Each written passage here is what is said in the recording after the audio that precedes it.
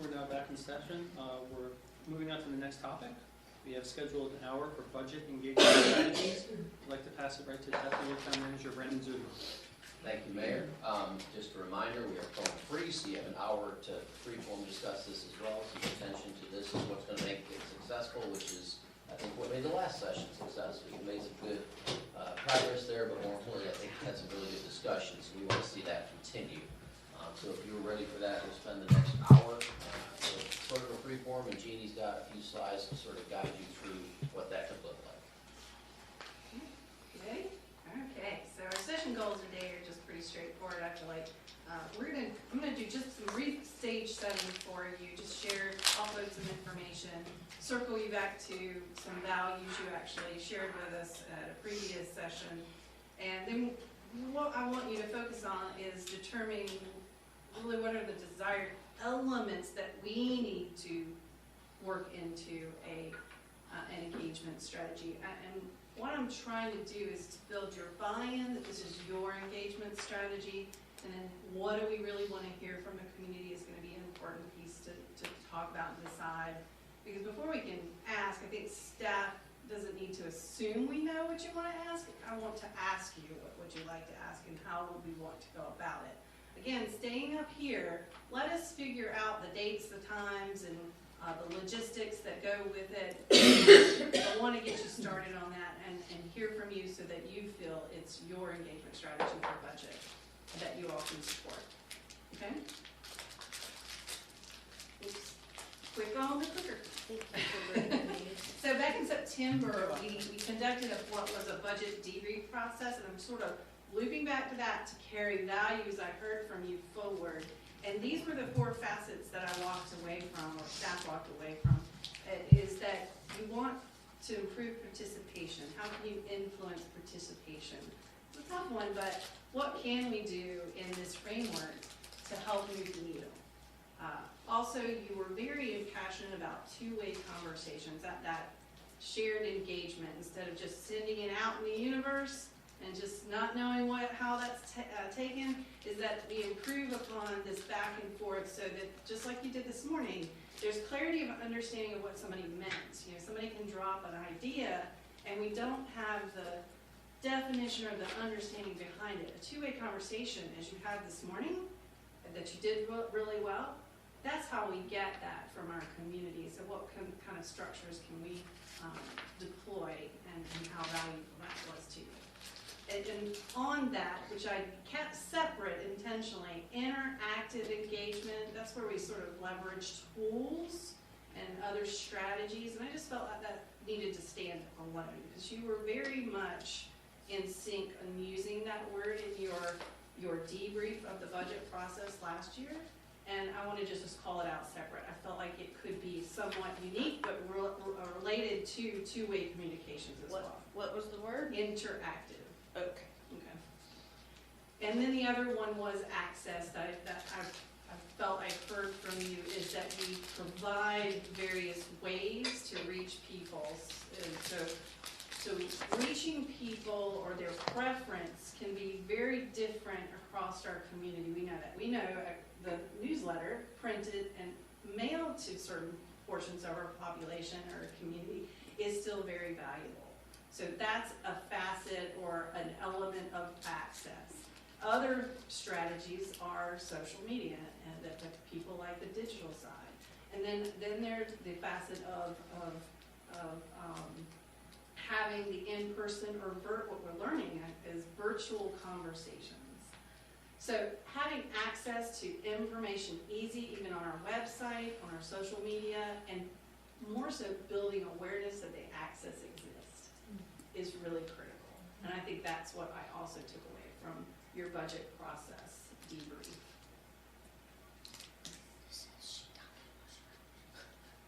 You need me to define something? No, I'm sorry. You sure? I was making a comment that there's shiitake mushrooms in this thing. Oh, I thought you were asking me to No, define. no, the snacks I brought. I'm sorry. No, you gotta share the shiitake mushrooms with Yeah. everybody. Well, as you Mushrooms. noticed, a lot of people are consuming, so then, yes. We appreciate you bringing this. All right, so on the budget portal, it indicates even when I checked it, when I put this slide together, we were already at 30 people at that point. We're actually just at, or slightly over 50 at the close of the portal. It is one of the better early, I'm looking at you, you're shaking your head. It is one of the better ones in terms of history of the portal and using it. And we got some good information from those respondents that sort of told us a preference is really more that virtual atmosphere. Why is that? They may feel in some cases that it's easily accessible in their busy lives. That's how I put that together. That still resonates even with the 50 folks, 50 plus folks that were respondents at the point that the survey closed. The other thing that actually rose up just a little bit between me producing this to get in your packet is I was a little surprised how the in-person actually bumped back up a little bit more. It's still, these were the top 3 that they prefer the most in terms of how they want to engage with you and with us on the budget process. And interesting, I still found this one to be true. When there were spikes in input, came with the email blasting to our groups, the known groups. I mean, we did small businesses, we did HOAs, churches, we did all the known groups that we could through email blasting. And it was just really very interesting how that, after that occurred, there was a jump. And then when we did a blast on social media, of course, there was another jump later. But that jump in the blast of emails, we got a reaction out of that. It means people are listening and paying attention. That's a valued outreach source is what it told me. And we need to probably invest more time in gathering and updating and renewing this database of people in our community.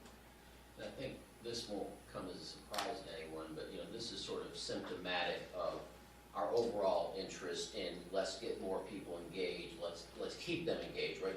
We want to get their attention, we want to keep their attention, and then we really want to engage with them. It's one thing to have them receiving information, sort of like Jeannie was talking about, but this is a bit where this conversation may also help us to look at other ways that we're trying to engage the public on just other topics outside the budget as well. So we're continuing to look at that. Obviously there's a lot of interest in virtual sessions. The communications department is continuing to evaluate some existing and perhaps even some new tools. I think you heard some of that from Will on Thursday night as far as how do we get and maintain that two-way rather than not just a survey, right? It's good to have surveys, but better to have a conversation. And so we're really focused in the next few months on helping that increase as well. Do you guys gather data on the demographics of, like when they do online surveys, or, do you guys see any sort of trend with those? Is it mostly younger people on online surveys, or is there any sort of trend at all? Demographics, depending on the survey, could take a different shape and form, so they don't always ask for age, is what I'm Okay. Or, obviously, your gender. We try to probably stay away from those typical kind of things. It becomes more intrusive. We want to make sure we get people to give feedback. Yeah. For this one, we were focused on who you are as in terms of the community. So we focused on, are you a business owner? Okay. Did you operate a business in Morrisville? Were you a renter? Were you a resident? So there was a form of demographics there. But take a planning and zoning survey. That one could really line more with age, with where you're living, and have more depth to it. But yes, the answer is yes. We do include those intentionally to give us a feel and a sense of who is a part of that voice, and 50 plus people in this case. Do the survey tools include any short surveys via text or, or anything like that? Yes, we have, I believe, explored in a couple of departments doing these short, quick poll test or survey types. And so one of the opportunities that we have there is with the new town app that's coming out soon for some That'll make it additional easier. beta testing. And so, being able to push through that, and then we can certainly continue to grow our communications list, but of course, we've got to have your text number to text you a survey for the most part. What was what about tools like Slido or Kahoot that are so popular? You know, like Kahoot's fun. quick short. what that is. Yeah, I mean, like, well, so those are things where you enter through a QR code. You can, I guess, get a few clarifying questions. Are you a Morrisville resident, whatever. But I think that I just think that things that people associate with being fun might drive more engagement. People associate apps like that with engagement, so I don't know, it's just a thought. And you No, really get, that's a very good thought with the term interactive. Those are the types of tools that we've used. Kahoots is a blast to use when you know how to use it. But that falls in that understanding and trying to figure out what tools we can leverage to get that interactive feel. So I hear what you're saying, and I feel like we're going to pick up, or try to make an effort to that in this interactive piece that you said was valuable. Hey, Jeannie, just a comment about the fact that when you sent out the email, you saw an uptick in respondents. I think, I know it's a fine line between are we bothering people too much, but I think we are busy people, and email reminders are very helpful. Surveys coming to an end, did you do it yet, that kind of thing. I like So, the reminders. that is not surprising to me that you saw an uptick, and I think we need to remember to do that, to remind people that, we told you once, and I wouldn't put it in these kind of words, but, we emailed you once, now we're emailing you again, this is, your last chance, whatever, but I think it's important. Not everybody uses social media. No, so that's correct. I do Not everybody uses email either. Right. And that's why there's So that's a why there's the multitude of- diversity. Yes. That's right. And we continue to, join additional platforms and look at additional ways to, to get that information out there. And also don't dismiss old school, right? I mean, occasionally a sign on the door gets a few people's attention. So not trying to continue to build that. The other thing I'll speak briefly to that you mentioned is not over surveying people, right? Because at some point, if you do it too often, they're going to lose interest. If you make it too complicated, they're going to lose interest. So one of the things that Comms is finalizing now is a policy around when surveys go out. And also not only, spreading those out and balancing perhaps prioritization of, okay, Parks and Rec, you want to ask about this, but we've got budget information coming out. You're going to have to wait because we can't have 2, 3 out there at the same time.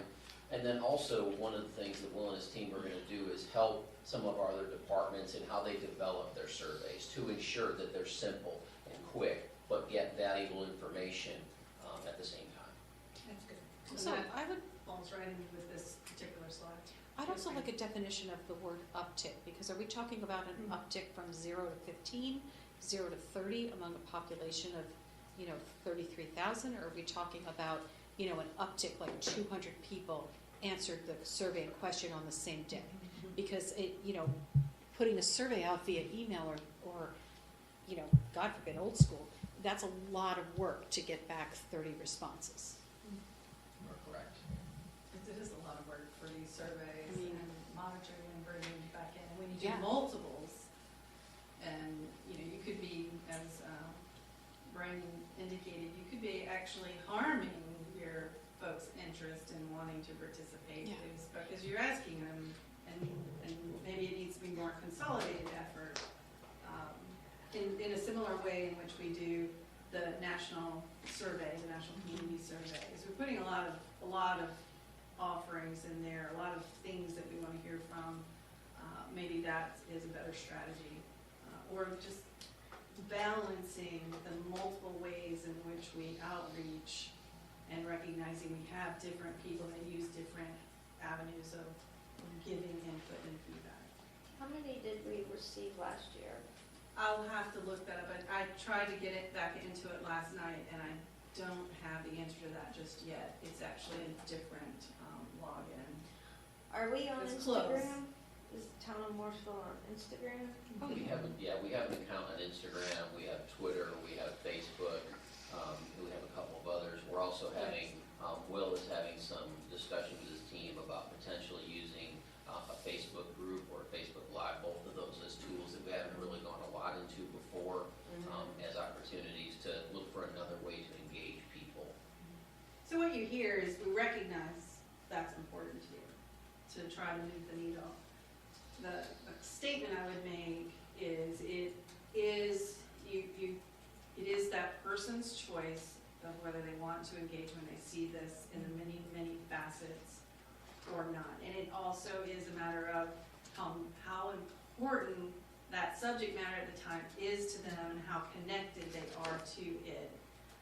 And do they feel compelled to reach out? I did have a number of people that tapped into it, but they put their name and or didn't put their name, and then they stopped. So I'll have to look at that in terms of how that may have occurred last year to see, is it more? What does that tell me? Is it the structure of the survey, the length of the survey? What I would say is we hear that that's important to you, and we will try to find better strategies to move the needle as best we can, and we will try to do that actually with this, starting with this budget process engagement. I also think there's a difference between, when you talk about accessibility to a survey, there's a difference between an email and a couple of follow-up emails and a QR code plastered in every business in Morrisville, you know? So, I mean, that's, I don't know, I don't think I'm not sure that we're getting people to the survey in the most compelling manner. That might be, because I think that if you could get people to whip out their phone and put it, you know, One and click. do Well, a I've QR done code it and that's help what with I that. mean, you know, or the app. I mean, if there's a notification out of the app, I mean, But we'll be able to yay. push things out through that app, and again, we have People done have some the- QRs, if you remember when we were, Me too. doing some of the town center work, of course, you know, we have a flyer that's out now that has the QR code on it. We had, the QR code posted at our events that we did at Town Hall, we did one at National Night Out, so if you walked up, you know, we were sharing information, and we had a hard printed survey, but we also pointed to a QR code. And, you know, the QR code is on the website, so we pushed it out through social media. So we continue to try to be creative in trying to reach as many people as we can. The new HOA newsletter that Will mentioned the other night, you heard about, that's gonna be another opportunity to reach different groups as well. So we're just gonna move us along a little bit. The point is taken, and we've made that a value to work towards, even with the budget process, even with the other avenues of things that we need to receive feedback on. Don't lose sight of, in terms of budget development, that there are other tools, other surveys that have brought us forward information. And these are just some that I remember throughout this past year. So I just wanted to put those back in front of you. From those, I have taken away or gleaned, mostly it's from the national survey that just sort of highlighted what are some key takeaways from that survey, and some of these are from that particular input, and then one of them is from the small business survey.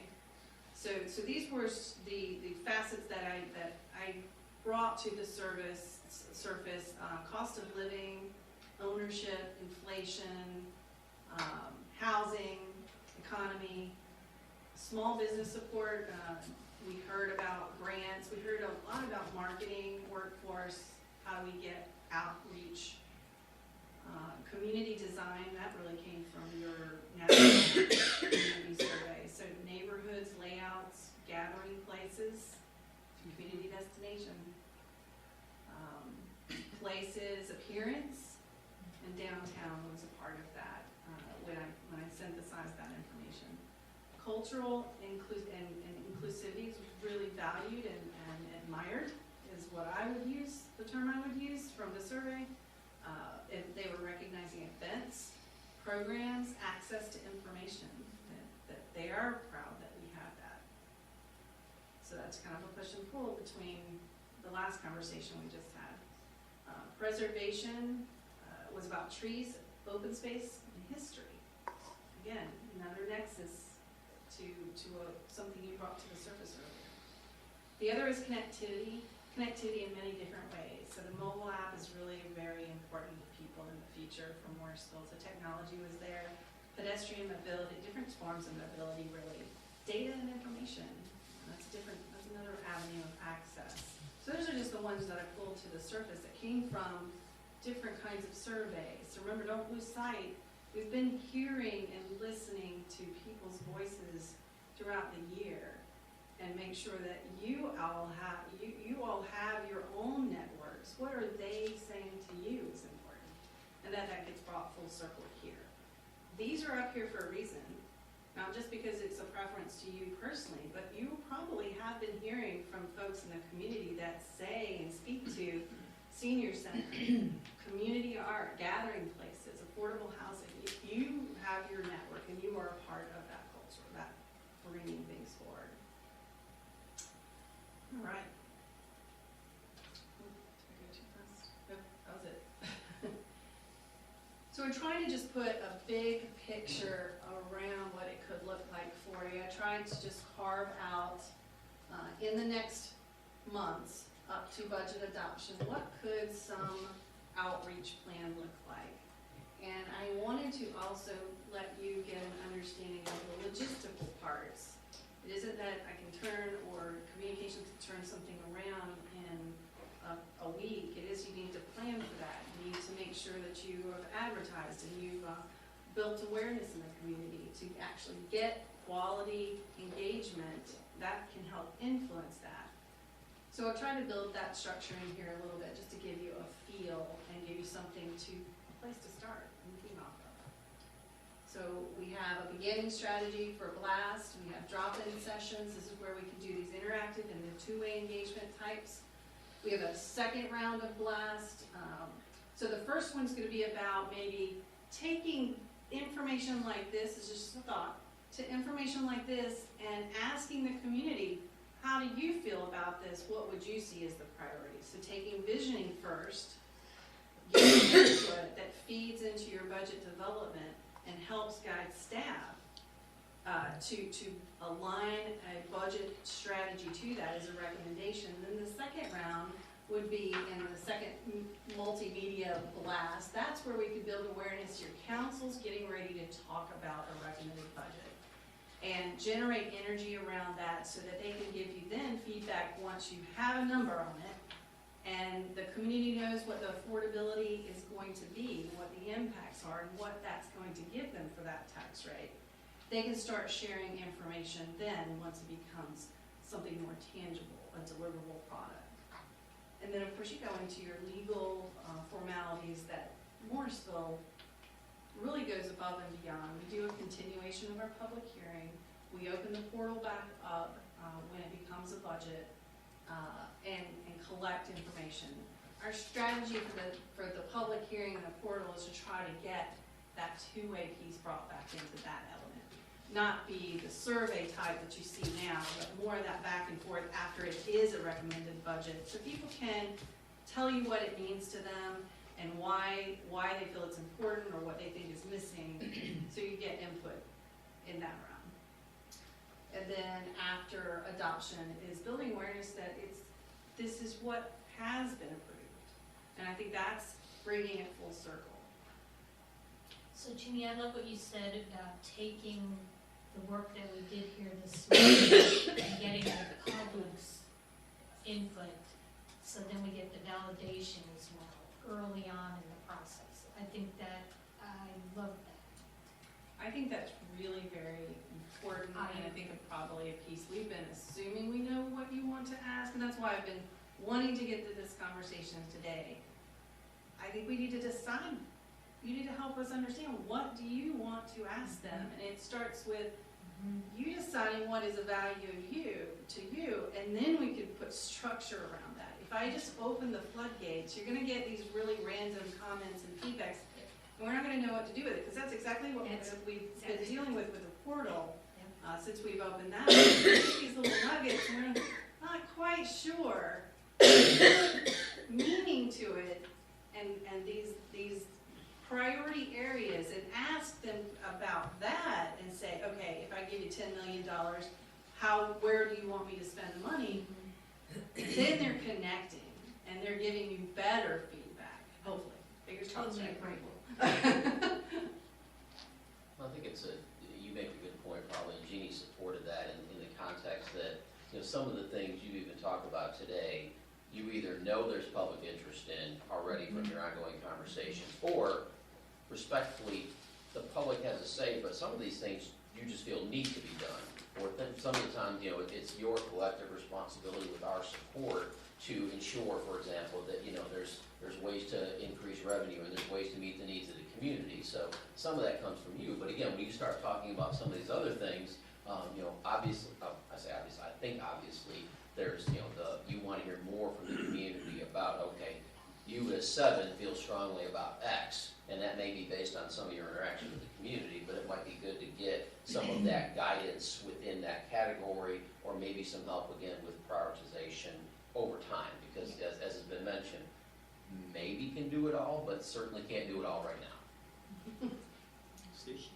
Yeah, well, first of all, I want to say that the administration and the staff of Morrisville has done an incredible job engaging and communicating with the diverse community we have, particularly the Indian committee, which is about 47%. And we're very lucky to have Councilmember Garamella, who also can interact with that community in a very close way, just given the language barriers and things like that. I think that one great opportunity for Morrisville, I'm just sharing you my thoughts, is that as we develop a budget outreach plan, we can really get creative in terms of how we can do a better job in any municipality in the county or state with engaging with a diverse community. It could be, for example, when we did the airport meeting with Michael Lango, there was an individual from the Indian community who did a WhatsApp poll, and there were like 10,000 people that responded about a direct service, to India, direct flight to India, data in terms of how many people travel. So I'm just throwing that out there, that I think that's really critically important, because we can do it. And, I want to do, I want to do a better job than Cary, I want to do a better job than Apex. If we can be the local government that's engaging that international community more in our budget process, it's going to be huge. Well, I think, you started to hear the term advocacy when we talked about the bonds the last time. So this is also an opportunity for advocacy, because it's great that staff is reaching out, it's great that the 7 of you are reaching out, but wouldn't it also be great if we had others in the community that wanted to reach out and say, hey, they've got their peer constituencies, they've got, others that maybe they could also help us to bring that feedback, bring that two-way communication. So that's just another opportunity as you're thinking, I think particularly of who might help us, who might help you. It's an opportunity. Yeah, I just want to throw that out there. It's nothing I'm telling you don't know already, but I think that's a great opportunity. So I'm just curious about, when we're going to be talking about these values, these priorities that we put out to the community, we're asking them to react, and I think that they will maybe dig in on 1 or 2 in the actual programs and projects. They're going to present solutions. I don't think they're going to keep it high level. And then you're going to have that information, but it's not necessarily blessed by us. So I'm not sure how you decide to incorporate it into your budget decisions, because it's not vetted by us. No, I was trying to purposely do that early blast in February, because I know that we have work sessions for budget in March, and try to I want to bring that information back to you, because I think that's another touch point of, are we going in the right direction before we finalize a recommended budget in our activities in April. So yes, sir, we are wanting to bring this input back. But this conversation is going to let us put structure and get the right kind of more quality information back, so that you can see it and see if there's some alignment with what we take away at the end of the retreat as council priorities through your brainstorming. Does that make sense? That's why I intentionally have this, I'm always about this front end, back end process. I have a front end process with the piece that's in February, and then I have the touch point that's gonna come in March with council. That's there, but that will feed, that conversation and that input's gonna feed how we build a recommended budget that we can now roll out to the community, and that they were able to touch in a way. More so, because it isn't there, I'm just putting this global question out there, what would you like to see in a budget? Because that's been really the questions in a budget portal. That's going going to be when we get some connection with the people and that they feel involved and engaged in the process. We're gonna do it in a number of ways in between the front and the back end, is we're gonna have those drop-in sessions in the middle of that will also help as checkpoints, as that face-to-face connection, virtual face-to-face connections and combination thereof. So I hear what you're saying, and I agree. It has to come back to you before the manager and budget folks can pull together a recommended budget. That's my strategy proposal. I like the intentionality of trying to reach people where they are. Because when we talk about the email, it spikes because the click is right there, and they can do it right then. People aren't gonna go searching for the budget portal.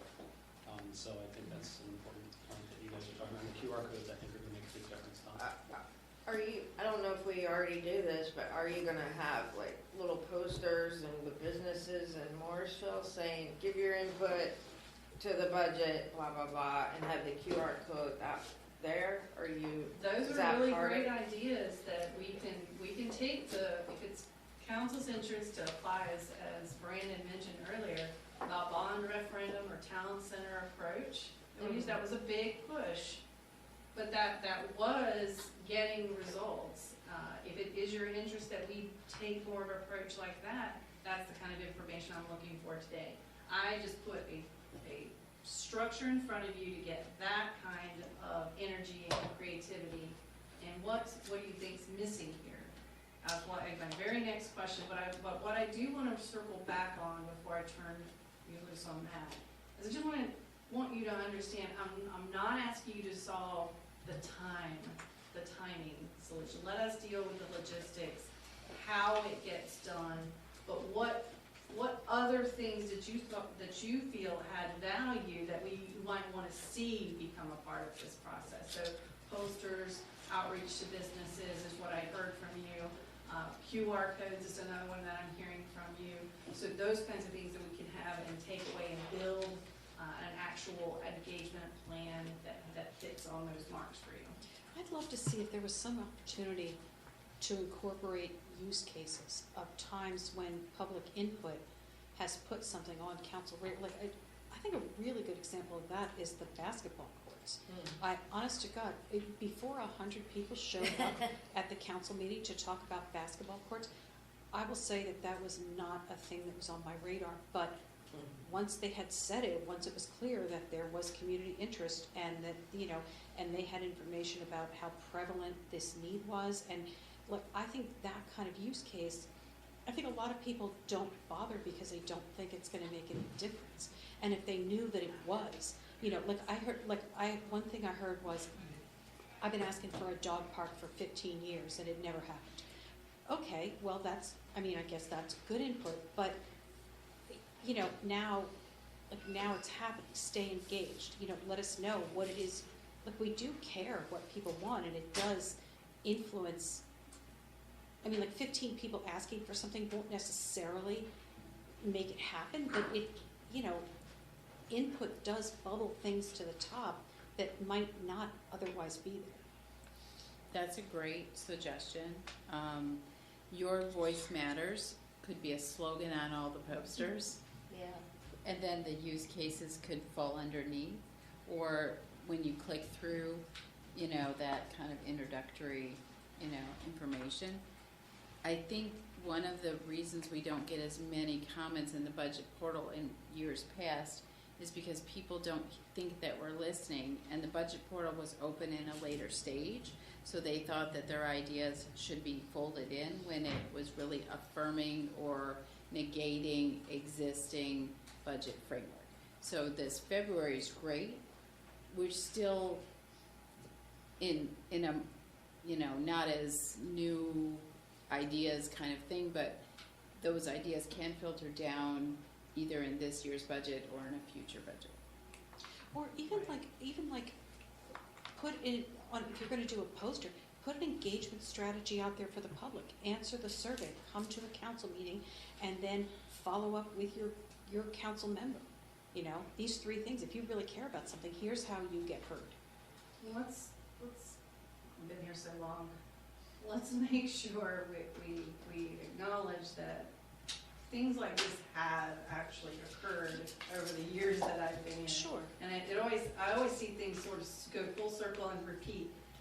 And that's sort of where I feel like we are, but I think we are maturing it based on new technologies, new opportunities, but applying the same philosophy is doing the best we can to move that needle and influence the best that we can. And we all agree that we have new tools at our disposal that could help us do that.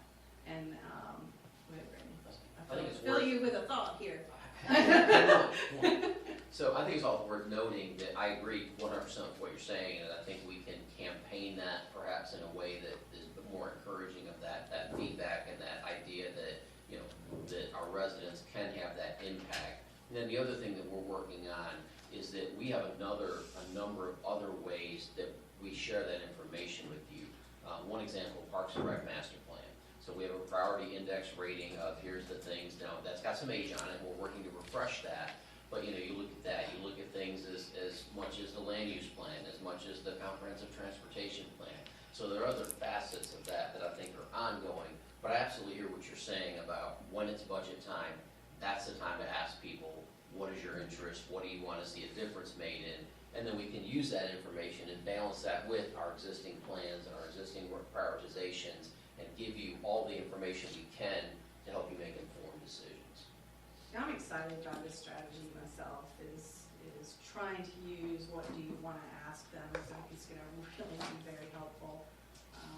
I hear a Yeah, question. so just a comment, I always say timing is everything, and I think Jeannie's right, we've tried all of these different methods of reaching out, maybe not the QR code, that's more recent kind of, but, you know, sometimes they work, sometimes they don't, doesn't mean we can't come back to it again, because the timing is right, that there's a different population, that, you know, so timing is everything, so I'll just say that, and then, how are we using our advisory committees in this whole budget process? Are we really engaging with them and encouraging them to submit either individually or as a committee too? They were part of the email blast group, and a reason more than likely why there was this spike, because they are engaged, they are Yes. involved, and I think we need to kick it up a notch, you know, and I think staff can work with that idea. How do we leverage that advocacy group, as Brandon mentioned, more and in different ways? So bond referendum, we did leverage them, and we leveraged the group with the chamber intentionally, and that was to broaden the avenues in the network and outreach through those folks that are already engaged. So why I broke that down, because I think that's very, very key, is taking a step further with these committee groups, and how can we bring them to maybe a virtual session we have with all of them, maybe it's a drop-in session, something that we value them being a part of our community and making them expand and be a part of that bigger umbrella with development budget. Just following up on that, because I agree, they're already an engaged group. Yes, they are. Who kind of gets it, who can be more pragmatic and realistic, versus we're gonna hear people say, I want X, just go fund X, which is fine, I think we need to hear that too, but I think that this informed group needs to be tapped into as well. It's like a captured audience almost, that's willing to give you more. Yeah, I'm it is. I'm assuming you're using the Chamber of Commerce to Yes. get. Chamber, we have HOAs, we have churches, we have small business network, we have a number of different connection avenues. But also the aquatics and fitness committees. center, the senior center. you know. Exactly. Yeah, it's been on, next week in Morrisville, the Morrisville Chamber's weekly email is encouraging people to Yes. budget portal. So I've got a couple of things I'd just like to share. One person came out, told me that they put private and private for the survey because you had to put in a name, but they wanted to be anonymous. So are we gonna accept budget portal input from anonymous people who aren't giving their email, for example? Well, let Because me you can't put- get to the second page without it. I hear you and I saw that. Let me turn this around to council. Right. How important is that to you? Because I've always used names, I've always asked for emails, Because I feel like that's building a connection, a network of data, information that we can tap into, just or email blast and what have you. So is that important, or would you prefer it to stay anonymous? Do you feel like that's important to increase and move the needle for participation? What's your perspective? I've got I like- okay. I think we may be thinking the same thing, go ahead. Go ahead. Well, I was gonna say, why would you wanna be anonymous? I don't understand that. Why wouldn't you wanna share? I'm trying to understand that. Some people Because just don't Because like to. people don't want you to take their email and Yeah, spam them, yeah, that's, Oh. take their phone number. I mean, that's why you That's want to, why. if you're asking why you want to be anonymous, that's why. And But maybe a notification that says that, you know, We're not only gonna sell used your for email. survey purposes, or, And I understand that part. I get that, but I'm just trying to figure out why you wouldn't put your name on I it. want, yeah. There are, I mean, I don't do surveys. You know, I don't even answer the phone at all. I answer my cell phone. But if somebody calls the house phone for a survey, I do not participate. So, but that's not what we're talking Yeah. about. We're talking about a known entity. It's your town. It's your tax money. So I'm just trying to figure out why you wouldn't want to share who you are. I agree with that. I'm not interested in anonymous feedback. Yeah, I'm not trying to We either. were That's kinda why I'm talking there. I'm about trying to some of that understand. stuff. yeah. Well, another component of that is, and I don't suggest we have this issue today, but you kind of want to know that they're your residents or your I mean, business yeah. people. In a worst case scenario, if something perhaps more controversial were to come up, you know, you could get lambasted with responses from anybody and everybody Yeah. that Yes. maybe have very little or nothing to do with I'm not suggesting that would happen normally, but it's just something to tuck in the back of your Well, mind what- as we balance that. But what Morrisville residents think about the Umstead Tract project, that I care about. You know, but not that I don't care about the larger implications of what people in Raleigh think and people in Cary think, but I want to know that what I'm hearing is what Morrisville residents think about that, if that's a thing coming up, you know. Well, we do that at council meetings. We Yeah. wanna know if you're a Morrisville resident or Yeah. not, because that matters. Yeah. I wanna hear from you, but it matters whether you're a tax-paying citizen of this town Or a business owner, not. yeah. I mean, Or your Or a business business owner. owner. Yeah, That's yeah, right, of totally. course. So is that how we want to know who our folks are, is by maybe having that be Maybe more, just their zip code. and they can opt out, zip code, actually. But they could Well, have a actually, that's not business bad, in yes. Morrisville. Although Well, then unfortunately, put a your little name down. problematic. I mean, You I'm got- sorry. Yeah, A lot no, of folks some that- people in Durham have a Yeah. same zip code. That's exactly right, that's right. There's a lot of Some people in that- Cary that have a Morrisville address. And they might not don't know live in that Morrisville. they are in Durham. Yeah, Don't some know, that's people right. don't know. Okay, Yeah. That's right. but on the other hand, when our problem gets to be that we have so much input that we need to start filtering back down, but right now we're hearing from, you know, 0.001% of the people, so, you know, if we get too many survey responses, that to me is an uptown problem. But I do want to know if somehow, zip code, name, whatever, I want to Are we know if connected? people have Yeah, a connection I point do. at least. Yeah, cause like, I don't know how many years back it was when, there was a bunch of people that, I guess it was the budget portal, wanted, no, I can't, the frisbee disc golf. Just And some of them, you know, you could tell they were certain individuals' friends, and a lot of them were from Cary, and I'm like. And they already have a really like, nice what disc golf about? course over there. Never mind. Yeah, I'm not, just from just a real human Yeah, point of view, if you're just putting private, I'm honestly, that's gonna factor into how I weigh that comment. Right, so that's the thing, We- there might be an opportunity for a hybrid where we try to collect the information, but we don't prevent people from giving input if they don't provide the information. We just say, we're looking for input from our residents and our stakeholders, so we will treat it accordingly if you aren't self-identifying as one of those but what's the groups or point something. then of I- accepting I- TJ? Oh, sorry, Satish, I apologize. So like, you can have it in such a way, like, give your name, and do you want your name to be anonymous or not? But at least that way we know, That's actually a great idea. because we Yeah. know that I like he is that. the genuine person, and he doesn't want himself to be called out. That's his, you Thank know, you. thing that way. It's That's a As great a idea. choice, you're still offering them to share their name but it is they have an opt-out, but you're also Yeah. telling them why their name might be important. Use my name when sharing my comments like you do on Discus or something like that. Yeah, that's a great Is idea. everybody okay with maybe us exploring that kind of strategy? Yeah, some way to validate Okay. that they're That's really a a good Morrisville compromise. taxpayer. Well, just a clarifying question though, so are you saying, like, so on the budget portal, their name wouldn't appear with their comments?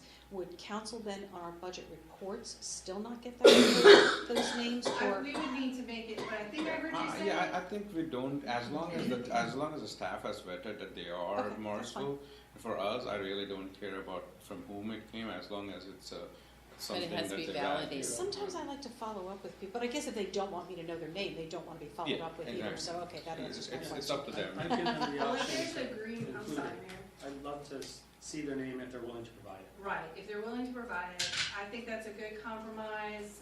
At least it's telling them, it's important to us, but let's add the why so that they know and they're not just assuming. I think that's the missing element here. And if they want it to be anonymous, I will honor that, and it will not be appear, their name will not appear, their contact will not appear. That's a good takeaway from the discussion. So, yes, Just, and who just said the follow-up, in case Oh, one of I us said want you that. to follow up. Yeah. I think if you somehow could put that in your messaging too, because I've done that too, I followed up with Yeah. people, so, Yeah, Like it's maybe a standard checkbox. survey. but that's Maybe the a checkbox. intent I can be- behind it. yeah. Yeah, like maybe a fi- checkbox, like it's okay to follow up with me. Right, You know, those like are we have usually at the end of a questions. survey. Oh, I love that too. I love that too. Very solid. Okay, If I could circle back on that one, then I have a couple more. I know we've taking got a lot of 10 time on minutes, that. so yes, Okay. sir. So the main reason that person did private was because they weren't sure about the platform. They thought it was an external platform that might do something with the So data. I need So to say it was a it's security not thing, that external, okay. it's an internal platform, data's not going anywhere, things like that. So that was one of the main things. I'm glad that we had a really good conversation about the Yes. rest as well. Budgetopia was on the previous slide.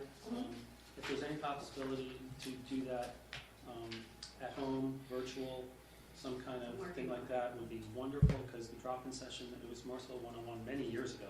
That was one of my favorite sessions. And It's a it's long really engaging. session, It can be so- a long session, but if people can do it at home, it's not a drop-in. I think drop-in is Working on a hard. strategy for that, and that's why I put it there, and trying to keep it virtual. Right. And it will need to take a different shape than probably what you saw. That was a very Budgetopia light, intense session, something. but Budgetopia light. And I'm trying to get it connected to the value of their property and what that means in pennies. I'm working to get that. I tested a strategy, it was a manual strategy with the Morrisville 101 group, and it seemed to work. And I'm pretty sure that I can potentially repeat that on the list. Thank you so much. Very excited. I think QR codes, lawn signs at our parks, along our greenways, that's another outreach. I love QR that. codes, yes. Yeah. um, Library. At the library, Library do that. wherever people are, having a QR code that they just hit with their phone, tell them it's a 5-minute survey, please do it now. Like, that's, I Okay. think we're gonna get a lot more engagement. If we have any prizes, contests, incentives, when you have a long-running program, sometimes say, okay, enter now. At the end of the first week, we're doing a contest, and your name stays in for the second week's prize, something like that. May I jump in on that one? So the City of Raleigh is actually doing a contest, and I sat there and I thought, okay, what does the finance director say about that? Is there a rule? But the City of Raleigh, with their budget portal, actually you enter by being a part of that portal and submitting comments. You're entered in a drawing for, I think it was a $50 gift card. Oh, wow. MAFC, daily Oh, membership. so Gosh, I'm gonna go fill out that survey. Right? I'd give Morrisville swag. I'd say anyone who enters the portal at all gets one free pass to MAFC. Just get people in that door. The bond video in 2012, I thought was effective. Having residents, there were people from some of our committees talking about how important the bond was. These Narratives. same people can Yeah. talk to how important it is to give your input now into our budget. In 2012? Yeah, we did that in 2012, Bob Butler and others. Yes, yes, Okay. we It did. was nice. It's not ringing a bell right this second. Yeah. There's a lot up here right now. Yeah. So I thought that was a nice outreach. we were talking about the recruitment extension, and we called it something different then. Is the And- 54 bypass. But we Yes, were- thank you. So, Okay. so we did a video about 54 bypass. There was a public engagement meeting. I remember this because I was hot on roads at that time. So, yeah, there's a video. I don't know if it's on YouTube or not, but it was It is. nice because we had people in the community going, I think this is a great project and this is why, and we had different perspectives on it. Yes, sir. I know Carrie does this, like the two council members come and talk about issues, those things we talked about last year too. We said like Morrisville TV, like our YouTube channel, where like if there is something creative coming, then two people can talk and basically put it out there. We can use that platform more. I feel like like- Steve Rao has the platform for that already, man. We got the TV man right I'd here. love to do one with So that's called Yes. Carry Matters. Carry And No, that I- reminds me of our COVID outreach and how we all spoke as part of a video about how something was important. More like Like a regular topic issues. specific. Yeah, I like Yeah. that. Yeah, a panel. I think a panel. panel is the best way to describe it. And it's not just Steve, it would be, No, a platform for Everyone. everybody, Yeah, of Steve's got course. the platform. but is it what would I'm be saying. two at a time, because I think Yeah, all two- 7 is not necessary, two at a but time. I could do something with Satish, or I could do something with Donna. No offense, Ann. Of course. You guys are having, you have another one? Yeah, one more, and it's Okay. kind of like the fourth Can one I there. check with Yeah. Councilmember Mello? Were you finished with your Yeah. thoughts? Okay. Mayor? And I mentioned once before, maybe having an email address that's persistent, budget@townofmorrisville.org. Carrie does that year round. We don't have to do it year round, but now might be a time to have that out there. So we've established one, and it was on the survey, Okay. as, budget, BSM at townofmorrisville.org, for the budget group. And that was a part of the survey. So you could email from the survey, and we'll pull that forward to, the actual, website for the budget as well. So we've already established that So behind. what's it called? I believe it's bsm@townofmorrisville.org. I think budget at townofmorrisville.org is. We can do both. Right, you can. That's semantics. You We can do an easily alias. change that, Just but say- one was created for our department so that key folks, Michael and myself, would get the input or any kind of request so we could be responsive. So that the idea behind it is the same, the semantics is what we call it. If it's budget, we can change it to budget. I'd like to give you the floor to, Yes, sir, because Facilitate we us are through this out of slide. time. We're 1 minute over, but I need to just make sure that I put No. on 5 minutes. yeah, we 5 started, minutes, we okay. started 3 minutes late too. Okay, that'll give me a moment just to make sure that I'm capturing your thoughts here. So, these are some prompt questions, and you have been doing really great actually touching on them, and, Councilmember Fender pointed out, hey, we need to be on that other slide, we're talking about it. So thanks for keeping me straight. So we discussed outreach plan elements that need to change and why. You've been really throwing those ideas out all along, and I'm gonna write them in just a second on the board. And the second one, though, is what's council's role in this? I do think you need to think about that, and I'm willing to come back to that conversation later. But I want you to think about that, because I do think you have a highly valued network. And then when I see emails going out from you to your network group, and I see the spike in the energy that comes from that, that's meaningful. You guys are touching people face to face and in many different ways, so I don't want to lose sight of that. If I could just Yes, sir. amplify that. Unlike the bonds, we can, as a group, encourage people to do this survey. Right. So I think a video from us saying that might be meaningful. You defining your target stakeholder, audience, and why. I think I've already picked up on, you're in agreement with me, and we're reaching out to the entire community, and business people, business folks are, in your view, your definition of community, are part of our community.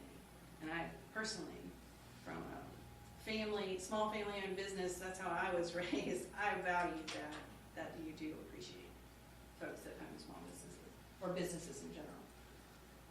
What other ideas does council have to increase participation? Again, I think we can check that we've talked about that, we know and we value that, and we were gonna work to try to move the needle as best that we can influence that and have some span of control over that.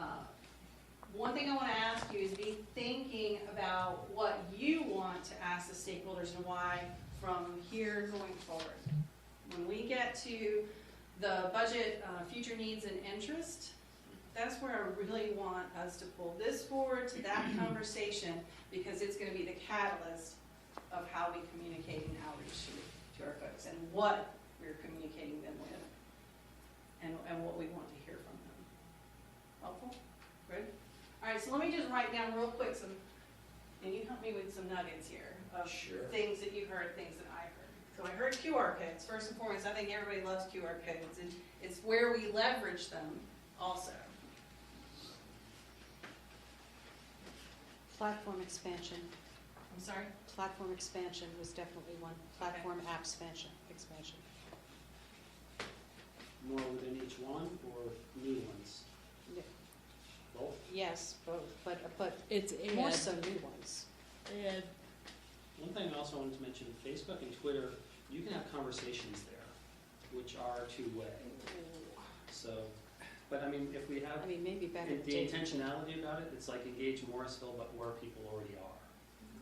So if we encourage people to talk into the budget portal, email, Facebook posts, and then they say, well, this is what I want, we could be capturing it there instead of them having to go into a survey. no. That's a terrible- no. Could be a fake account, could I be anything, you know. know, like. I want a survey, we can aggregate the data. Facebook is so loose and it's not validated. We could take it under advisement, but I would not include it in the survey data. I think we more so should, every time somebody gives an opportunity, that gives a comment that's budget related, I think we should say to capture your comment. That's a great idea, capture that in the budget survey. I think that's more, I don't think capturing stuff out of Facebook is I agree with a that. great Can strategy. we work on that? Can Yes. we think and explore that? Is that, you agree with me with? Yeah, that's one of the maybe- things that I think we're looking at now with a Facebook group potentially. There's some limitations in Twitter and some other areas, but let us spend some time on that. Jeannie's right, we can circle back. So I'm feeling like it belongs here in a way. It's just how do you quantify? I think that's what I'm hearing. Okay. How to validate. Yeah, it's all Yeah, about validation is valid, important. because people are getting very clever. Yeah. No, I'm We don't with you want on people that. in Russia giving us input.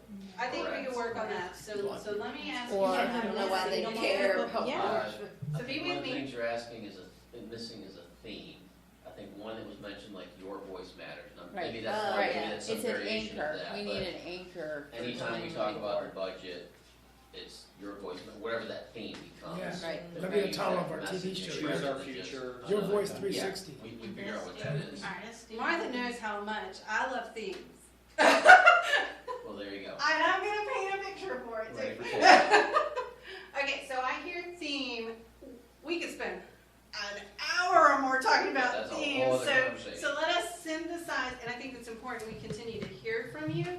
And I can start It'll to pop out. pop out. It's gonna Yeah. come up. Really, what is your theme for this year, based on what you want to ask people, and it will merge. Trust me, it emerges. So theme is a good one. Video. I think there are video opportunities, there's an opportunity for a resident video perhaps, there's also an opportunity for a council video. I think just inviting input, and then perhaps there was some mention about even sort of a panel discussion video, perhaps involving 2 council members, something like that. A panel video. YouTube video, TV show. So I think that the initial video thought was just a standing, hey, you should have input, this is why it's important from council, this same video from residents, but then there might be a different approach where there's maybe a little bit longer and a little bit more in-depth into, whether it's answering sort of questions about what you kind of We'll want check people to myself. hear. That might be more explaining the budget process. That might be an opportunity there. And let us think about the strategy that works effectively, because I probably am going to agree with you. It works for some things, it might not work best for others. So let us just think on that creatively with our groups of people. So YouTube is not just the council, it could be your staff. It could It be could be, like It could the be, police or this yes, one, town just manager, deputy explaining, town having manager, just two fire chief. people talking about something that they're rolling out new and, that I is. love that idea, Satish, and Yeah. I That's a love the good idea idea. of using Leaders, the yeah. public. Parks and The Rec staff. residents, the Yeah. advisory committee members, Should be all around Does the 360. town have a 360. YouTube channel or? Enville 360. Okay, so I'm And I'm between your you host. and lunch, and I know my stomach's growling. I'm gonna ask Brandon to keep me on point. Am I missing anything that was also valuable in the feedback that I can capture real quick in a second? I think we have the highlights, and of course, we have other notes, but I think we have the highlights there, certainly enough to let us Okay, I push didn't miss forward with anything. a Okay. plan. Alright. You want Everybody? a blessing of the plan and the timeline that you gave? Everyone's good with what you Yep. presented? Okay. So let us put that structure together and let us get it activated. I think we can carry your voice forward and get feedback. Carry your voice from what we hear from you during retreat. Yes, Are you ma'am? gonna leave that up on the wall? I can leave that up on the Yeah, wall, please do. absolutely. That'd be helpful. Take a picture In case- because those yeah. Budget stickies are gonna engagement. fall off. No, I just put it together. It Yeah, might great job. spur something else as we're going through the Yeah. meeting. I'm being genuinely truthful. Great job, really. Now, the other very productive session, and hopefully you're starting to see this building blocks as we go. So You this know- afternoon, I think will be the next logical step. I just want to point out that I have never been at a retreat where you guys didn't say, "This is the best retreat ever." Good job, everyone. I'm just Like, like in that. the We didn't next- say best retreat ever Never yet, we said happened. good job, so let's, It's early. work is So- done. You know, Donna Warner always said, when you say, well, to be completely honest, and then she would say, why are you not always honest? So, yeah, I'm like, oh, okay. So I try not to say that, but. All right, thank you very much. Thank Brandon for being up here and tag teaming with me on this one. I think this is great conversation and feedback.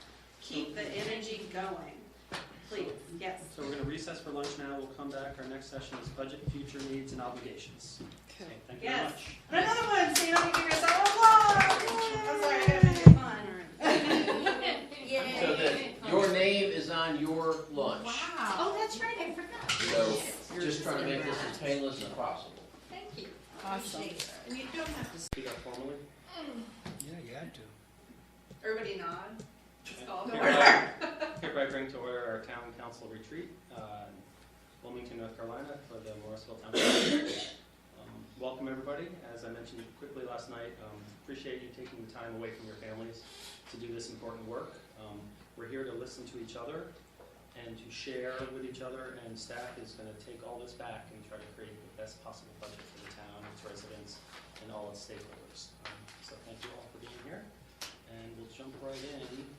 There's some tips and tricks about this first session. I pass it to town manager. Yeah, so the first thing, I really, and I'm serious, I think you should all take your phones and put them away. I put mine So don't pull them out, you've got a break at 11, give this time to each other.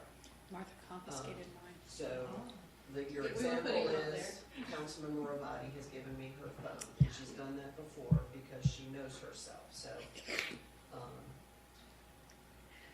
We are providing you a retreat that you've asked for, which is, staff is going to do very little today. It is all up to you to have that conversation together. We'll help, but we don't want you to turn to us to help you facilitate what you need to talk about today. So Jeannie will go over some of that stuff. You've received we've done the layering approach really from the fund balance report, the annual financial report, the mid-year report, our first and second quarter financial report at this point, and then your department presentations on Thursday. We are all in that information gathering, but this puts you at the front end of the budget process. And that's really how, especially today, is structured. A little bit more tomorrow will be more information to layer on what you talked about. We as staff are very interested in hearing the thoughts, and we're gonna be capturing all of that information. But use the time to talk to each other, and again, we want everybody to have the opportunity, so we brought your cards. I'd say focus on your big picture interests. That helps you better than I want a dog park, is what are you really trying to accomplish for the town? So just focusing on that interest, and that's something we've talked about before. Jeannie? Oh, I think that's a great segue into your next session, which is all about budget brainstorming. And I think I had a little bit too much fun with the brain concept, so, but do you have anything else that you need to say? Housekeeping type Yeah, the items? bathrooms are right around the corner this way towards where you may have gotten some breakfast this morning. Again, we have a break scheduled at 11. Feel free to walk around if that helps. We're recording everything, as we mentioned. So do remember that. We will upload the audio to our portal. I guess that's the right word when we get back. Staff, anything else? No. Water in here all day. There's coffee available until 10, just inside the restaurant where you got breakfast. Starbucks is downstairs if you want coffee after that time. I think Brandon's arranged some snacks. So lunch will be in here, and again, based on what you've all asked for sandwich-wise, there will be an afternoon snack in here. And again, right now, we're scheduled to wrap up about 5:30. Chad McEwen, Deputy City Manager of Wilmington, will be with us for a walking tour on our way to dinner. Our reservation is at 6:30. 6:30 at Floriana, So I'm going to ask that you be other direction. sort of a quick turnaround from wrapping up. If we go to 5:30, would ask you to be downstairs realistically as soon as is practical. 5:45, 5:50, so that we have time to take that walk and still be at the restaurant by 6:30. And so he'll do that as a walking tour, and then he'll stay with us for dinner, so you can have additional conversation, ask him questions if you'd like to as well. So I'm probably gonna need to go to the bathroom before 11. Am I allowed to do Yeah, that? quick 5, or if you feel like you may not be the only one. Yes, I know.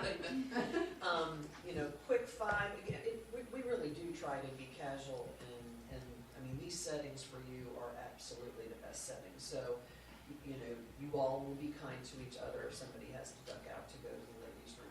And also, Or I the just want to men's set the expectation that I am not going to sit in this chair for 8 hours. It doesn't mean that I'm not listening if I get up, if I walk around, You won't be the only Well, one. Yeah. we've actually had Okay. conversations about these types of chairs for several of us, and again, it's what an institutional setting has, but yes, please feel free to do that. Okay. Is everybody ready to engage the brain? So welcome. I'm glad you're all here in Wilmington together. Wilmington is my hometown. It's my home. Always will be. So I'm very prideful that you get to see a little bit of Wilmington on the walking trip tonight going to the Floriana. Some of us have been to the Floriana already. I don't know if you remember that, but we have been there. Once you see it, you'll probably remember, Right. and you'll probably just remember all kinds of things. You're reminiscing from last night. So January sort of has kind of roared in like a lion for a lot of us. So I would say we've gotten here today with a lot of grace and really with the best intentions. And I'd say as you move forward on your journey with this retreat this weekend, go forward with a lot of grace for each other. That's a really powerful word. I get that from Miss Erin back there. And go forward with your best intentions of doing really good things for the community, and by visioning. This retreat's not about numbers. It's about the big ideals. What do you need to share with us? What are the priorities? What are you agreeing with? And from that, we can build great things with a development of the budget and a development of CIP. So I really look forward to that, and let's go forward with that. Okay? So today I've just got just a few little tips I'll just share with you. I'm going to touch on those just real quickly. And I'm going to pass it to the mayor to get you guys started talking together, you folks started talking together and brainstorming on those big values, throwing the ideas out there, but finding where you have same interest.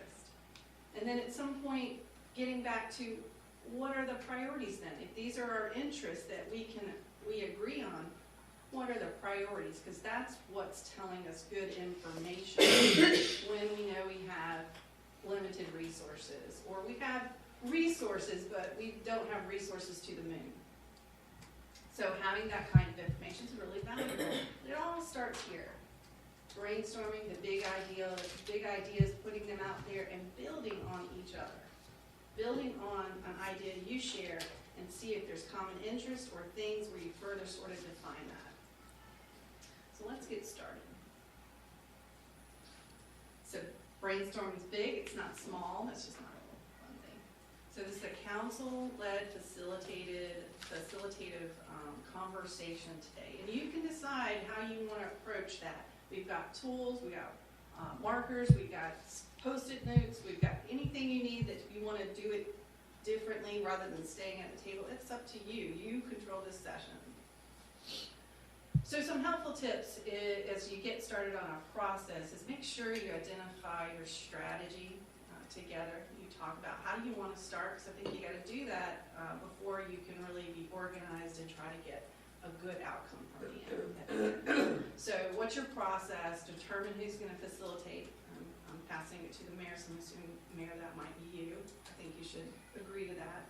Make sure you listen and you're capturing each other's thoughts and being open to that. So another thing is agreeing on the ground rules are always very important.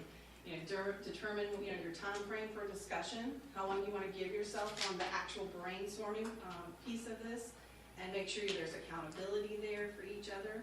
And be sure to make time at the end to come together as a wrap-up and make sure there's agreement and consensus on the common themes and what's important. And then what are you going to really talk about? That's when the brainstorming starts to happen.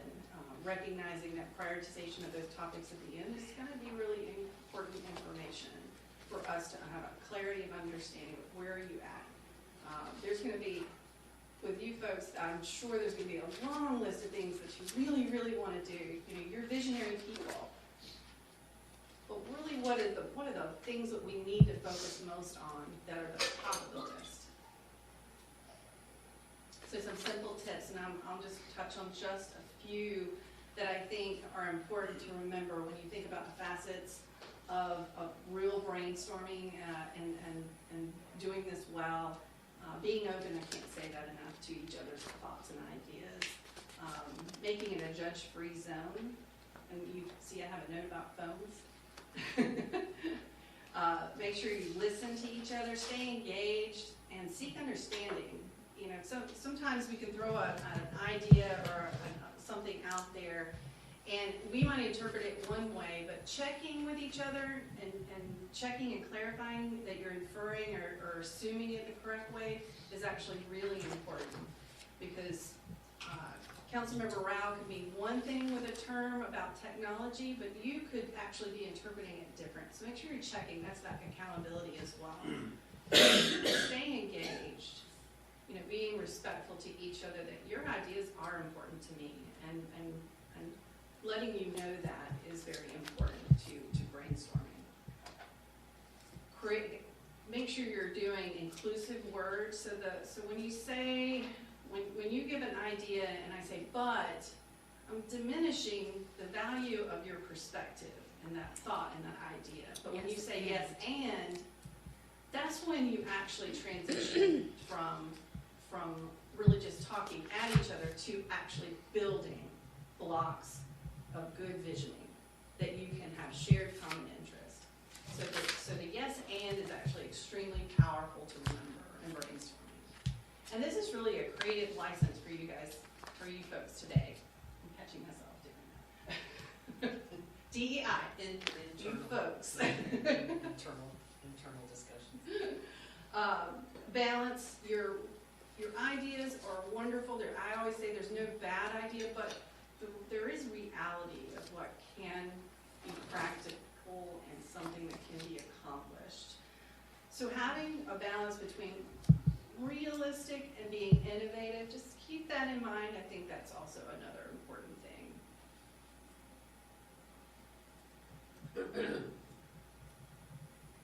Keeping it simple. And here's where I'm about to wrap up.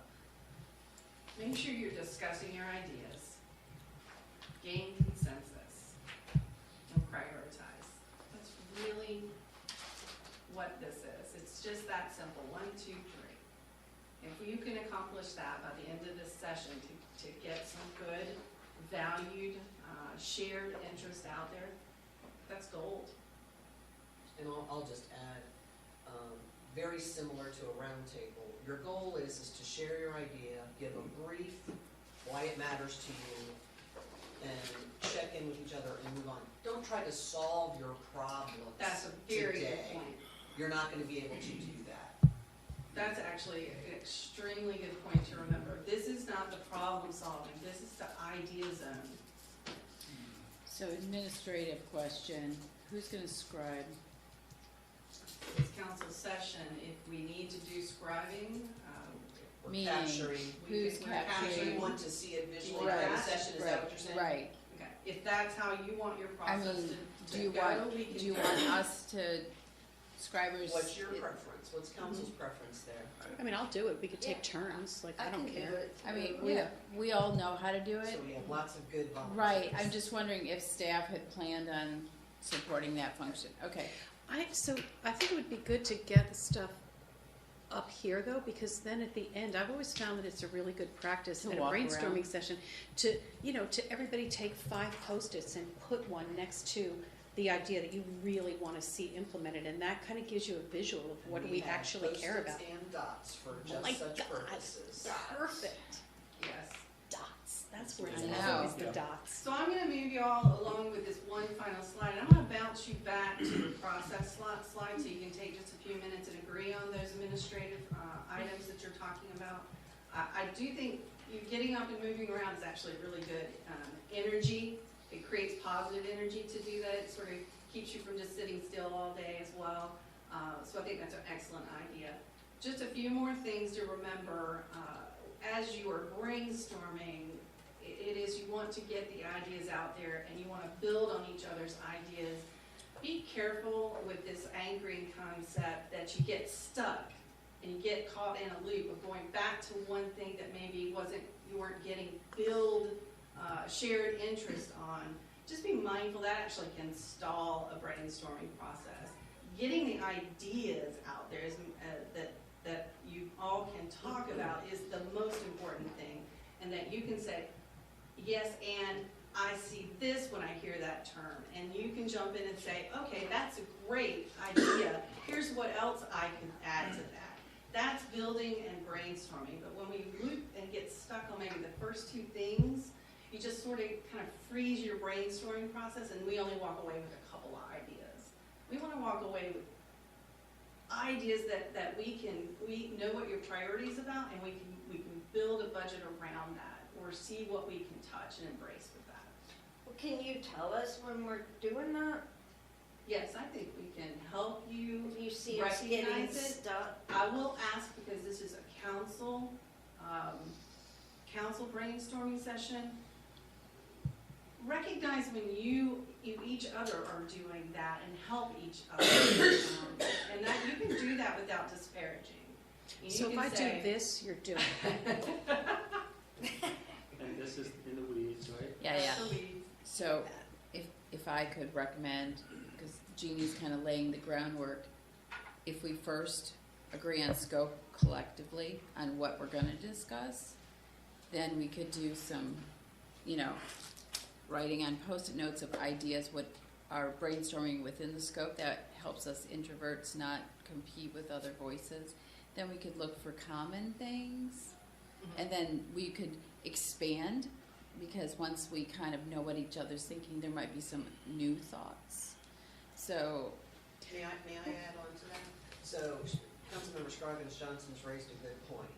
I'm quick to get my thoughts out. I know Jeannie processes before she speaks. So you may want to consider amongst yourselves, if you want 5 or 10 quiet minutes yourself to gather your thoughts before you open that discussion. You could do that.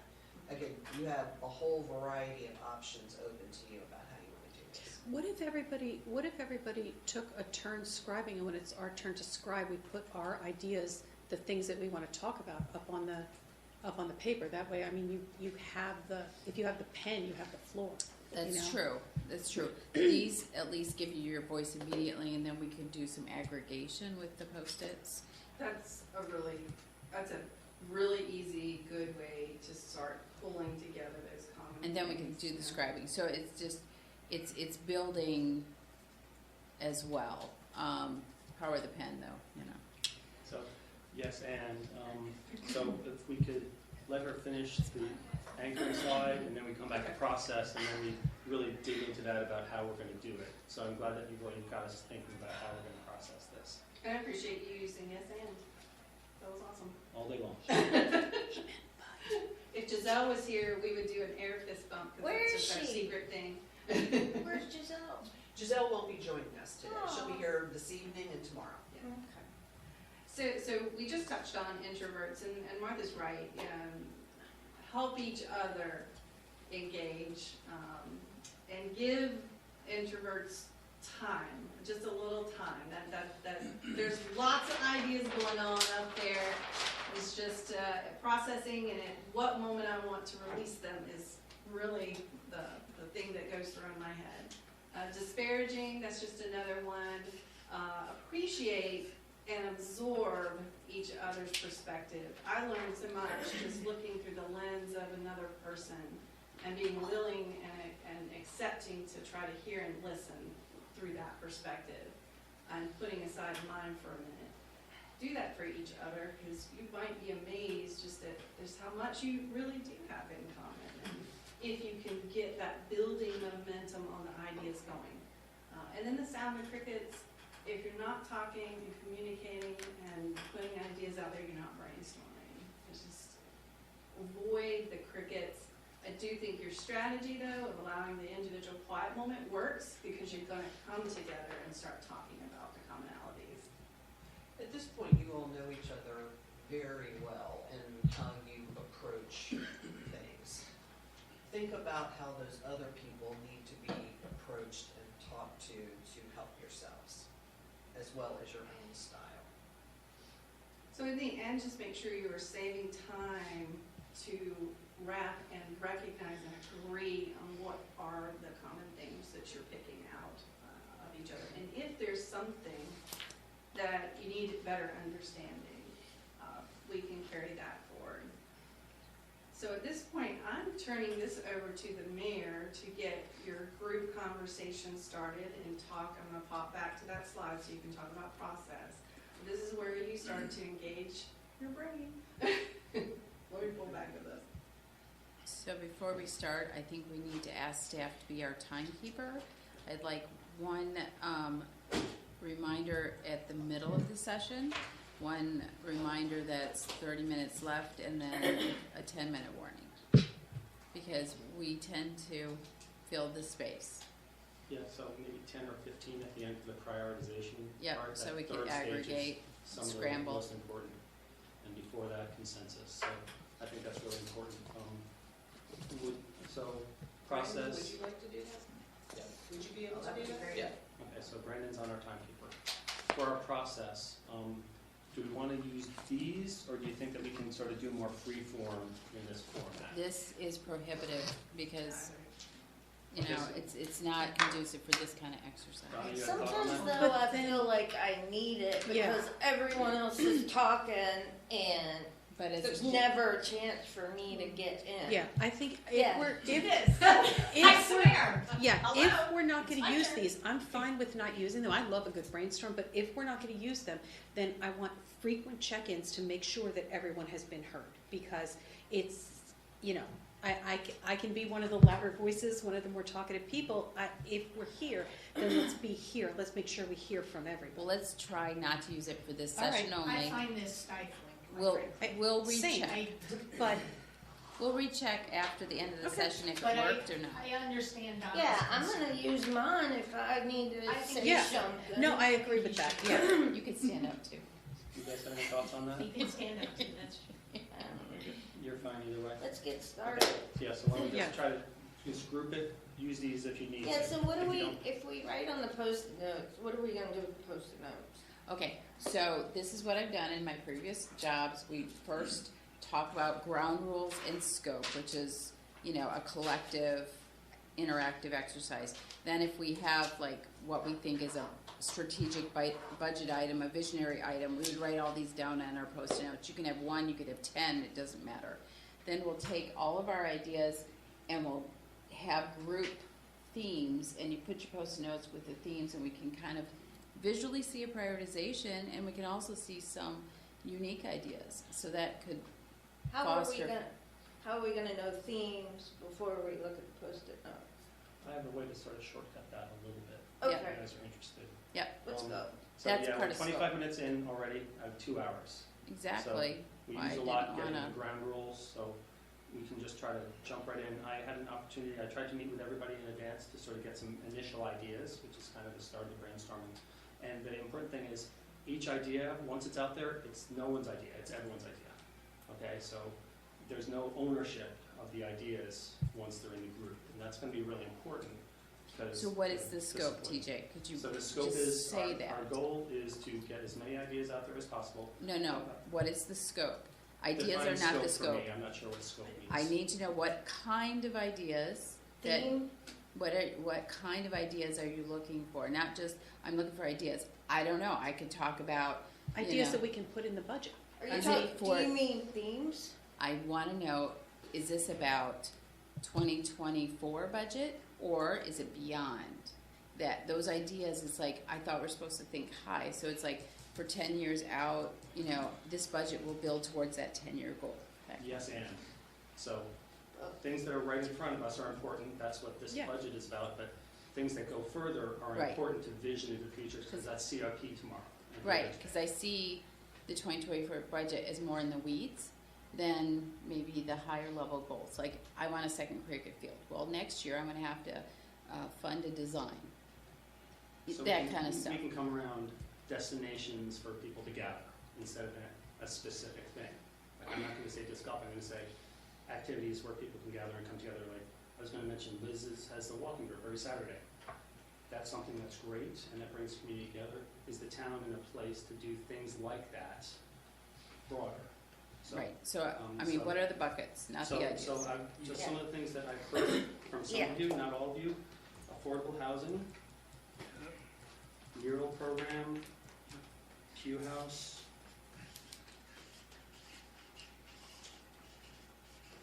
And some of these are already in your packet as things. Affordable housing, Pew House. If you write that there, we're gonna run out of room really fast, just saying. Yes, and, murals,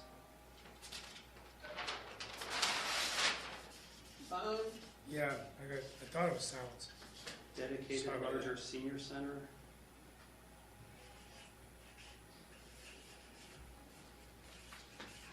Innovation Entrepreneurship Accelerator.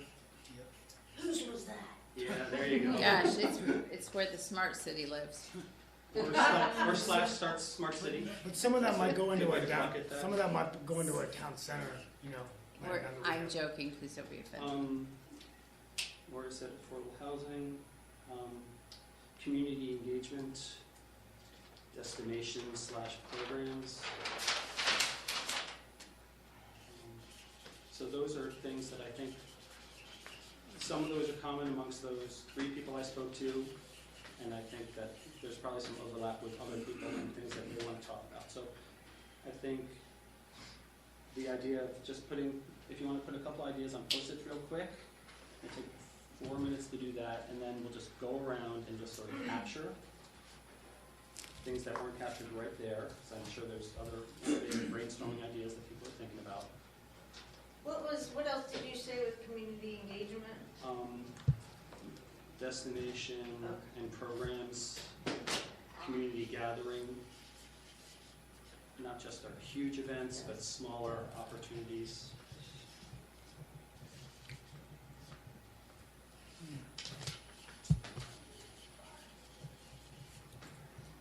Would it help if we put the Post-it Yes. Yeah, on the wall so you Just can so you can that? see all of them at once. Yeah, I'll help.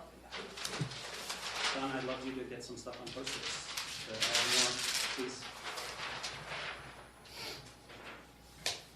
And you're not limited to 3, you're not limited to 10, we're just trying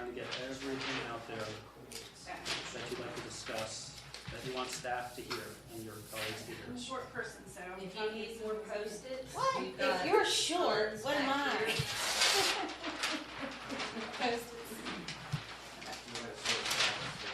Yeah.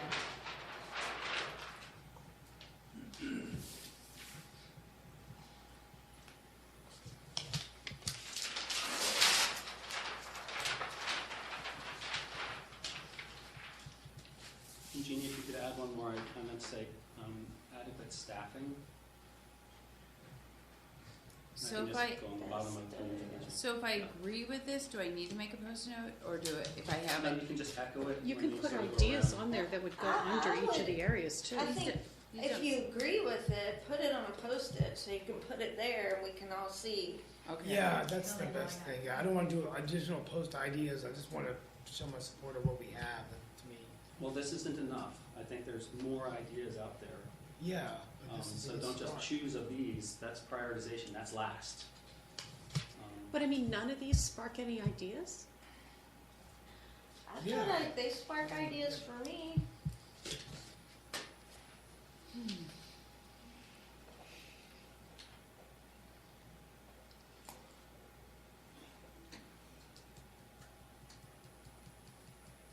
Well, some of it, we're gonna talk about economic development tomorrow, but some of the things like an innovation center and these kinds of things, I think really come down to, like, you know, who in Morrisville is gonna be helping us get those things. And I don't Put see that in, that. stakeholder engagement and program management. Put that down, Write that down. write it down.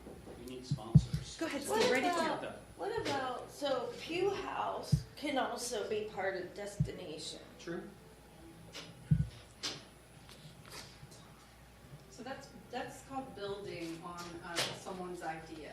What that means to you, what Pew House is meaning to Councilmember Bender. And to me, it means historical preservation. And I think those facets are really important for you to understand, and that's it, kind of defining a little bit I that just wanna next keep layer everybody of so terms. sure I'm aligned. You don't want to be aligned. No, I mean, like, just wanna make sure I'm in the area. Satish, do you think you're going to put your thing down so I don't think you're needing that yet? Thanks.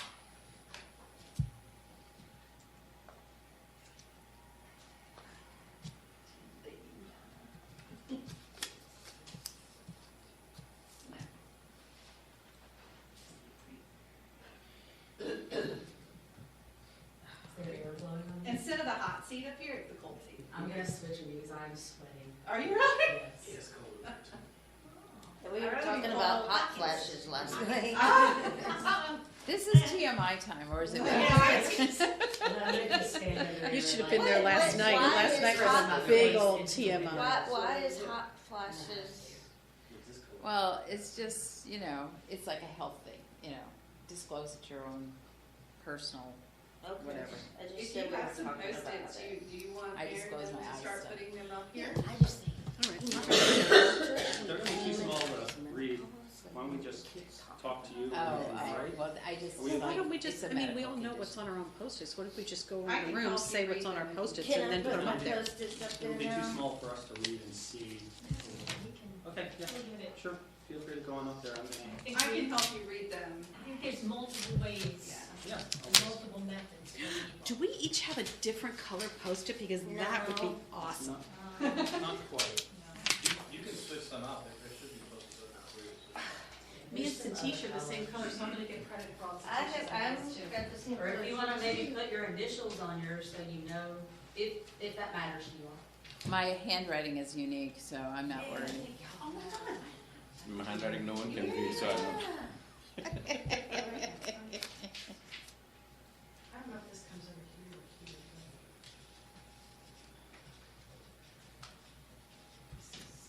I wanna put that there and there. Okay, then I'll put mine up here too, because. You and me are like.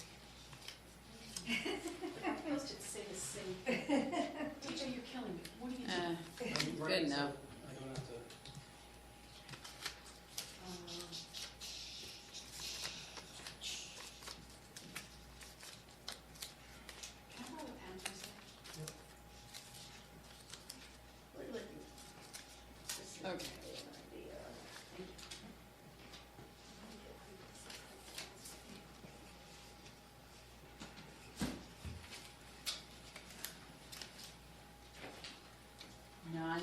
non-sexy projects. Yeah. I like that. I mean, stuff we really have to get done, but that nobody wants to hear about. Is that what you wrote down? Yeah, non-sexy projects, like that, whatever that thing is we're trying to build over on by the waste thing. Public Works facility? They do In the- good with the extra wet- part. Whatever, that it's still early, just give me a break. I love that. Yeah, I think we talked about that when it first came up, that that's not sexy enough for a bond. No. That's it, like, you know, Well, maintenance. it's not flashy, but we have to do it, so that, you know, we better put it in somewhere. Maintenance Necessity falls is in the that mother. category. Maintenance, yeah, okay, cross out non-sexy projects and put maintenance, Liz. That's not No, very. I love the statement, non-sexy projects, that's great. Do you want to write that down? No, okay. It's just the fleas. Okay. That's great. Where's this? Ah. I don't want to spell check.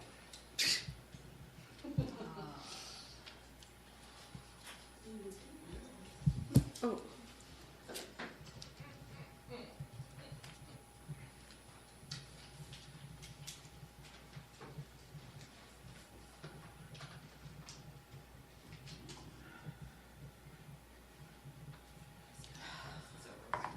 And these ideas for innovation. Innovation's too Well, broad. innovate something. I'm trying to think. Technology innovation, or Feedback. program innovation, or example? Oops. This isn't a budget thing. Yeah, we should have had color coding. That'd be fun. Releasing it out into the universe, by which I mean Release. giving it to Jeannie. Jeannie never forgets anything. Oh, I don't know.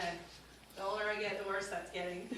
And sometimes Post-it notes lose sticky, so, at the end, once we kind of move things around, we wanna tape them, there even goes a Perfect volunteer, example. yeah. Just to let you know.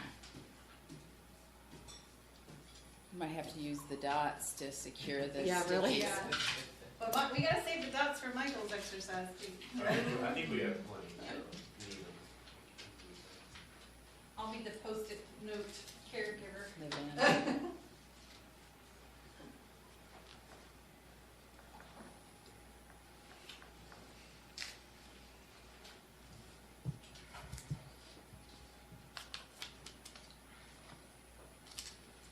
Oh, that one, just that one mistake. Do you have the tape already? I mean, that feels like a sign Yeah. from the universe, if I'm honest, but. Yes, I think the green, maybe the green ones, this adhesive is, just the dots will work. There it goes again.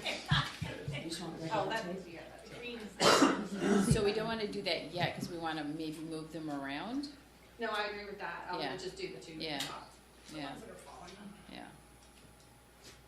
So should we start looking at this by reverse order, cause I think affordable housing we've talked about before, but we've now talked about the non-sexy projects. Affordable housing, we've talked about this before, but I think there's some new stuff up there too. Yeah, so I think that's a good idea to sort of talk about ground rules as we jump into this now. Okay, but can I, okay, I'm all for talking about ground rules, but honest to God, could we not rat hole on the ground rules? Like, Yeah, I just the feel like we'd framework. spent like 25 minutes there talking about, you Ground know, ground rules, so. Well, we have to evolve them too, so. So I see affordable housing, that's something we're gonna be talking about. It's important to a lot of people, so we don't really have to talk about it today during brainstorming, maybe at consensus time and prioritization. I disagree, I disagree. Yeah, I so disagree, we to- just to need that to end- reverse the order of which we talk, I didn't say disregard them, I just wanted to talk about the non-sexy stuff first, because it's probably the newest, and kind of go in a reverse order. Reverse So order. counterclockwise, we want Yes. Jean to just read them? Would that be Yes. easy? Would that be helpful for everybody if I? Yeah. I think that we need to share now. Yeah, yeah. Should be Individually, brainstorming. right. Yeah, Hey, I'm gonna try to figure out, do I need my glasses to read this? I again? know, our handwriting is Yeah, bad, I'm my showing my handwriting age it's too. just bad. So non-sexy projects, That's not a non-sexy this is project. a separate one? Okay. I That's just wanted kind to of a make sure. philosophy. Okay, let me share the philosophy, because that's important. This is all about philosophy, right? Give people a break.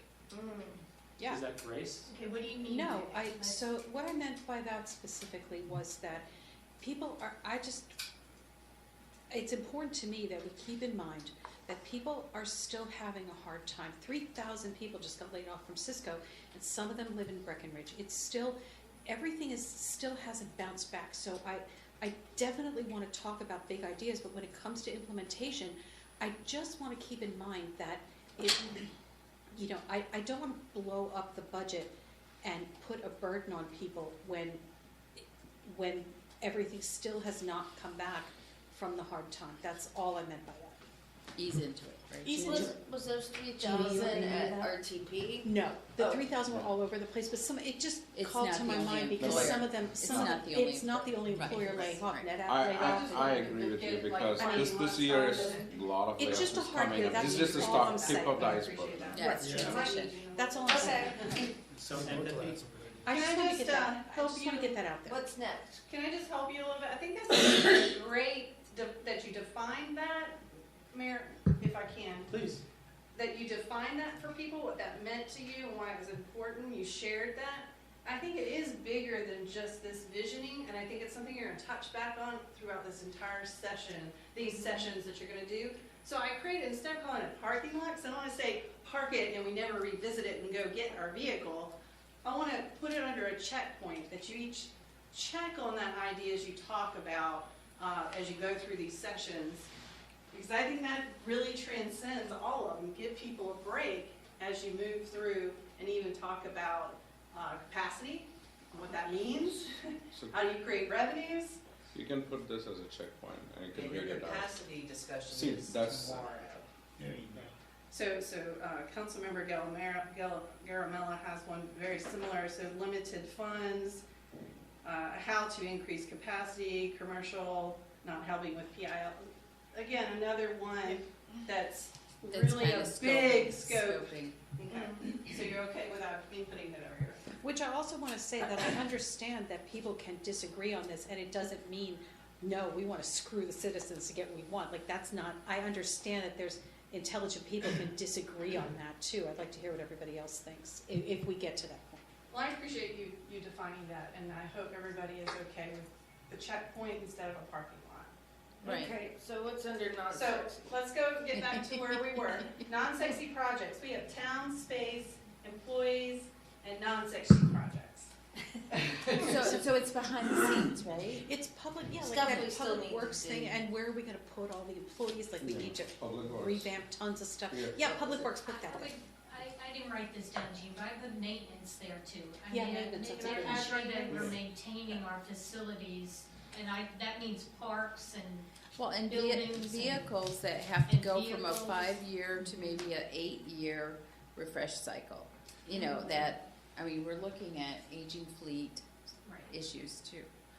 So I see we have some extra folks writing things down. Did we not get everybody's Post-its up here? Your It's not a lot of items? time. I think people Okay, are building on what Okay, you're saying. Is that what that's happening? Okay, I Yeah. just wanted to clarify. So now we're at All America City and accolades. There's no Post-its here, but I'll just say that out loud. I'm gonna go to DEI and welcoming. We have inclusive culture and programming, public art, rotating sculptures, international festival with multiple cultures.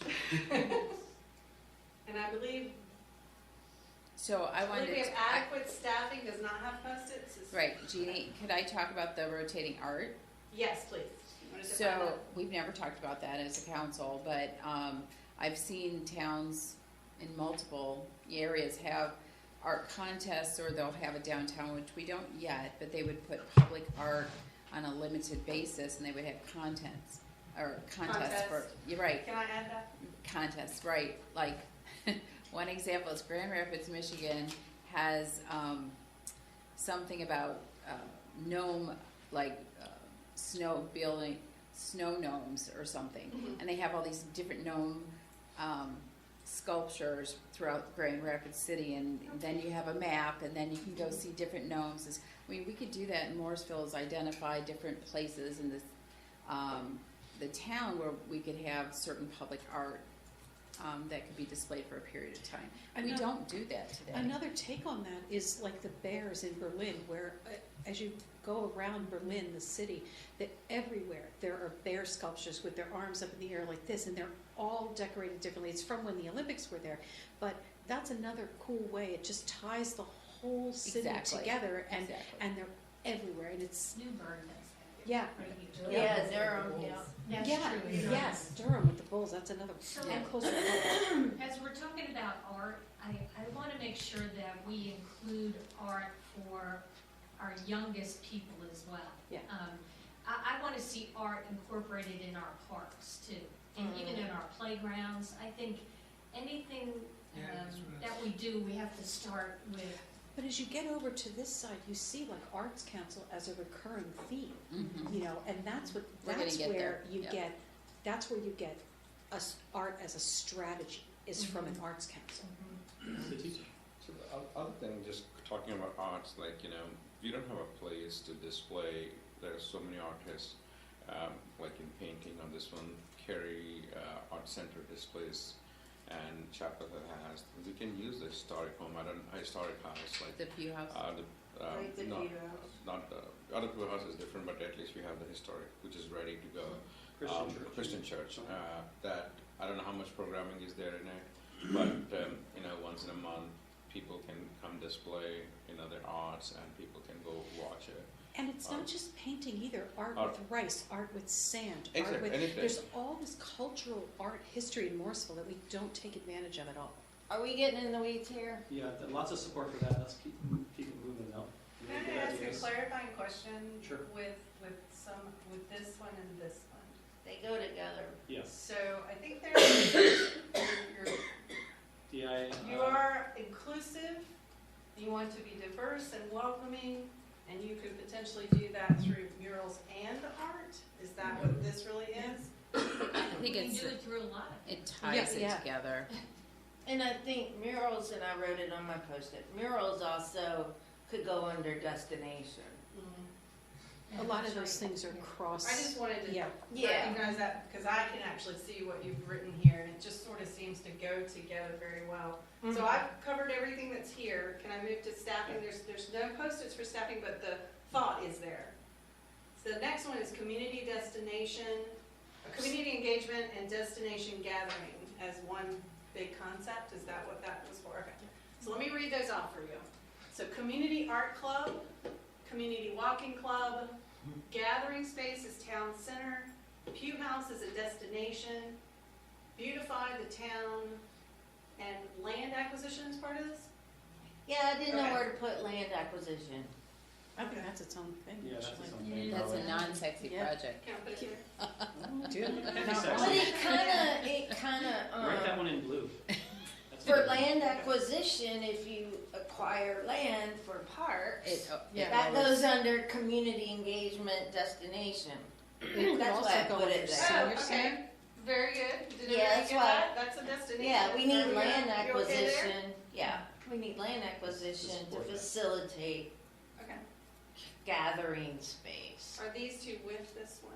Who's, I don't know. are you That's the me. green? Okay. Yeah, I'm green. All right, so let me read those. Got to step back. So healthy, is that community? Yes.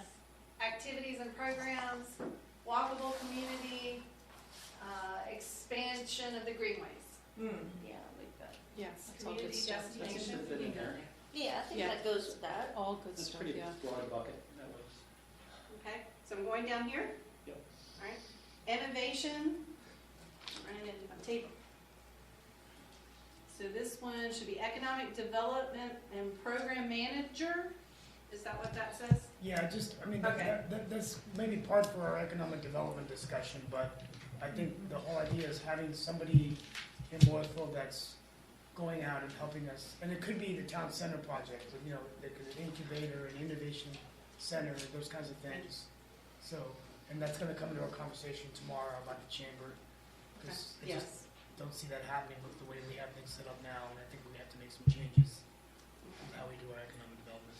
I believe this one's. Riot is Okay, that's what that is. Riot is the Internet of Things organization, and they just announced they're creating an accelerator in Cary. What does that say? Riot, it's the Internet of Things organization. Oh, They're doing a what lot. does the R stand for? I don't even know what it I stands think it's, for. isn't it Raleigh? regional? It's or now Raleigh, might be national, Raleigh. but yeah, Tom Snyder's the head, and it's, basically, they do a lot of like stuff on Internet of Things, and they bring startups to come and solve problems, and they've got huge reputation in North Carolina. And so they announced, you know, they're gonna be going to Cary to their accelerator, and so Morrisville wasn't even considered, they didn't even, and I So think that's part of, Collaborative partnerships. yeah, so we need, but nobody, we're not, right now it's me, and every now and then I'll email TJ to say, hey, look, go talk to these people, but somehow we're not, we just need to make sure that, Our profile isn't high enough in that area. yeah, it should be, so, Getting there, Rick's doing a great job. yeah, but we need to connect what Rick's doing to, like, All right, what's next? I defined it as a collaborative partnership, so I think that might help everybody else That- it understand helps what that scoping. meant Yeah. collaborative. to you. Town center, seeing development, Well, sim development could be somebody, as we build the town center, like, you know, saying, hey, if you wanna do something, you can come into the town center, right? So that's why I put down. so creating the draw Mhm. to get people to come and want to be a part of that community. Yep. Okay. So innovation, downtown development authority. Is everybody That would clear be on that? me. Okay. I think once we get things rolling, we need to have a dedicated group that looks at the downtown revitalizing. Sing will, of course, launch it because that they're developing it, but how do we sustain it? And that's where the authority comes in.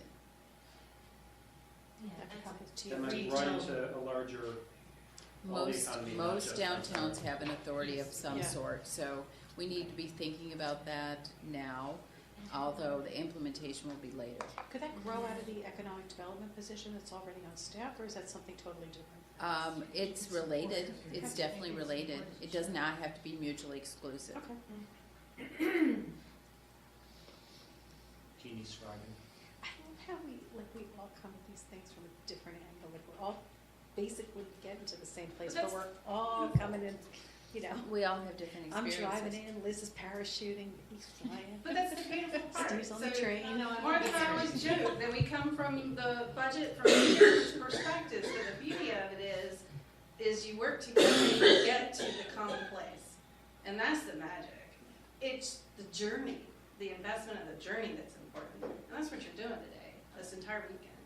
And I'll offer, what I already hear is the thought processes behind what you put on Yes. the post-it note is what you all need to hear from each other so Yes. that you understand the perspective. So that's what the purpose of this is for. You know, I also think that once we understand something like art is important in one way or another to everyone, like even if we can't get, like even if we don't have the money to commission like a statue of Martha for town center, like we can think about that, let staff know, like let's think of like some other ways, some low cost implementation, some low hanging fruit that might not need to be big budget items, but could still get toward that goal, you know? That's correct. All right, so the next one is cameras to check traffic before leaving house. Love You've been to that. that, right? I'm sorry, what was that? Traffic cams, Okay. so you can go online and check With it an out. app, that's brilliant. Who's Yeah, that? I love that. I love Who's That's got, part of the, that's me, that's part of the smart city, I would assume. that is not a Yeah, bad, that's a good idea. Oh, is this frontier-like co-working space or? Yeah. Yeah. yeah, Yeah, that's a shared great- space, Yeah. I like that. They monetize that. And an app contest, STEM. Yeah, just an idea for a STEM program with, like Google does when you're interviewing over there. You design an app and you see how many people you can get to download it, and some really amazing ideas come out of that. So, you know, just, and I, you know, to the town, like we provide lunch and it's basically free. So, Yes, you heard, it's similar to what Rick Rout, yeah, CIO, talked about with you Thursday, is he just shared there was gonna be this challenge opportunity Yeah. to see what people can do with this open data information, which I think is right in line with that and just Yeah. a wonderful opportunity. Okay, so I think we've got innovation, so let's move to senior center. So better programming with diversity engagement? Who read that one? It's pink. It wasn't me. 3 of us are using pink, so. Satish, Pink over there. is that Does yours? that say diversity? Yeah. Okay, all right, good. I want to echo that one. That's a good one. Yeah, I like that That's one. a very good one. Yes. So we got we have some splintering of our senior community going to different places. We'd like to Mhm. make it central. Well, we're gonna use Post-its, right, we're gonna use dots to, Yeah. on the ones that we like, right? We can do that, that's how you want to address this next phase, after we get through going through them and defining some of them. What we should do after this is aggregate, just. Is that because- your next step for you? Yeah, and then we can dot, you know. Okay, let's get back to that, let's get reading through them, and then you can decide if that process explaining it works for you, or if dots, or however we evolve. Because these might not align any, these are great starters, but the groups might not align perfectly. Someone texted You got another one? Someone tweeted me this last night to text me. All right, so senior center, community center and town center, senior center more space, historical society, cultural events. So I put that because I think seniors and history kind of go along with it. So it'd be interesting to see how our seniors might have a historical society started, and it would be kind of agnostic to age. You could have your 18-year-olds, your 5-year-olds. You think only old people are interested in history? I think that Old people A are lo- history. a lot of people like history, but the seniors have more time maybe to do stuff like that. I do it on my own, but I would love to have more time to do history. It's interesting. Mm-hmm. Is it What could- programmatic, or do you see this as a they lead something bigger for the community? I see they could lead it. Okay. It could be anchored to the seniors, but it would be open. We need some sort of history group. There is the Page Walker House. Like an archival group. Yes, Page Walker House in Cary is an independent group. Yeah. So it could be an independent group, not town-based, but the town might need to kick it off in order for it to get started. So Does they anyone do know of an engine. does anyone know of a member, Daughters of the Revolution in this area? Not, so the Smith family, we are a part of that, or I have a couple of family members. There's one in engaged Cary. in that. The thing, There's one in Cary. I mean, we I are a colony, original colony.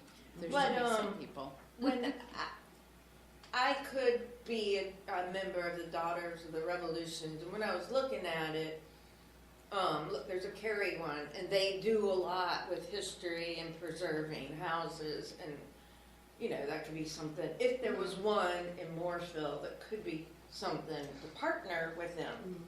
I was thinking that very same thing, so just We don't wanna mess with experience, Daughters of the advice, Confederacy. guidance, No, we maybe, don't. how do you do that? That they could be someone that could be a resource. Mm-hmm. That's just how I was thinking of it when you said it.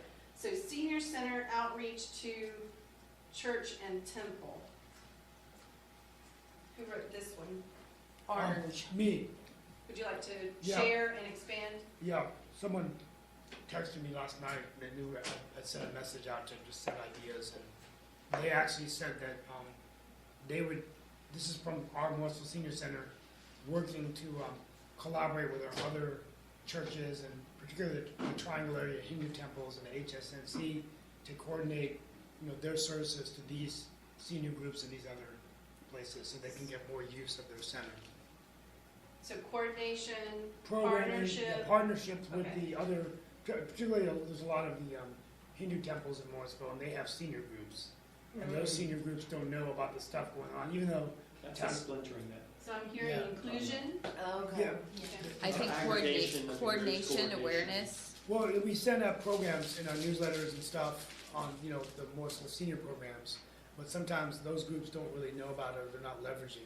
But if Like they- the blood pressure clinic.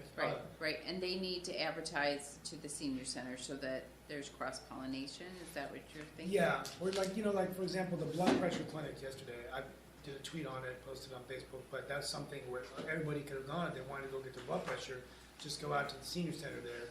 So those kinds of things. So, I mean, it's just, I don't think there's really much we can do other than, The programming has to be diverse too. yeah. So Yeah. The programming is not, Yeah, in my opinion, not diverse enough. Yeah, that's what it's That's about. why you don't attract others, because it's like, I'm not interested in that. Yeah, You Like need a to Seder offer at the something senior I'm center. interested in. You know, yeah, you're right. I think maybe getting more of those people involved in it. Okay, so I think inclusion, inclusive community is Because- what I'm hearing through programs and like the cross-pollination is a good. It creates a richer framework for our senior community. It doesn't have to just be a town kind of thing. Right. It can be coordinated with other senior groups. So let's move on to murals and art. Is everybody with me? Mhm. Okay, so we got a couple here. So we have sidewalk murals and we have murals really about destination. I just added art for the sake of, it has a connection here. Are there other, I have an idea. okay. She has an Good. and. She has an and. We love the ands. Well, again, I'm gonna repeat, I wanna see art incorporated in our playgrounds. Everywhere.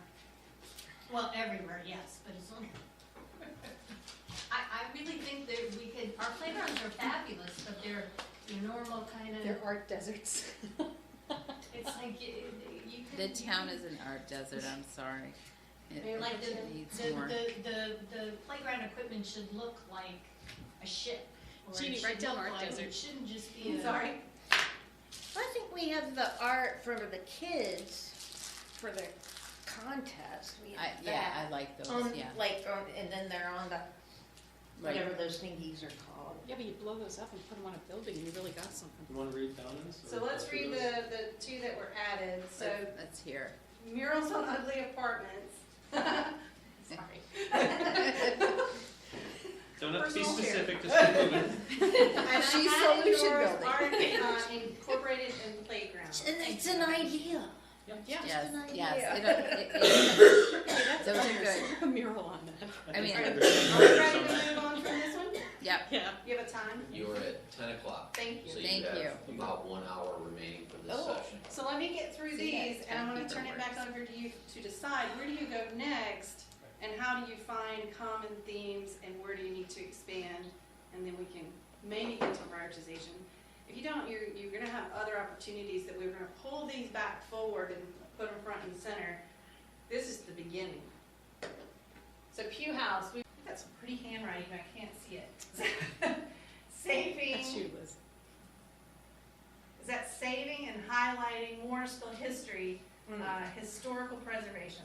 Okay, y'all saw the gold post, because I actually had an unfiltered moment. Arts Council, Pew House History Museum. so you could move from senior center to the history maybe to Pew House, cause that's gonna be a little bit more relatable. This one, Yeah, Is no, everybody my blue okay one, no, with the blue, what? the blue one, this one, this yeah. one. And put that up to Pew House, cause that history seems to be screaming up there. Is everybody okay with that? It reads, history, society, cultural events, lead a history group. Is this the bigger theme here? Yeah, Yeah, Okay, that's more alright. the themes. Okay, I just make Yep, sure there's yep. agreement before our staff moves something on you. Affordable I've got housing, one. She's got two. I have two, yes, you. I have agree. one in my room, I'll grab it during the break. Affordable housing, 1 cent on the tax rate, so here we're talking money. Can I move this to here? Okay. Everybody okay with that? Yeah. That was just an idea that I threw out there, but Okay. we need to get funding in place to do I it. think you need to talk about that at some point. Yeah. That's visionary, let's Otherwise, we put should- money over here, if you're okay with that. Yeah. Okay. Is the group okay with that? Oh, yeah, Agree. we need to talk about it anyway, so. Habitat for Humanity, land for habitat, affordable housing, rental assistance, and habitat single-family homes. Can you read mine again? Which one? Pink. It, affordable house. House Inc. Inc. So that actually ties in with mine, which is land for habitat, because Yeah.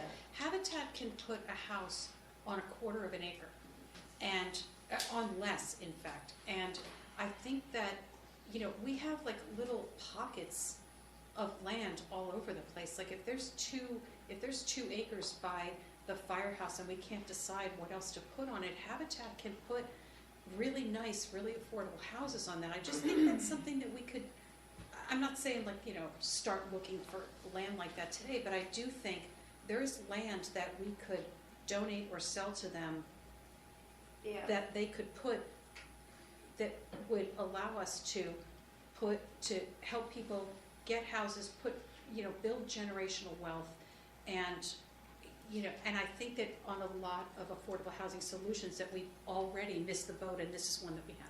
Well, I love that you mentioned that, because I did raise in a council meeting a few sessions ago that I would like to look at surplus land for affordable housing.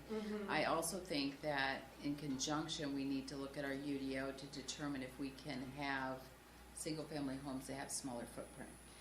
Well, I So, know, like shared mine's driveways, stuff like that. .18.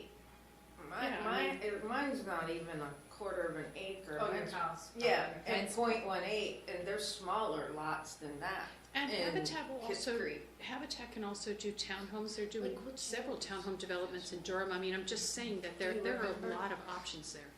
So I Yeah. think that's great. I think the concept here is look at what we have. Is there something we can do with it to move the needle? And I go to the right, so go to the right. For yours, is that the same philosophy here? Yeah, I just wanna, we talk The about housing is- affordable housing all the time, but I want to be, forgot my line of thinking. I wanna, highlight that if we don't just do apartments, Home ownership is yes, is that what Yes. you're saying? yeah, Okay. we do housing. Yeah, that's really important. Cause the affordable housing apartments, it only lasts 10 years. You're not building generational Right, wealth with an right. affordable It might apartment. help some people, but The other not thing, long term. and I agree, I just think that we have to really understand what population that we're targeting, because there's different barriers to each. Yeah, So- but like when we work through Habitat, Right, they would bring the people in, they would match the people. Yeah, I don't think we necessarily have to understand that today. I mean, I Right. think it's just more of an idea.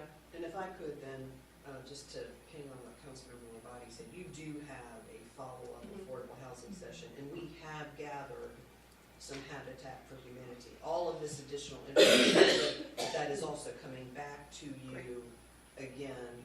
Just as you March. manage your time today, you've got a work session, I think in March. Yeah. Yes. To further explore that specific topic as well, including some Habitat for Humanity work that staff has done as a result of a comment that Councilmember Scroggins Johnson made at a prior meeting. Good. So keeping it high level, we're kind of towards the bucket stage, probably aggregation, as you mentioned. What's missing here, one thing that comes to mind right away is like transportation and congestion, but I think that we're addressing that elsewhere, and It's- that's not really a brainstorming thing. Well, it's not Just that we're acknowledge it. deprioritizing, it's a mature program, and Yeah. we love it. Because we're funding it, we have allocated additional monies that is going in, and we have great Campo representatives. Just saying. We've always said in Morrisville 101, and I'm looking at you because I think I even heard you say this, is it's always a priority of ours. What else do we need to hear from our community? What else do we need to hear from each other that might be as equally important, but it's getting overshadowed by, the constant, the thing that safety and transportation is always number one. There's a number two out there. What is that, and what is the next important thing? I mean, something else that isn't on there, And for I'm example, covering it. is like sustainability and green preservation. But I do think we're doing a great Yeah, job of that, and that's we're on more our of a way keep there. doing what we're doing, Right, it's mature. mature, exactly. Yeah, These Satish? are new Satish. Yeah, my main worry is regarding, with the amount of land left out and most of the land being commercial, the money coming into parkland payment in lieu will slowly exhaust until unless we do redevelopment or and plus we don't have the taxing authority on the commercial section of the site because we don't tax them at all because they can build anything like Spark, for example. They don't have to pay a single penny for parkland payment in lieu, but any apartment or single family has to pay parkland payment in lieu. And long term, should we start looking at that authority from, obviously it has to come from General Assembly to do that, because it is a significant amount of money that 50% of Morrisville is commercial, and we do not get any money from them.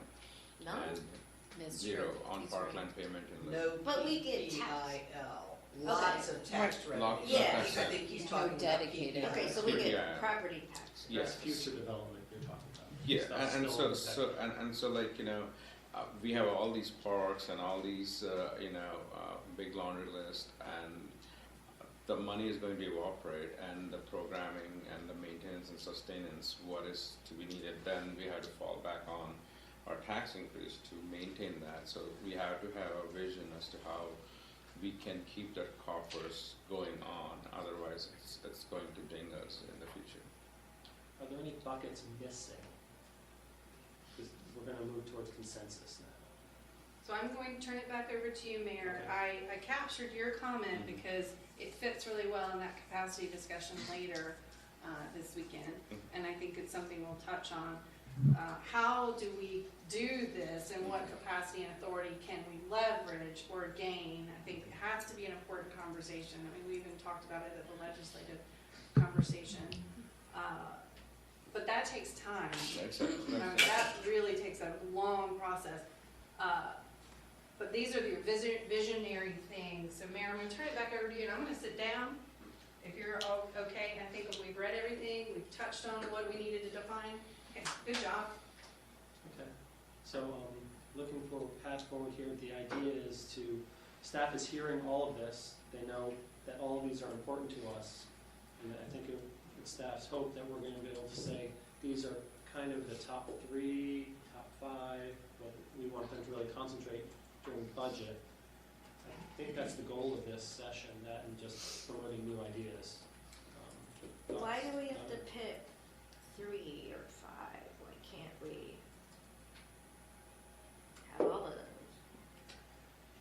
On a timeline. So to that point, and council, I think, likes to say we can do it all, which is accurate, just not all at the same time.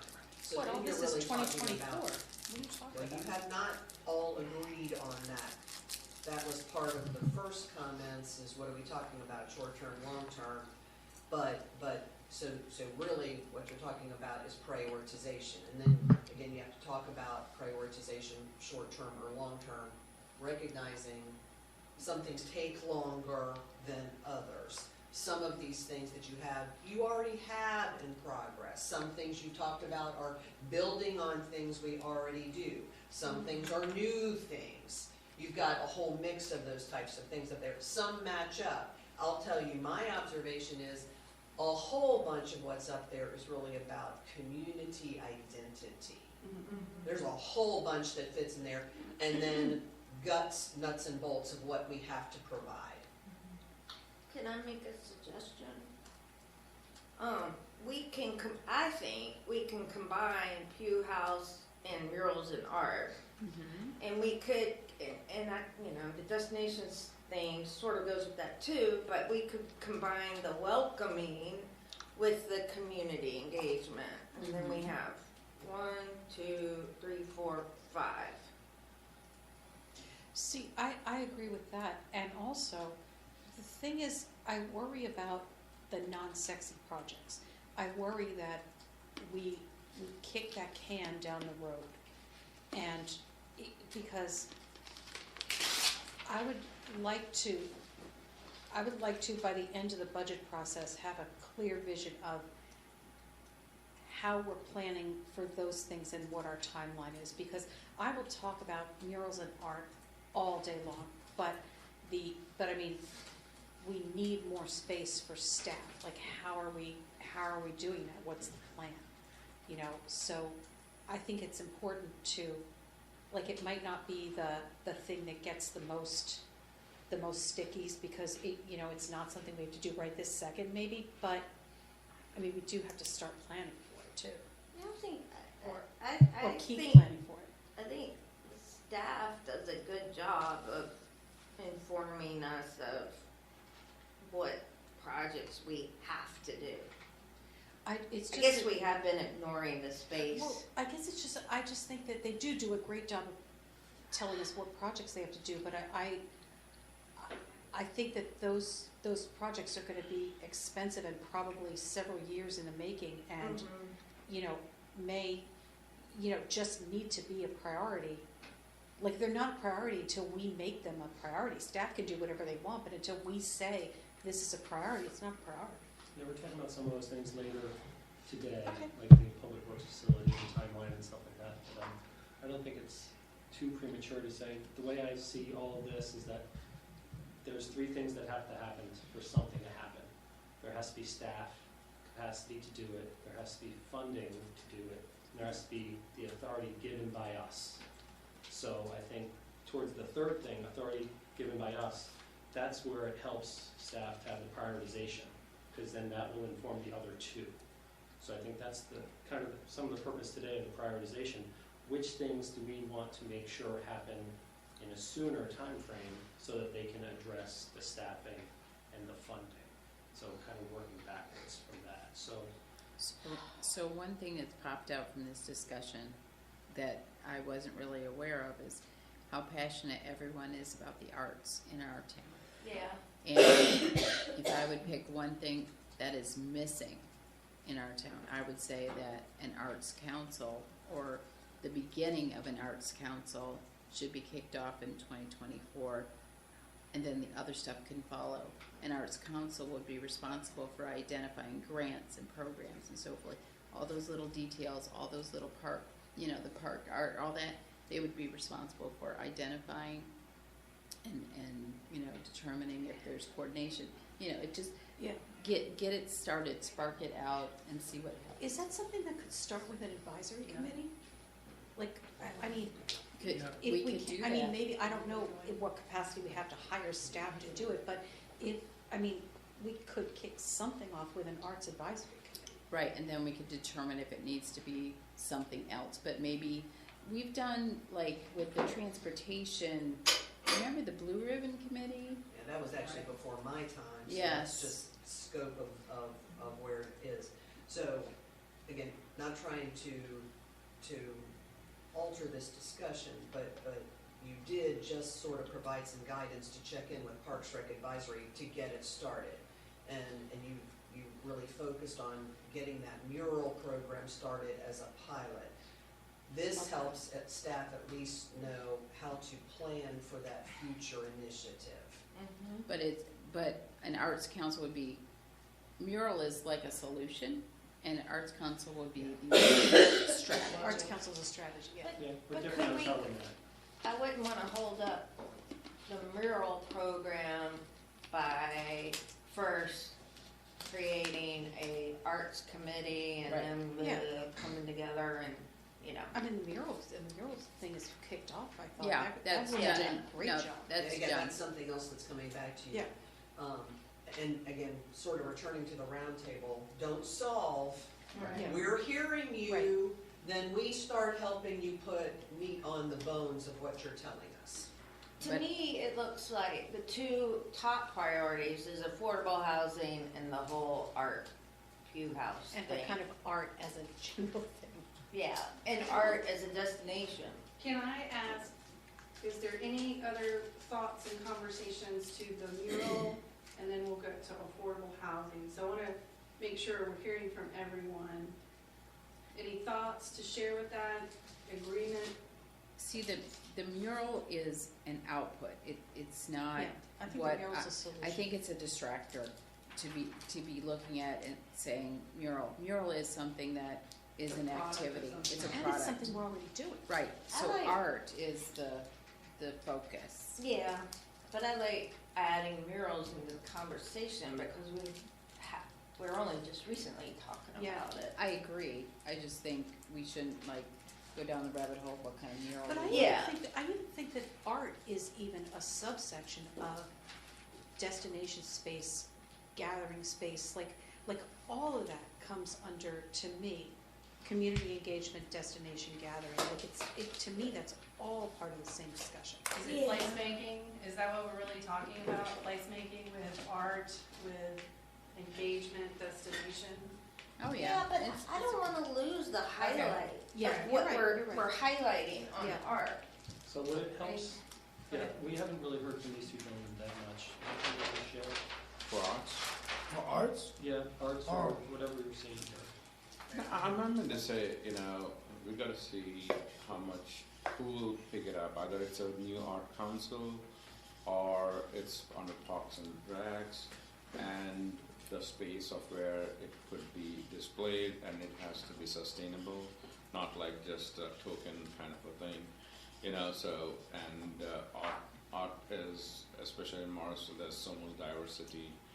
There is, yeah, it's like incredible. so defining what art is, like, you know, and Yeah. so What it's it's a not. whole It's not. it's a whole ocean of things to do. You know, like, I think we're not trying to hash all those things now. So if the concept is art council or it falls under the bucket of Parks and Recs, I'm fine. It's just a matter of I'm always looking at how to, you know, run it, how to sustain it, and not fall through the cracks. That's my main concern. Every time I think I look with that vision in mind.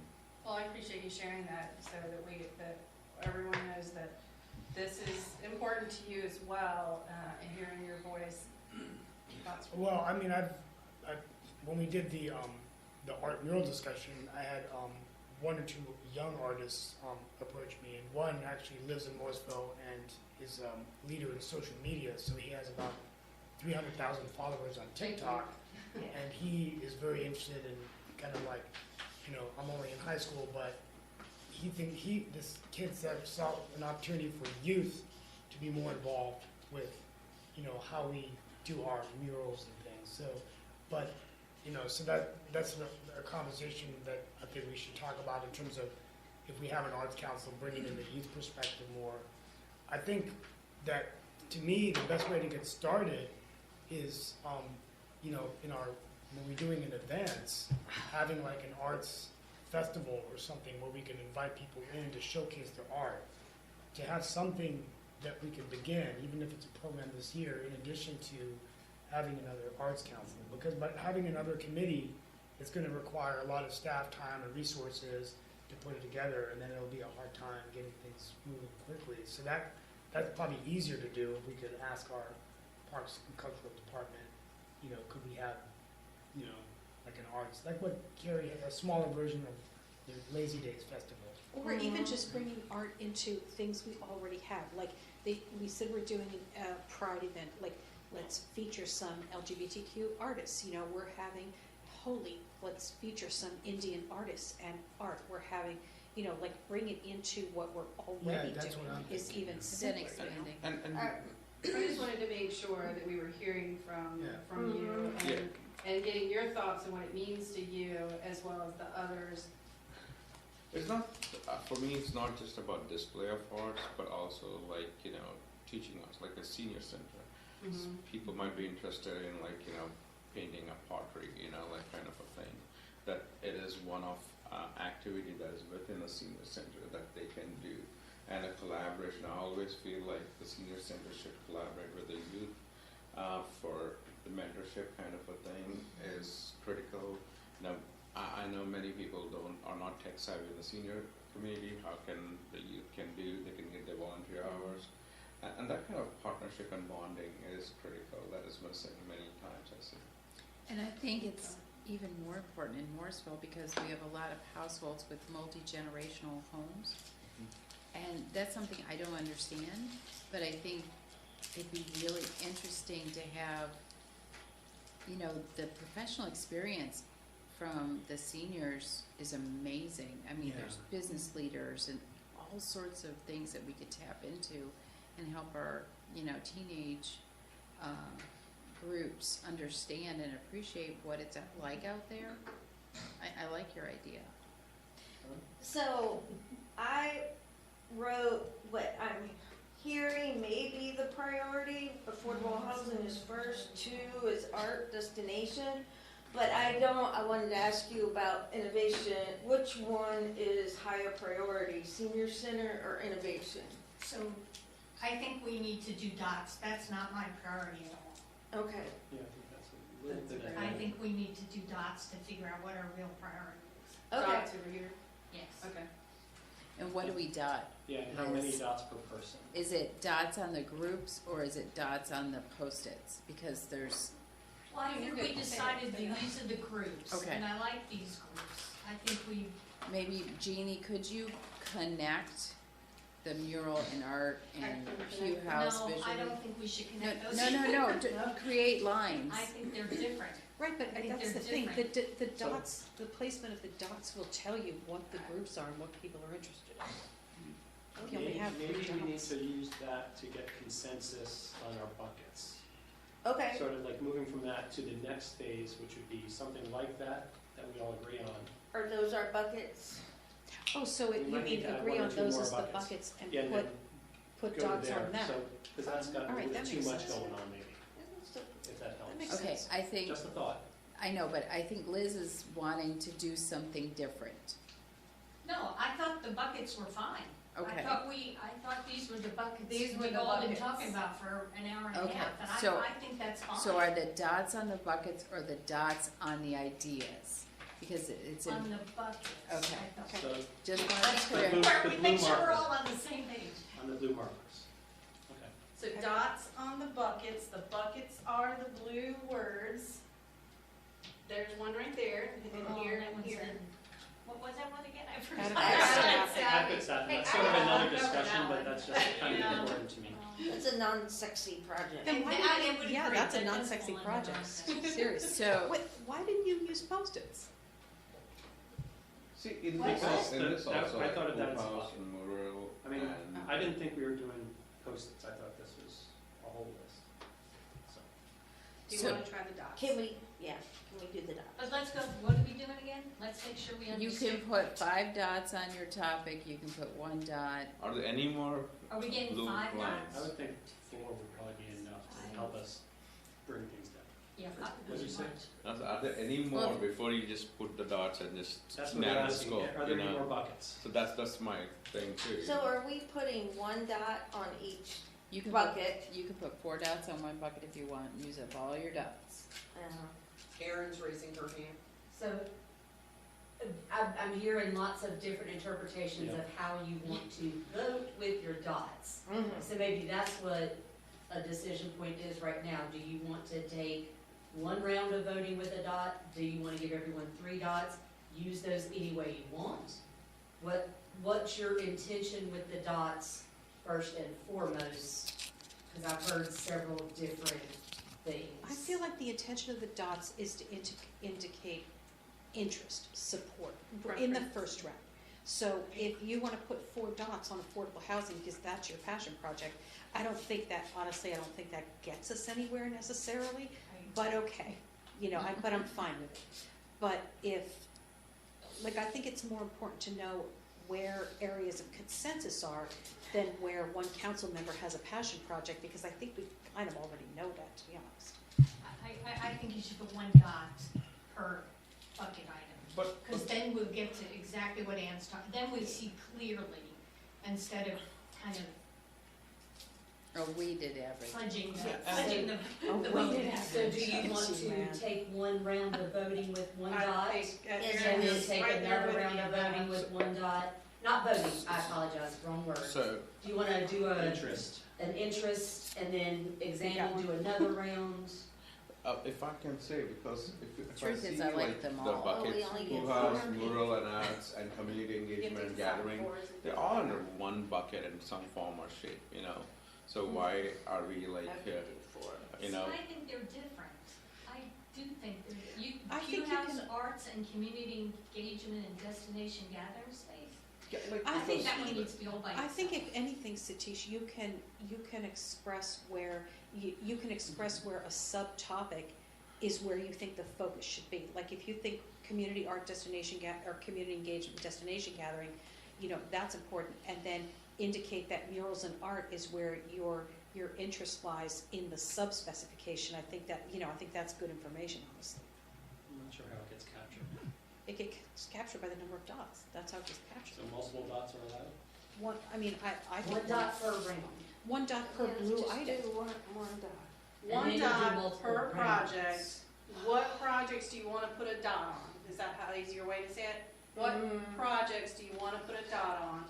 And then let's see where there's common interest by the number of dots. Pull those out and see if we need to talk further about them or talk about the ones that were left behind with no dot or a few dots. We're constrained by 4 dots, so you I can, can do that. yes. All right, do it, good. One dot, Then see we have a question, See where we get. Mayor, you were at 10:30. You have 30 minutes for this All right, session. Brandon is doing a great job. So one dot for, Pretty heavy load, you know. one dot per project. other What projects. projects do you want with your 4 dots? oh, okay. I'm trying to make it as simple. And then this is like a filtering exercise. Yes, Yeah. yes, that's a good Yes. one. Naturally. Yes. Keep in mind, this is for staff to gain the information of what were ostensibly most important It to tells us. us something. Okay. I'm already seeing something emerge here. See, it's a pushing up there. So I shared this with staff of the senior group. My son has this plaque in his room that's called "The Struggle is Real." Because you have to work hard at something to come together. When you have 7 different minds and perspectives, you have to let each other work together at that. And that's what I've seen I'm gonna going get on mine today. during the break. Councilmember Roboto, you gonna use that? No, it's not shoulder, it's not. Put it on this side. if you want that. Is Closer. this for the senior? Yeah. Okay, I know we're only 15 minutes out from the break, but I am going to excuse myself from that. Yes, actually, that's a good point. Let's take a quick 5-minute break for bio and stuff while Yeah. staff looks at what we do here. Okey dokey, Smokey. I know I asked.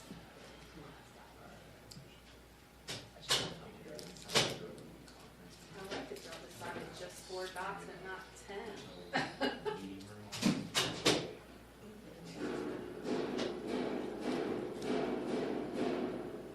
What's that?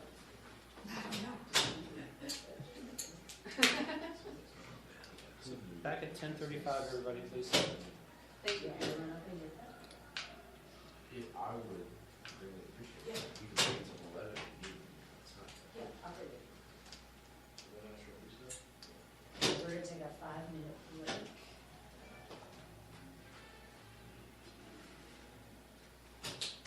We're hoping to do that. Yeah. I was like, I can't be the only one confused by what's happening here. They're trying, they're trying. I'm gonna put this door stopper here because this door locks and we don't know how to open it. Okay. Are you making it colder or hotter? I was trying to make it bring it warmer. Okay, just minutes, this is wonderful. You're not used to the The heat heat's trying to on document 67. everything that was said. The air is set to cool it to 71, but the Oh. heat's set on 60 Did you freaking get in 7. your room last night and it was yours like on 56 degrees? Mm-hmm. But I love my room cold. I But they like need it a cold, cold- but I'm not I love sure if I that love a cold. cold, cold hotel. I was trying to room. work Freeze and- yourself. Oh. That's it, just bundle it up Yeah, and, you know, yeah. get your heat that Well, way. you know, if they don't, the rooms will get that mildew. Yes. So yeah. they have to have it cold because I've if they been leave it told warm, that. it'll get that old smell. 5, 6.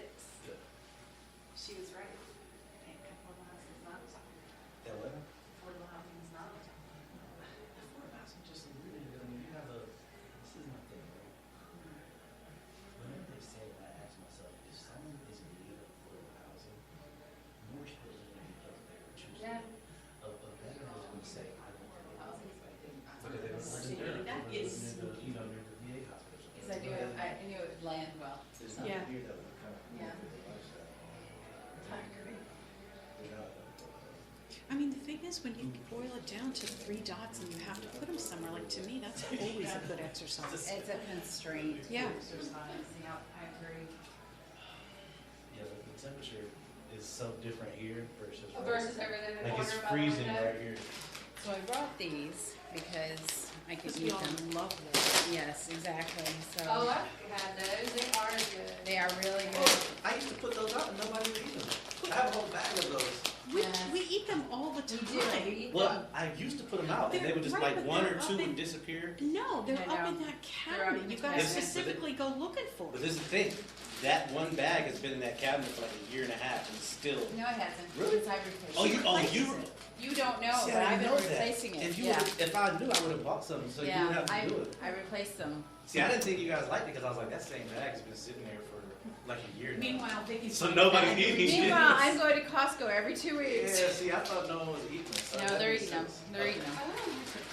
I can buy some more then, so you won't have to do that. The chocolate chip ones are at the bottom, Yeah, I I don't think. like the purple ones. The purple ones give me. They're blueberry. Yeah, we eat them. Yeah, I thought no one was eating them. I No. would see that bag in that cabinet all the time, and I was like, so no one likes these. That is so funny. Makes sense. It's been refilled. I need to bring other snacks and stuff, I think. I don't think you need to bring snacks at all, do you Well, think? Because I'm picky, right? Do I you like wanna to. use this now? I don't think it's the 20 minutes or whatever is gonna make any difference, It- it's just that. It will. I think you have one. Oh, I don't have a plug. I thought she said there's a powder strip Where? right there. is. That's exciting. All right, okay, here we go. I've struggled with that over here, trying to figure out how to bring it forward.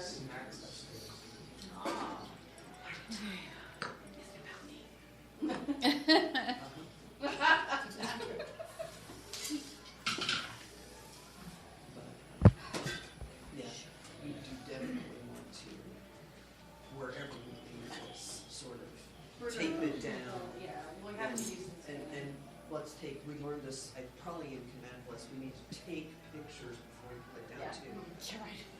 Oh, yeah. Oh, yeah. Totally get that. Sorry.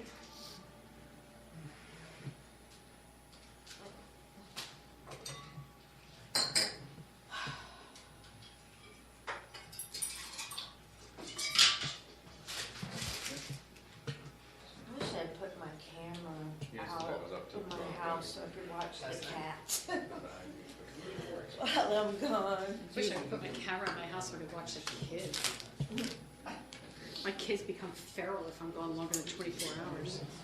I asked somebody I'm to glad I watch brought my my cats spare. to come and feed them Well, every, raw. Yeah. so Is often. it raw? So he put in some Because I couldn't tell cameras from where I in was the sitting. house, so he could watch Was it them, you marinated or? know, in Oh. between, Cool. visiting them and see Oh, them walk around. He had, you know, set one at the door and, you know. That's cool. Yeah. Is this someone in your neighborhood? It's my, Always, daughter's when fiance. you sliced it, okay. it was the brain. and he's kind of a techie nerd, so I he's didn't always expect like, like that I much big didn't- of a holiday. There was a I lot didn't of- remember about the cats, like, until Friday. I was like, yeah. they're gonna be by themselves. But I mean, it might be something you wanna do Yeah. other times, to set up cameras, then you can It check doesn't them. have you can use it for that. But it has to be inside. Come on back, everybody. Yeah. Okay. Well, let's hope the hotel stays put. We got about a little over 20 minutes. Yeah, still got a break. We're hoping that the last 15 minutes were the final prioritization. I think we're getting towards that with the filtering. Somebody wanna use the pen, the power of the pen. What exactly do you want, Jeannie? I don't want, what do you want next? I think So- maybe we flip that up and maybe just straight from the dots, which first, second, third. So help me out if I'm missing anything. Looks like community engagement gets 6. Is that right? Followed by affordable housing and murals and art, both at 5. And then we have most everything else with 3. Murals and art has 5. Yes. Yep. That and affordable housing, 5 at 5. Non-Sesame Projects has 4. 4? I see 3. I see Pew House Oh, is all right, related you're to right, the great. arts. Okay, and So then next probably tier, we'll I guess, kind is of murals fold and into art and that. affordable And also housing. destination. Exactly. I'm sorry, the next one The is next tier is murals. affordable housing and murals and art, both with 5. Tie. Okay, I'm gonna put them together. No, No? they're Okay. separate, but they're the second And, tier. and I would put how many votes on the far Yeah. left, Jeannie, so we know the Thank you. aggregate. And what is the one after? And then Is there's there 3, anything after? then after that it's Pew House, Senior Center, Innovation, and non-sexy projects, all with for each. Innovation has 3 dots? Innovation has 3. Yep. Yeah, it's that little Oh, yellow yeah, one is you it an can't N? see, yeah. 6 for this one, and these have 5 5 each. Do you want to focus just on your top 3? Or do you need I- to talk about the ones that were 3 dots? Could you list them all? List them all, okay. Yeah. And that, Everything else has 3 dots that Okay. has dots. because they're at different levels of specificity, and we might have some ideas about further grouping, Okay. just saying. So can I just add, when Pew House might be a wrong, it should be maybe historic preservation, because all the little tabs under that talk more about historical preservation, so maybe the bucket name should be different. No, no, Maybe. that's a great catch. I think it's, you know, on our CIP as Pew House possibly. Right. So, Are we Is that the comfortable? philosophy? You know, you're talking about a thing, a project. Yes. Is it the philosophy conversation, the vision of historic preservation? Hearing it that way, does that help? Pew House to me is 2 things. It's historic preservation and art because of the specific history of the Pew Of artist. To So, me, it's 3 things: destination, art, and Love that. historical. yeah, love that, love that. The thing is that the things on the list are all at various levels on the visionary tree. That's the problem, like community engagement and destination gathering. I think you could put everything except affordable housing under that. Like, I think the real buckets are community engagement, destination and gathering, affordable housing and innovation. And then I think almost everything else, Kind I of don't- folds underneath. I mean, that's what I'm saying, Right, that community engagement is layered with the art and the senior center and the Pew House. and the Pew House, like all of those things will make Morrisville a destination, will engage the community, will provide gathering space. Like that's, I mean, I think it's important to understand that we have a real interest under community engagement and destination, that we have a real interest in art. That's, you know, that there's interest in Pew House, that the senior center is also top of mind for some people. Well, they're all I don't- connected, right? Yeah, but I don't wanna lose our focus on art. I don't either. I That's definitely why don't either. Yeah, I agree with that too. We don't That's wanna why bury It's important to spell Yeah, certain I'd like to things out. keep I it- agree. Keep it separate? Yeah. I do, yeah. Yeah, I mean, I'm not saying, I guess I wasn't really saying like, just roll them all up into one thing, but I'm just pointing out that Mhm. somebody that put a dot on community, like I put a dot on community engagement, and I put a dot on art. I didn't put a dot on Pew House or the senior center. I see those more as like solutions rather than a vision for the It's a single, town. it's a single bucket item which wrapped into a bigger picture. Yeah. So I guess, Mayor, for clarification, are we wanting to change this to a bigger, broader term, or are we keeping it as Pew House? Historic preservation? Yeah. Can we do Pew House / historical Yeah, preservation? we don't wanna There you lose go. sight of the I see some asset. nods, so I'm gonna That's a do good that. thing to do. That's it. But I do think Anne is right about, so there's a way that you can aggregate without losing the detail. You could put community engagement with your bullets of your sub areas, and you could circle art, and you could circle Pew House, so that you know that those are the, I mean, Yeah. another thing is that people that put their dot on Pew House though, were they thinking historic preservation, were they thinking arts council? It's like, I was thinking we both. really we kind of muddled that sort of together. I put it there that we want historical preservation, we want to take advantage of Yeah. being able to use it for the art. I certainly don't want to sell it and it be commercial. We don't have a historical structure besides the church. That, I mean, we're kind of, we only have one real historical asset right now. All right, Well, where are we so gonna go isn't it- from Yeah, here now? I was So gonna now say- we've got a list. We've got Yeah. a It's Good. got that It was, designation. because it was privately owned for, you know, it was privately owned and So I owned. think All right, now we have a list, what are we doing? this might be our consensus, but I think it might also be our priority. If we try to do more with this, I think we kind of lose the nuances and we're trying to be overly specific. I'm not sure staff benefits from us reprioritizing this. This is the order. They happen to be in 3 tiers. I don't think we need to break up the tiers. I would You know like what I to mean? talk, I'd like It's, to talk, but it's different We levels. could talk more about it, The, but the Well- different levels are deceiving there. I'd like to talk about how we approach the list, because I think that there are things on the list that have low-hanging fruit projects that would take time, but necessarily wouldn't necessarily need money, but like Pew House, I mean, prioritizing, like putting Pew House on our list of priorities, doing anything with Pew House, we have to throw money at that. Right now, we can't do anything with it. I mean, I don't know if we could like do tours there, so I think that's there's this list of priorities, but then there's what do we actually wanna commit money to, which is a whole different discussion to me. right, so that's a CIP discussion later. So, I mean, do we need to get into that now and say, okay, we definitely want to see this in this budget? I mean, the purpose of this is to help staff get direction about what's important to us at the highest possible level that's useful. And I think, staff, correct me if I'm wrong, this is helpful to see this and hear the discussions. What else would help you craft a budget that you think meets what you're hearing? What questions would you ask of us, given this information? So your whole retreat is a layered process for you to have all the information so that you can continue your discussion about priorities in a budget for you and for staff to hear.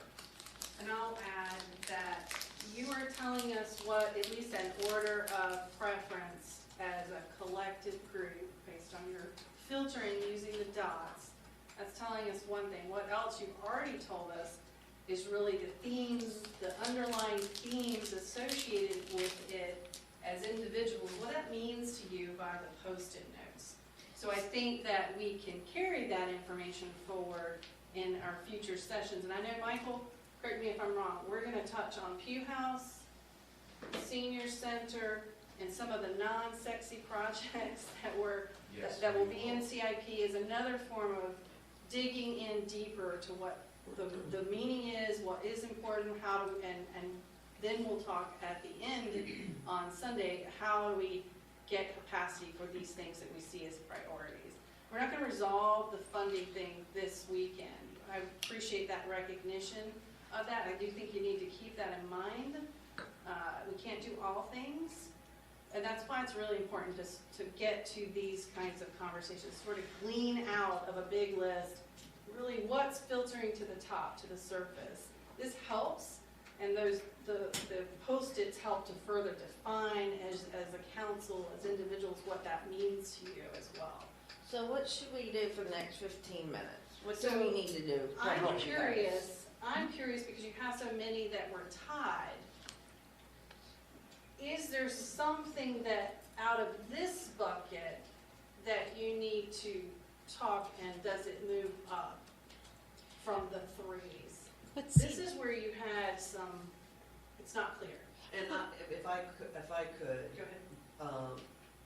Perhaps beyond just changing an order, do you all have a better appreciation of where you are coming from and how you see these things? That's the best value you can offer to each other, is that I'm seeing these connectivities, I'm seeing it differently than you, I'm seeing it the same as you. That, again, then you have staff that can help at the right time, I'll say, focus, understand, and you're gonna see some of this again in some of our exercises. It may be your most important priority, but it may not be now. It doesn't have to be immediate, but it's the how we focus your efforts, your spending, if we have to get to a long-term achievable goal. Those types of discussions. But the best value is for you all to understand where each other are coming from and have some perspective. You do have some good synthesis Mhm.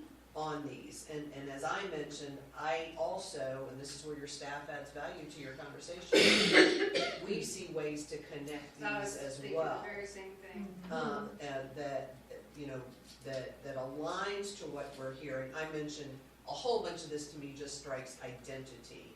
And then it's places and things and people and stuff like that. So that's what staff can then help once we really get a sense that you all are aligned in what you're trying to accomplish. Yeah.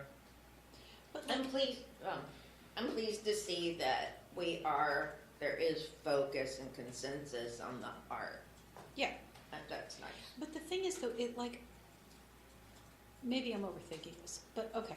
So like take for advantage the senior center thing, right? So under senior center, like we need a bigger senior center. That is 100% a budget item. But like the other stuff under senior center, like more outreach from the senior center, more outreach into the senior center, better, different, more cultural programming aligned with the senior center. To me, those things are not budget related. And I'm wondering if it would be helpful to take a few minutes and just winnow out the things from this list that we can do either with existing staff or with existing money, or that we're already doing, like the mural thing. I mean, like that's already happening with Well, look at existing. the deltas, right? Well, I guess, yeah, like what would we actually have to add? What would we actually have to add new? What would we, because not everything on that list is gonna be a net new thing. Yeah. You're right, and there's more to the conversation. Okay. So if you decide, and that's actually a great example, so foreshadowing for tomorrow. If you decide that expanding the senior center is important to you, first thing you're gonna have to do is align that desire with what the practical data information may tell you about the usage of the senior center. So that's one thing. But then if you also want to add more programs, add more engagement, indirectly they do have budget impact because you have to support them in some form or fashion. Some have cost, some don't have cost. We also hear and are able to provide our staff better guidance and direction about where we want them to focus their efforts with their current workload. Some of it's added, some of it might be repurposing. Some of it might be able to be taken on by the advisory committees. Like a senior center is a good example. You have a Yeah. senior advisory committee. I think for innovation, here's an idea that I have. I think the only reason I brought it up is just to make the point that we have such a great story going on now with our CIO, our smart city initiatives, all of the tech companies that we have in Morrisville. But we have to do a better job of telling that story out to the people that are making the decisions of where to put their major places. So there's really not a lot that staff can do. I mean, I think the best thing to the innovation is to make the appropriate introductions between, Tom Snyder at Riot and the administration and Sing Development, and get a meeting where we can get all of those parties involved so they know, okay, we'd like to come into Morrisville and be a part of this and invest. That point number one. So I think so I'm not saying take it off the list, but I don't think we're necessarily going to pull money out of it. If I had to prioritize, we could do more with our budget to expand the senior center. But I think it's important for us to realize that every year that goes by, Morrisville's losing an opportunity for innovation because nobody, despite all of our success, not one major player is thinking of us as a leader in that. So when Tom Snyder decided I want to do a Riot Accelerator, they're going to create thousands of jobs, a great opportunity. He didn't even think about Morrisville. In fact, I called TJ that night on the way back from the thing. He said, well, I didn't even know Morrisville's doing any of this stuff, right? So that could be a mixture of our communications department, telling the story, which they're already doing, right? Getting that, so that's just my idea, right? So, and that can come to economic development tomorrow. I think Satish had something earlier. Yeah, not an innovation, but non-sexy projects. Can we spell out which are the main ones that you guys are thinking? For me, public works, spacing. Town space. And both of those topics, I think, are going to be Yes. explored really in depth tomorrow. because that's also You know, critical, your like nuts and bolts stormwater. budget, and then capital projects. Stormwater is one, like, So when I put a C beside it, it has relevance to capital planning. Is it, Michael, affordable housing's in there too? That is captured in the CIP discussion right now? No, it's not, Yeah, no. affordable For housing's not affordable in housing, No. the CIP discussion, no. Okay, Not- all right, it's thank not, you. it's not a Today. CIP item. Okay. So we have 3 that are captured in the CIP discussion today. But we're We not gonna also- talk about community engagement and destination gathering, like town center and like, I mean, Is that's a town CIP center- item, isn't yeah. it? Placemaking Well, of town, it. placemaking, yes, town center's a part of the CIP. It's just one of the things that rolls up in. It rolls up, yeah. I will also say we have another opportunity. So you've got this far, and that was a big push in your starting and kickstarting your journey and your conversation. Dig in deeper and have your CIP conversation, and then you'll have another opportunity to take this maybe a step further with the budgets, needs, and future interest conversation.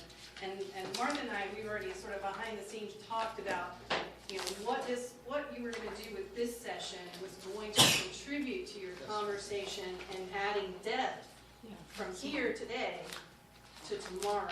So what I would ask, Mayor, or suggest, and agree with me if you, or disagree with me, I think you've done a great job today, getting here and putting those those defining points as individuals under each one of them. There's a lot of energy around this one, and obviously, when you did your dots, it revealed that's important to you as a philosophy. We can dig in deeper to what that means and make connections to CIP. We can make connections to programs. You can fold in mural, if that mural or art. You can do that at that next session. I'd say be happy with where you're at now and think about it as you go forward. Remember it and hold it, and you'll get another opportunity tomorrow to really kind of flesh some of that out. Is And that I'll okay? add, you could have all come with 5 or 10 different things, and then you would have had more challenge. So I will also say, I'm actually very happy.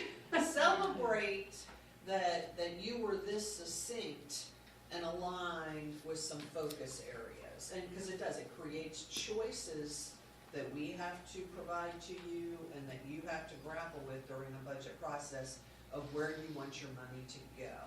So I'd celebrate that you didn't flounder because there were just too many things that came to your front at this stage. Again, you're building this budget along with us. This is what we do. We help you And we make often tell connections. you see what you tell us all the time in your budget.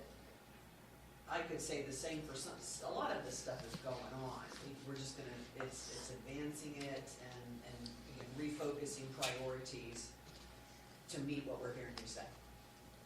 So be happy with your step one today. I hope you actually did this really well. It's all in the secret of the Post-it notes because it Yeah, it was doesn't really make well us organized. use these. This was very well done. I mean, I'm proud of you all. You should be proud of yourself. Whose We idea should was do the meetings post-it? We like weren't this. really sure you could do this. This And is I'm what- intentionally trying not to step up, but I think we should do meetings like this. I I know. really do. Seriously, I'm gonna do my Post-it notes. I mean, a council meeting should. But here's again, observation, this is why retreats are great. You didn't all just say your piece and throw it out there. You built on each That's other's a very- comments, you added, that's what you've done, which is not a typical council meeting. So one thing I'm seeing, like, which is kind of missing, I don't know which other bucket, but the well, parks that's and it, the fact that we can see each other. is greenways, which bucket would it go under? parks and greenways were mentioned under, Greenways, That's destination and Destination. gathering. walk-in Okay. club, there's walk-in community, expansion of greenways. It's captured because Okay, it is a as long- placemaking okay. destination. So, And again, that's And why to those are that so point, important. As you hear stuff coming from the other presentations, You are, you're going, oh, we didn't talk about that, oh, we did. That's why this'll change and morph and be adjusted by those additional pieces of Got it, information. perfect. So take things in today. I think, Brandon, we are at our time. Got 2 1 minutes. minute, yeah. So let's wrap this up. Let's wrap it up for today, but don't put it aside in the box yet. Just wrap it up, think about it, resonate on it, bring the same energy that you had this morning back tomorrow with your budget, bring it with CIP, bring it back also, these thoughts, and see if we can dig further in the budget needs and future interest conversation. That's really where this can go another step further in that layering process. Are we all agreed for that? Yeah, and we kept it really high level, which We was did. important. Didn't get into solutions, which was really nice. So next steps, 15 minutes from now. Next steps are we are going to be getting into engagement, Yeah, this is budget a, engagement Budget strategies. engagement. this is a shift of a discussion. This is how you want to communicate. Alright. So are we turning off the recording for 15 minutes and just, That- no, I mean, I'm asking, are we turning it off Yeah, for we'll 15 take minutes, a break. taking a break? Take your break. And then we'll start with just a different frame of a topic. Okay. So good job, everybody. Come back at 11:15, please. Oh, everybody needs to stand up and applaud. I'm serious. Hey Liz, can you just take a second? Would you mind? 2 graduate level courses. But then, I was so busy at work, I couldn't do it all. So we're coming back into session for our afternoon session, first day of our retreat. Right now, it's budget and future needs and obligations. We have 2 hours assigned for this one. Looking to take a break at about 3 o'clock. I'd like to pass it now to Jeannie Hooks, Director of Management Services. Do you want to say anything before I get going? Okay. No, I guess I will. I'll always give you an That would opportunity, be you know Martha that. Page, our town We manager. just pass it back. So again, just contextual, we had our departments put together, and it's very different to accelerate information to you, more of a focus on where they were at with, in particular, 2023 projects that are already budgeted and are underway. And then, just that vision and forecast. And again, as you're gonna see in the second part of this presentation, some more in-depth work to develop a long-range staff forecast that's more than just a list of positions. So I'll be taking that part of the presentation over when Jeannie passes it to me for that. But we do not have budget submittals yet. Departments have not put together budgets, again, trying to leave council in front. But this is the first layer of reality with matching up on this. So that's why we kept talking about the layering, and probably nothing in here is gonna surprise you, but hopefully we're giving you the context that frames your continued discussion, not forces you into a position. We're still looking for that guidance on those priorities and values as we put together that information. So that's probably my opener. But this is real more what we already have going on and what we've already tried to incorporate into plans of things that you've already prioritized in the past. It's about commitments, what we think are commitments and obligations, and clarifying that. I think I also picked up that I had heard or listened to you from the budget process debrief. So a lot of that, I'm trying to carry all those nuggets you gave us forward and put them in play. And that's really where the heart of this, I feel like, really the approach stemmed from that. So we're gonna talk about future needs and obligations. We're gonna first sort of level set on some perspective of what is a base budget. I'm gonna slice it up just a little bit. Well, before I get in, I just wanna say, let's not focus too much, again, this retreat's not about the numbers just yet, it's about the vision. So please stay in the vision and that space. We'll get to the place of talking about capacity and what authorities we have and how can we begin to leverage those resources to our vision better. That'll come, but please stay in the visionary state and that creative space, and pulling these forward and when we turn this over for some more brainstorming. But I'm just gonna level set on a couple of things here. So the perspectives I'll sort of talk just briefly about and save most of your time for you is base budget. Again, kind of focusing in on really are these are the obligations we think that commitments, and things we know that are in the pipeline. And when things are in the pipeline, it's because we've already invested money towards them. When we've invested money, it's saying you're committing to that. You're committing to making it real and tangible for the community.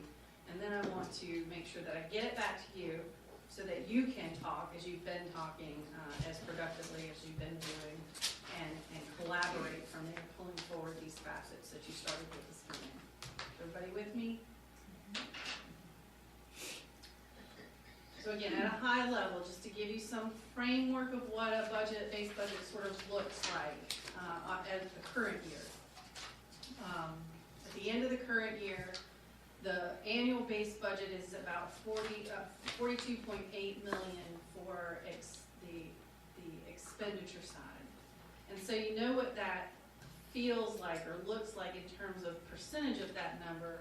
Obviously, as a service-oriented business, most of your resources are to people to get things done, to carry forward the vision of this. You know, we talked about budget engagement strategies. It takes people to make that happen. That's something I actually didn't say in the earlier session. So when we want to expand ideas and do things like the bond referendum, that took a lot of people and a lot of work behind the scenes. It's the same thing with these people service-oriented business delivering core deliverables out, tangible things to the community that they experience. It takes other things in order for them to do the work. Tools, consulting, supplies, just that's your overhead piece, that's operations.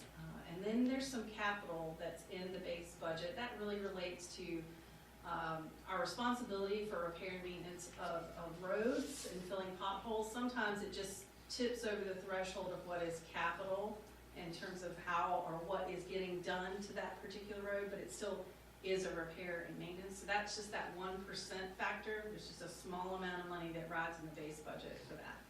And then outside of that is your debt. And if I were to put in priority order legally what needs to be paid first, debt and personnel, top of, that's your obligation. You've got to pay that because nothing else is going to happen without it. Your credit is important, your people are important. And I'd just like to do a clarification. It's real easy. Capital in the framework that Jeannie's talking about right now is not capital projects. That's just a classification based on the cost of something that we have to do from the operating budget side. It's just policy related. Yes, sir.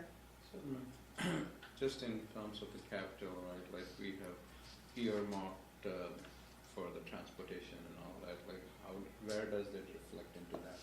You mean the money that gets transferred out? That's actually not a part of your base budget. And the reasons why that's the case is that you can control the amount of money you want to as a deciding factor each year as to whether, if it's a tough year, you need to pull back on that. These are considered things, and one of my next statements were, if you want to maintain the services that exist today, this is what you need to do that.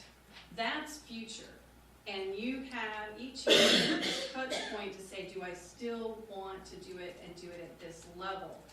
Weighing it against priorities, emerging priorities, existing commitments, what your resources are, and balancing the equation. And that's a tool you have to either dial it up or dial it down, depending on the economy and your resources and capacity that we throw out there to you. But it is not a part of the base So it's budget not intentionally. Not like given, like, you know.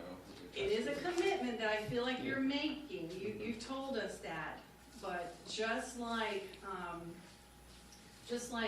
replacement items, if we have to defer because it's a tough economic year, that's a decision point, and that makes a difference in having an effective budget that preserves, first and foremost, making sure you maintain core services. Because I feel like that's a message that council has given us, that that's critically important. Does it mean that we don't scrub that number, that 42.8 every year? No, we are analyzing, looking, we are making sure that that bucket is effective that we are putting money in play, and I will also, draw you back to the fund balance conversation. I'm sort of spiraling down a little bit, I realize that. I wanna draw you back to the fund balance conversation where I highlighted that our budget to actual performance was actually increasing. I mean, we were leveraging the resources, and that means we're using and putting this budget money, base budget money to work. Good morning, does that help? Yeah, I just wanted clarification. No, So the smart shop, that incorporated in these figures? yes. Okay. At the current At level the of current service. level. Okay, Yes. because I missed the beginning, you were just talking about transportation project. No, No, he's no, talking the about ones- the reserve. There is a 2 cents that we Reserve put there, side. that Okay. one. And so, Thank just you. if I could enhance what Mayor Pro Tem Johns has asked, so sustainability. At this point, we have programmed into the base budget a set level of funding that supports the, implementation of the master sustainability plan that you approved. That doesn't mean she couldn't ask for more. That would then become something we could consider a yes or no, but she's been given, so now that's part of our base budget going forward. Note, we cut that last year for a balanced budgeting purpose, but we have that programmed in as an example of a program initiative that once we get instituted becomes part of that base budget, and that's part of why your base budget grows.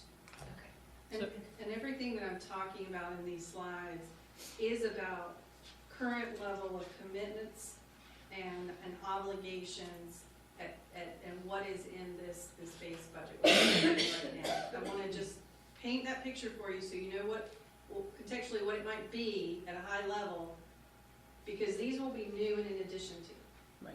So question about the CAM dispatch, is that considered steady state now? Because was that steady state this fiscal year? Our agreement, was, no rate adjustments for the first 3 years. Okay, So our changes would have been related to volume, because it's a unit price contrast, volume per call. So if our police or fire call volume went up, we would have paid that. That's nominal.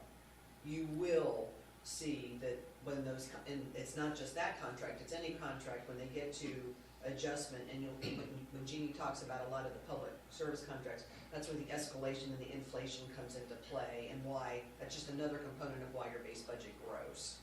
Have I Right. answered the question? yes, and, This month. yeah.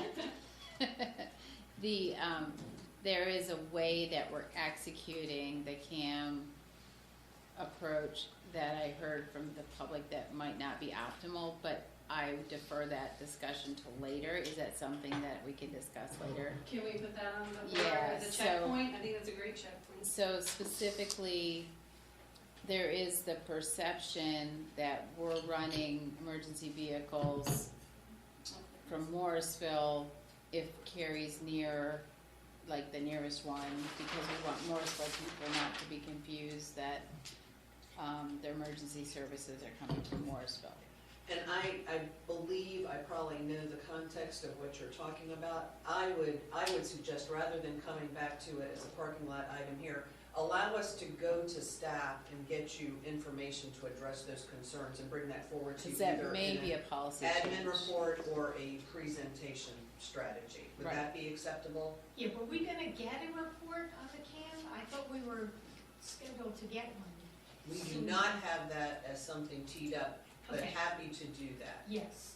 Can we 100%. agree at the end of our retreat that we come back to this list and see if there's something we have to talk about now versus offload for Yeah, later? this would be one that we really want to spend a little bit of time to get you the information to address those underlying concerns. Right, because I'm seeing that as a possible cost component that we want to discuss further.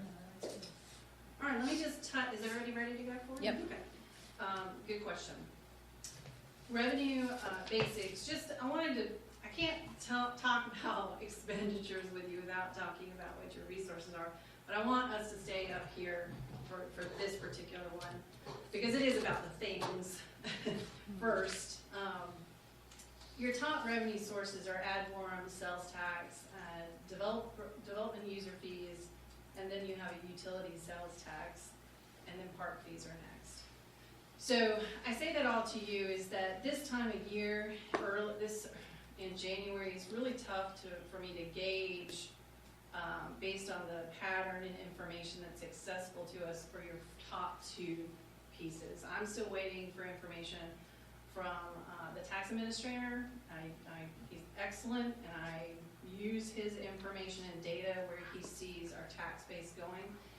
And the reason behind why I do that is he's very attuned to receiving information about our permits and things that are in progress, i.e. sparks. And I need to know that this year of if I can move the needle and build in additional capacity because of what's happening on McCrimmon.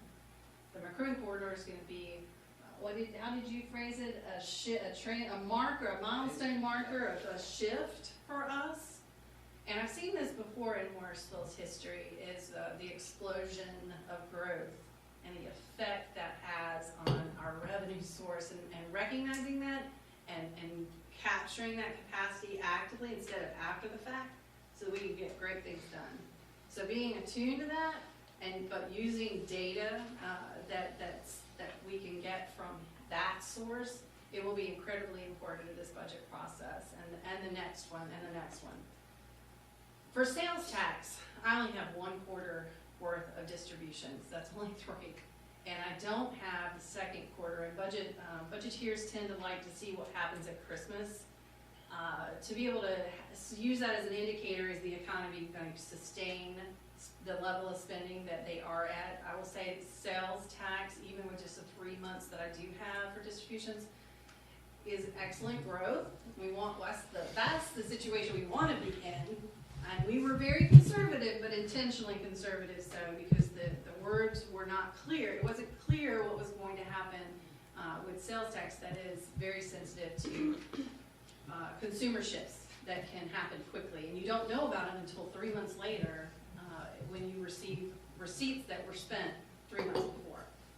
So it's really difficult to see that without having that second quarter of distribution to be able to level set. Where do I feel like Morrisville's growth is going to be to, again, in your second largest source, capture as much capacity as the manager and I work to pull in as many of your priorities as possible and align resources to, instead of, and seeing if we can push that conservative envelope if possible.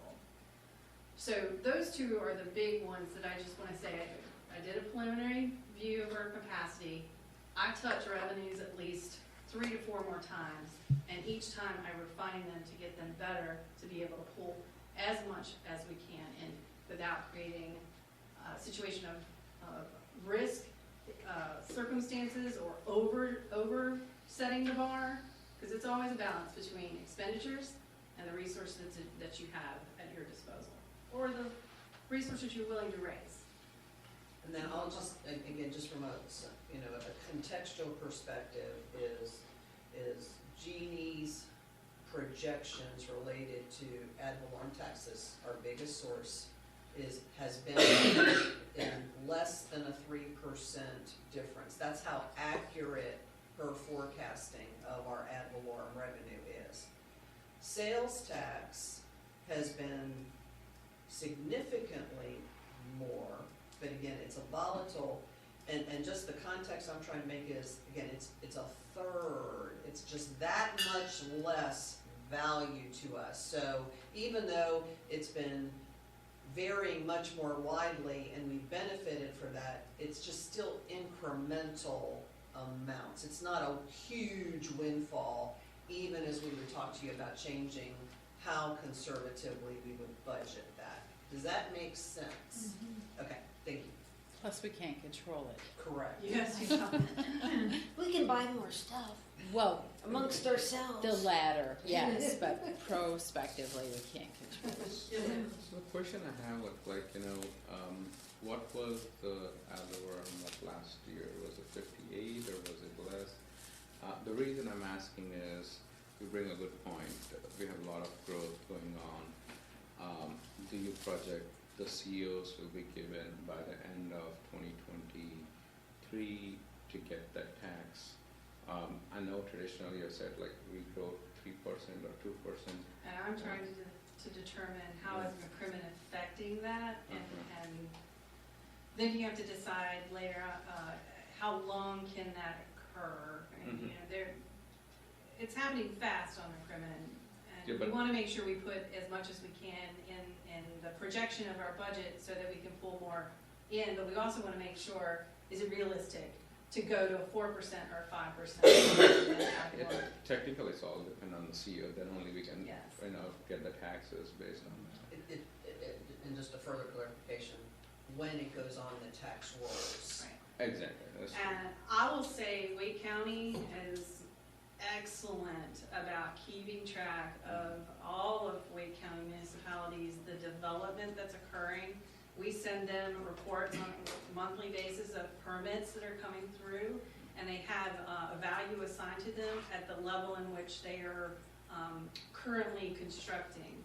And he is or their group in Wake County is extremely great at capturing what they can in his estimate and his projections, and recognizing that something got improved, and at what level was it each year. So it's not that it waits for the door to be open for people and working.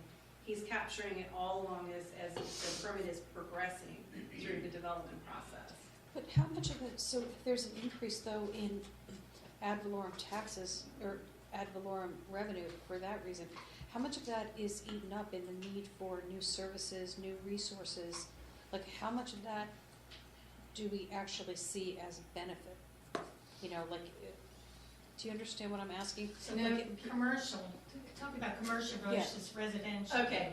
Yeah, So of course, residents require the most resources generally. And we've talked before about our influx of people to work during a day and how big our population is compared to like overnight. And that influences when police get called out, that influences when fire gets called out, those types of things. But generally, you know, the value of a commercial project is just much bigger than a residence, and it's business property, et cetera, that goes into that. But all of that sort of gets captured in all of these operating things that we ask you for. So that's, yes, when we tell you we don't have the workload, or we can't put that in, it's because from somewhere, those resources are being tapped. It's typically residents that use things like parks. You know, public works is probably more for everybody, but it changes depending on what type of service it is. That's a good question. So the current tax base component is 56 commercial, 44% residential. We're still very high in that split. but aren't apartments are considered Apartments are commercial. You took the words right out of my mouth. I just wanna, everybody gets confused by that, so I like to always restate that. Commercial, so apartments are commercial, they're not a part of the residential tax base component. They're on the other side. The other thing is services that commercial doesn't get that residents do get. Solid waste is one of them, where they're paying in the same tax rate, but they don't get that same type of service. We only do solid waste and recycling to just residents. residents that don't live in apartment buildings? Residents that don't live in apartments. We have a few residential neighborhoods that have bulk solid waste service that we provide. It's offered differently than houses. Okay. They still have a place where they have to go dump, just because of the way the community was built. But apartment complexes are private businesses that pay their rent. Okay. Just like Spark will be a private business, it's not gonna receive that level of service from the community, but they pay the same tax.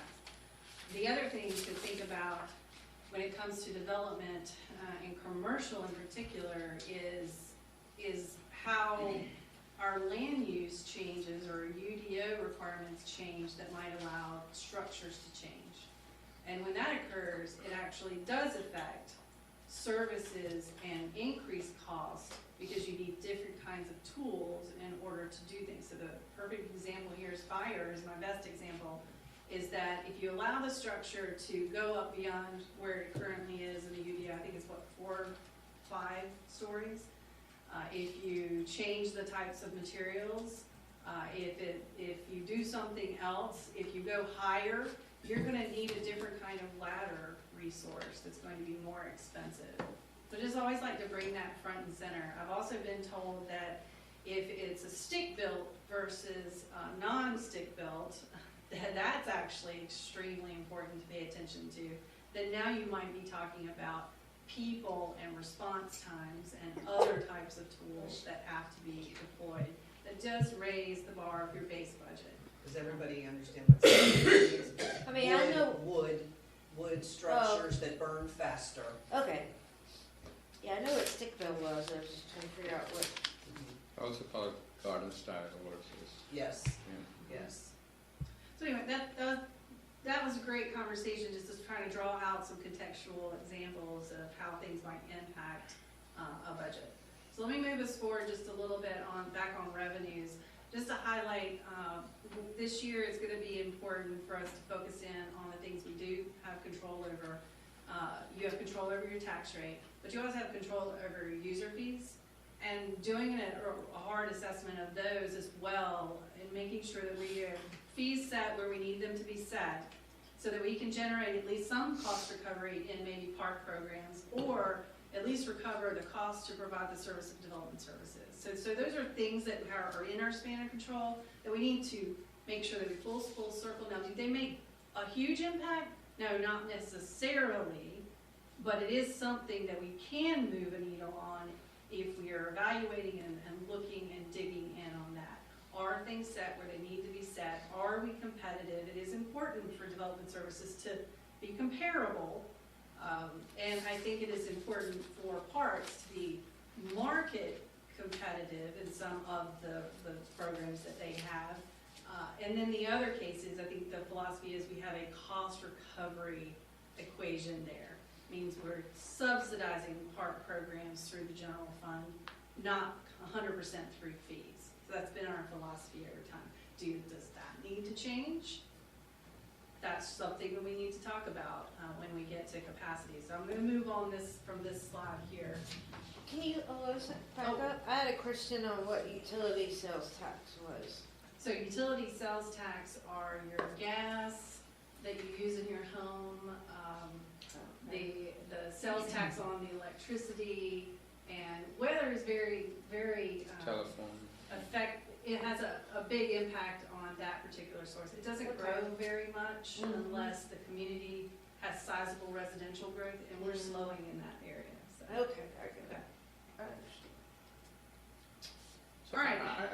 I got a question, piggybacking on that, like on the utility sales tax.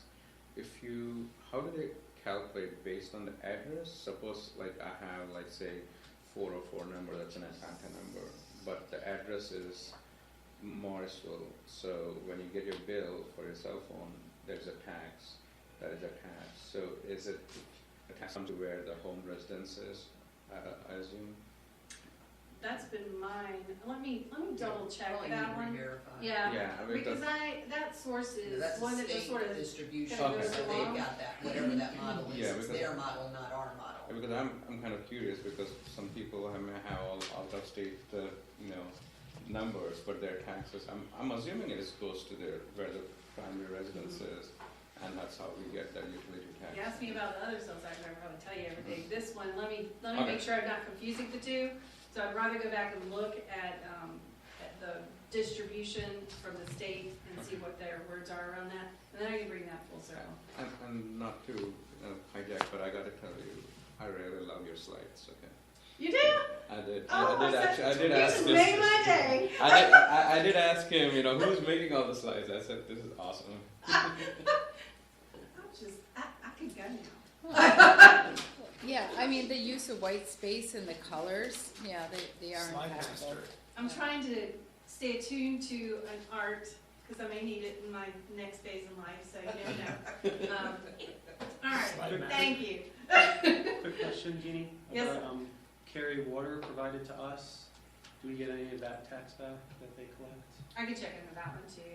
I've not been asked that question before, so let me dig into that one a little bit more. I'm not Yeah, sure. my gut is no, because Is it's no, not through yeah. the state.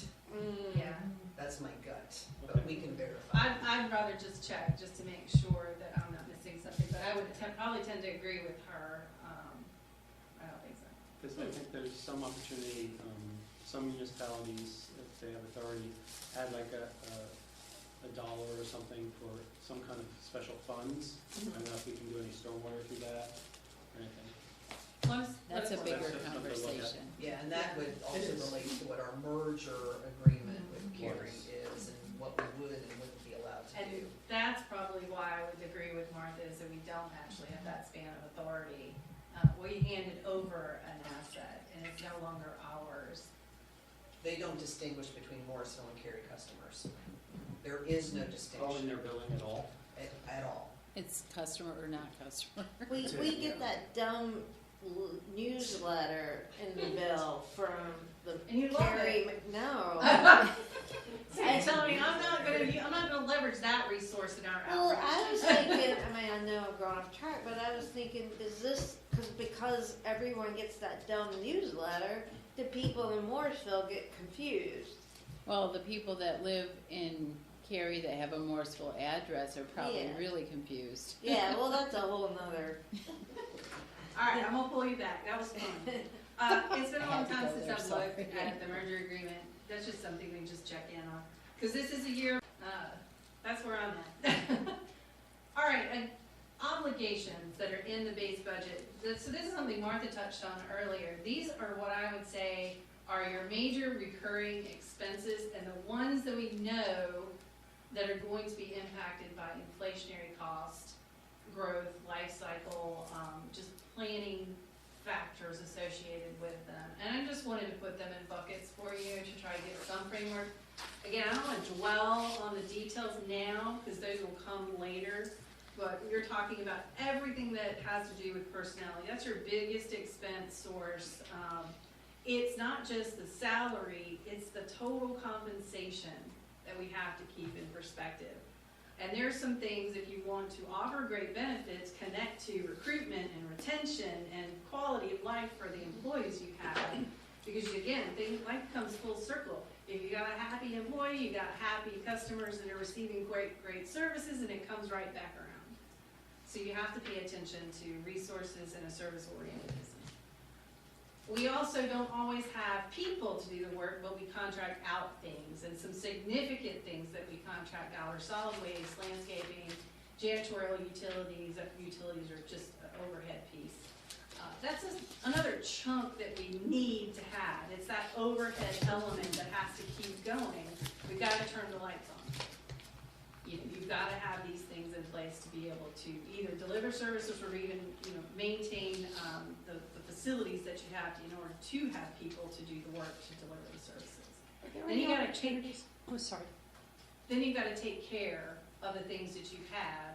So when we bring on new facilities, it hits the overhead in terms of operations. And now as it expanded and increased the amount of money we have to put aside each year to take care of a new park.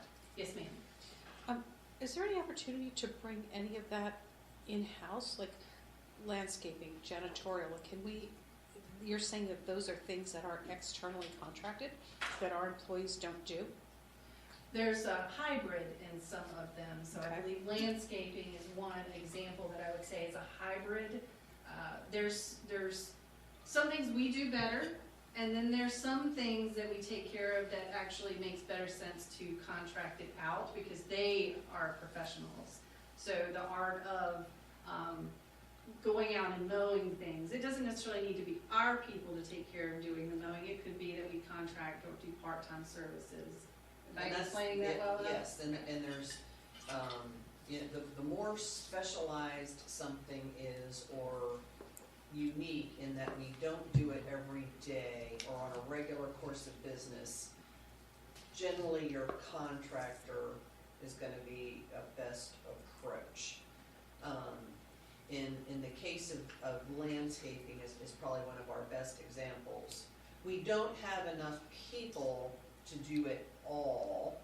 And so the decision point and how we analyze, and again, I'll talk a little bit more about this when we get to some long-range staffing forecasts, is then you have to evaluate what the long-term benefits and costs of having a person internal to do it versus you having people that specialize in those types of services do it. Could you give me an example of a specialized janitorial service that we wouldn't bring So in-house? that's probably just workload capacity. That one's probably just workload capacity. I will say, we do look at that each year, you know, what is the balance? The town manager is really great about pressing for alternative solutions. It doesn't always have to be an in-house solution that requires us to add resources, people resources. It's what's realistic, what's practical, what sometimes is in landscaping, better solution to sort of split it. You know, have some that's in-house because we want to pay attention to that care and maintenance of that. And then others that we just think that work and fit best by contracting out and knowing that it gets done on a recurring basis. Or that there's this specialty. The solid waste one is a little unique in this category in that solid waste, it works because you have to work with a partner on that one. You do have to have the folks that are specialized in that service instead of it being an in-house solution. That one also is not just about inflationary impacts, it's actually how we grow. If our population increase adds to residential households that now also affect the amount that we need to increase each year. Any other thoughts from you? Now, I think we'll touch on some of those questions that are coming when we talk about people more in depth. So we also have to take planned debt. So we all know we have the bond referendums that we're trying to leverage. Well, that's adding additional cost each year, but we have that 3 cents capacity that we have dedicated to that. And then we get resources for proactive annual street maintenance and leveraging those. So just wanted to put those into some framework for you. We consider those ongoing obligations, but they're obligations we have to account for increases for. Some have resources that align to them, some do not. Here is where I feel there are some strategic commitments that we've made, and here's where Smart Shuttle fits for me. I'll start with this fire apparatus first. That's been a long-standing commitment of the town, is to do pay-go funding instead of tying up your debt capacity for large fire apparatus. I mean, we're talking $2 million plus for just a fire truck these days. Might even be closer to 3. But we're also talking about not just the fire equipment, it's evolved a bit. So we had their breathing apparatus, they have to have so many of them that get replaced, and you have to be replaced really all at once. Is that correct, Brandon? All at once? Yeah, particularly because of the CAM system, so that those bottles become interchangeable if they need to. And again, they work as a team now, they train together, so you could have, we often have Carrie and Morrisville on a working fire together. And they need to be able to, if I'm the Cary firefighter and you're the Morrisville firefighter and I need help changing my bottle, I need you to be familiar with it rather than having different options. So that's been a part of, since this reserve fund got created, the thing that's moving in that needs to be radios. Radios are also another one where you do need to replace them, and they are very expensive. And that one's going to be folded in. So the thought is it might not always be called a fire apparatus replacement, but fire equipment replacement. Again, another strategy of leveraging pay-go. Put aside money now, each year, and I'm currently putting it aside at $750,000 a year. We're going to need more in the coming years. More money to put aside in this reserve to take care of these pay-go funding items. And we need to expand it to fold it into these other pieces of equipment that are extremely expensive. Plan ahead so that we can afford to pay for them when we need to pay for them. And see it coming. Did we not pay for the radios last year? Because that was Yeah, Part we of your did. budget. Yeah. And candidly, hate to admit it, took us by surprise. Again, that was our miscommunication internally to know something that significant was going to come forward and wasn't being accounted for. It's sort of one of the reasons why we made additional effort to make sure we were capturing all of our equipment on replacement plans. But it triggers that, we don't want $2 million single items coming through our operating budget that we haven't planned. So we've got to integrate that into that so that we don't have that occur to us again. But is there an option if we currently are putting aside $750,000 and we know that we're going to need more, but is there an option in between now when we can't necessarily afford to put together more? Is there an option to do like a hybrid financing where we pay for most of it and take some of it, a small amount on as debt, like that kind of thing? Like, so if it's $2 million and we have 1.5, is there an option to take like a short-term debt to pay for some things? Or like what's the options for hybrid models like that? So we have actually paid for Okay. radios. The last in-house. time we It paid was for our 7 public years. safety radios, the last cycle, through installment financing over 7 years. It was 7 years, and it wow. just fell off. So that's the thing. It just falls off in time for you to now to kind of take on new things. And it's related to our debt capacity, our debt ratios. Again, it's got tentacles.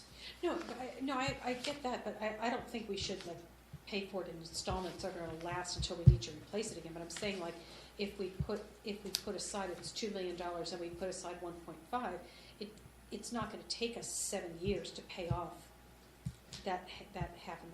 You know what I mean? Like, And I guess that's think what you're actually describing the philosophy we're trying to put together. Oh, okay. It's not radios, it's radios, and it's Multiple things now.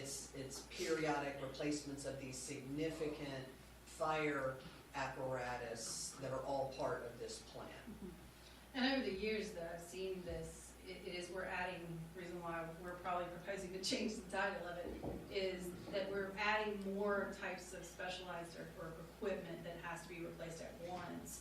And if you think about what the scenario I said earlier, how you allow buildings to be built can change and affect the fire department, it actually can also change this. We might need to plan for other types of specialized equipment. If we allow different types of structures to occur, higher structures is just what I think first and foremost. Yes, sir. So are we restricting based on our inability to provide service? I don't want that as the That's messaging. why it's here. Because the fire district that we use for RTP, that has 6-7 floors, and we still do service for them. So especially when you're saying more than 4 floors, we talked about in the TOD go up higher, and I don't want that to be discounted because that's the density that we are talking The about. fire I'm not saying department's that. already planning for that Okay. because they know that's what's being, and that's Okay. why it's a future. Okay, I got it. They are the really rapidly escalating cost of fire apparatus is in large part because of that, and we've got it in our model. Okay, perfect. See, I think that because we don't have sufficient fire equipment to do it now and don't want to spend millions of dollars on new fire equipment is a really good reason to restrict the height of development. We have sufficient equipment. and Yeah, it's a- that it's a 100-foot. scheduled- It's a scheduled, Replacement schedule, good right? example. Yes. That last fire truck we purchased was different than the prior to meet those needs. Yeah. So this And your, gets, one more, No, and no. your fire apparatus have to be matched by the people to staff them. yes, they go hand in hand. In fact, is it people first and then the It apparatus? is supposed to be people first. Well, the long and short of it is this gets assessed every year and it gets scrubbed by the folks that know it best of what types of services are existing and where they see land use going in the future. It's funny how land use is the catalyst for so many things. It touches on tax base, it touches on services, depending on how you structure your future development, and it touches on really services and the tools in which we need to provide or use to provide those services. I always thought that was fascinating about land use. Yeah, and I maybe a little soapbox moment for me is is we budget differently in Morrisville, and I say that with a lot of pride. We start with the gathering of information at our subject matter expert level in our departments. Many municipalities do not do that. You get what you got, or you get 10% less than what you got, and it's not program driven, and it's not driven by the goals and initiatives. It's a mathematical calculation. So I'm saying to you, Jeannie and I are not sitting here arbitrarily deciding we only have X dollars for a fire truck. We're taking the information that's coming from that department to fit it into a budget financial model. I saw Erin raise her hand. So Martha really sort of touched on something I wanted to share. You probably heard Budget Buddy a few times Thursday during the presentations, and that's because those of us in the Budget and Strategic Management Department each worked with different departments in sort of helping them pull together their presentation information. Fire was one of the departments I worked with, so I got to learn a lot about the fire budget that I was not well versed in. One of the things that I learned about them is how frequently they review and monitor their department level spending and needs. So Martha's exactly right. Coming from 15 and a half years in local government, and this only being my second local government entity, we didn't budget like this in the last one. It did not start at the department level. It did not start where they are looking at it day in and day out. And I can say, you know, that's not only fire's process. There are levels of that in every department where they are synthesizing and monitoring and reviewing so that they can share that information with senior management, so senior management can bring that to you all with the best and broadest picture that they possibly have. So I would just offer that as some context. I appreciate that. That's what I remember, because many years ago in my first term, I remember the retreats being more like just very different than when Martha took over, that it was just departments coming in, basically saying what Martha said, this is what we need, and then we would either go above or bad. And then it changed after her administration came in terms of just doing the way we're doing now, which I think is a lot better. Because then there's also a lot more cross-departmental work together, so these departments can partner and collaborate as well. So that's what I've observed. Thank you for my moment. Good job, Martha. All right, so it's 1:53, and I want to try to hand this back over to you as closest to 2 as possible. So let me move through these slides and just touch on the key highlights that I marked up. So here on this slide, you see where we bring full circle the CAM conversation. We're recognizing that and recognizing that there's terms and agreements here in this commitment that we need to plan for. But it's an ongoing commitment. It's not like we're going to stop it tomorrow. You know, we bought into a contract here, and there's terms that we have to follow. Doesn't mean that we don't need to talk about it and level set. Are we getting what we paid for? Are we getting what we really need? That's different. UDO and land use planning, I put there UDO updates and affordable housing as continuing to look and study that and understand what that means to us. Smart Shuttle, this is the other one that I think popped up. It's an ongoing service, and it has some planned amenities. So carrying out the way that it exists today is what I'm talking about at some level of inflation that's going to come with that agreement. If you wanted to expand, that's different, that's new. If you want more amenities in different places, then that could be new, that aren't currently a part of the planned amenities. So I'm just calling that out. The other one that's probably here that needs to be mentioned is sustainability. Martha talked about there's this level of base budget funding in there to realize the goals of the master plan. The question is, what else do we need from that to realize the master plan? Are we good at the level of service or level of programming that we have, or do we need to add more to that? Is there another goal that needs to be accomplished sooner on the master plan? So that's probably as much as I was going to share here. Just to recognize the Smart Shuttle does have still a grant or a reimbursement fee associated to offset at least half the cost of providing the service. not the amenities, is my understanding. Okay.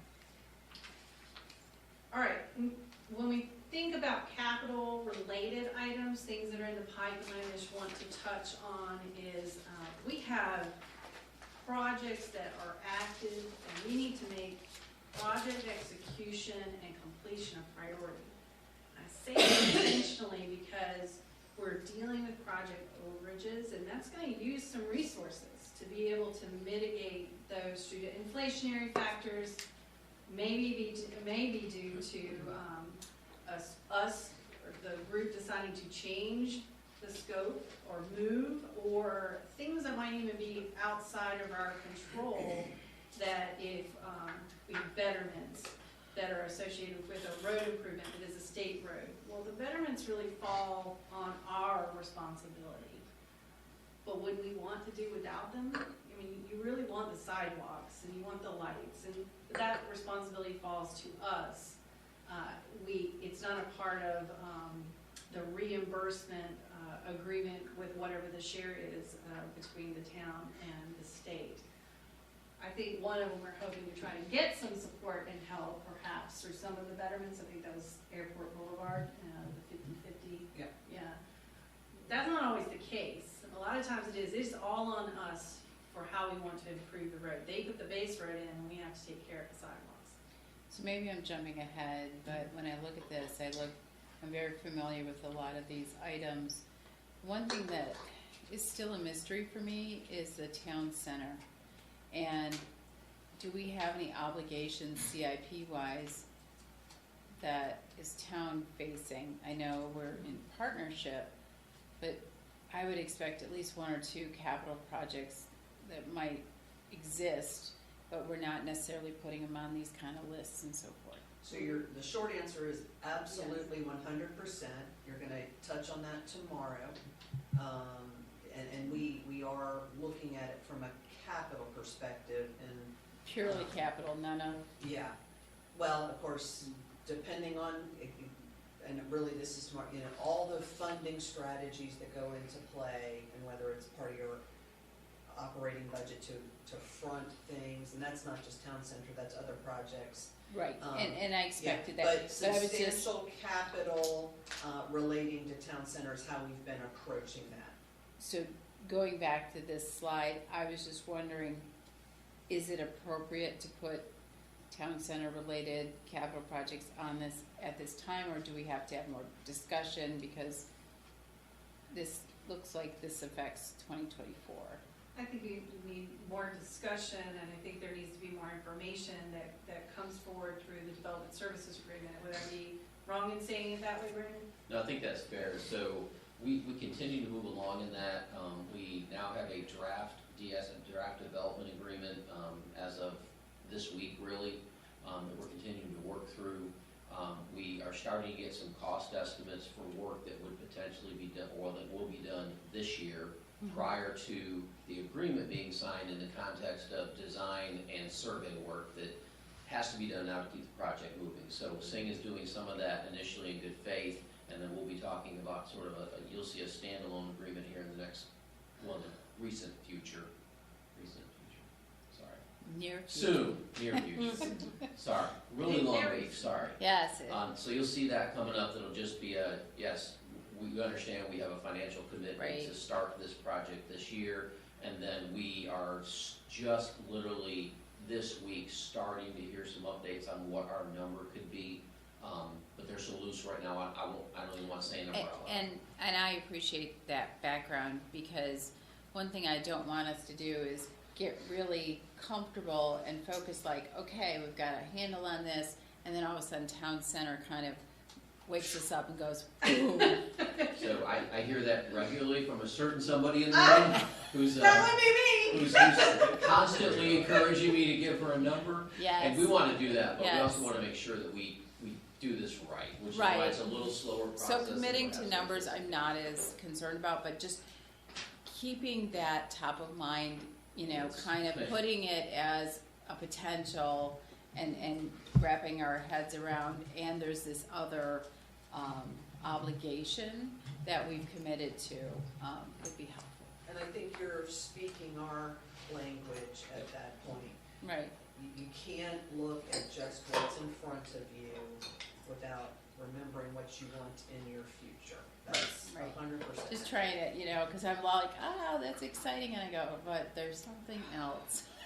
Thank And it's you. gonna become, I'm afraid it's gonna Painfully become. obvious. It's gonna become, and I'm a problem solver, she knows that. I'm just going all different directions trying to find resources and capacity. When she starts to throw, let's see, it's like April 26th. Jeannie, can you put this in the budget? Hey, can you throw this in the budget? I'm trying to solve the problem to get as much as possible, even before we even got here. I'm thinking numbers. It's gonna be still a choice of what is more important, because the bucket can only be so big as compared to what you're willing as an entity to provide. Right.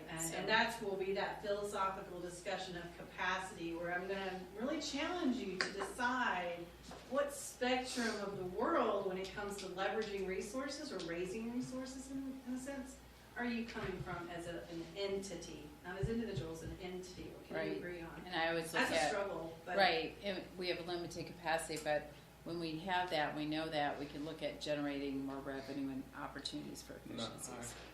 Actually, just piggybacking, like I love it. we saw already a rough estimate around 5 to 6 million, or might be more than that, right? So, why can't we start building the capacity? Because even though they break ground in 2024, they had to go through this whole process of submitting, rezoning, but our obligation, say, is like $6 or $7 million, throwing a number there. So we can start piling towards it, because at some point we have to give them. That is the point of your CIP discussion tomorrow. Okay, sounds good.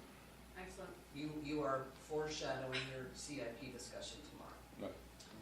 The other thing I want to, so I'm gonna move us ahead, is that okay? Okay. Something else I want to say, that the grants team, I got two of them back there.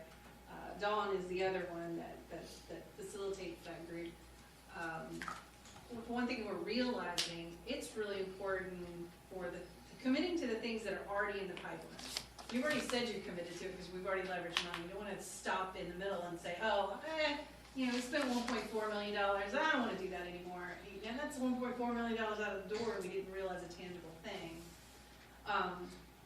But we need to be focusing also on that next few years, that next 5 years worth of CIP, and getting things shovel-ready is emerging as a really more important than what I think we've already valued it at, because we can be eligible for grants. The grant team's making some great progress and doing work, working with their partners, and they're pulling out more and more and saying, if this project was just shovel-ready, we could apply today and we would have a better chance. Is that fair to say, Michael and Aaron?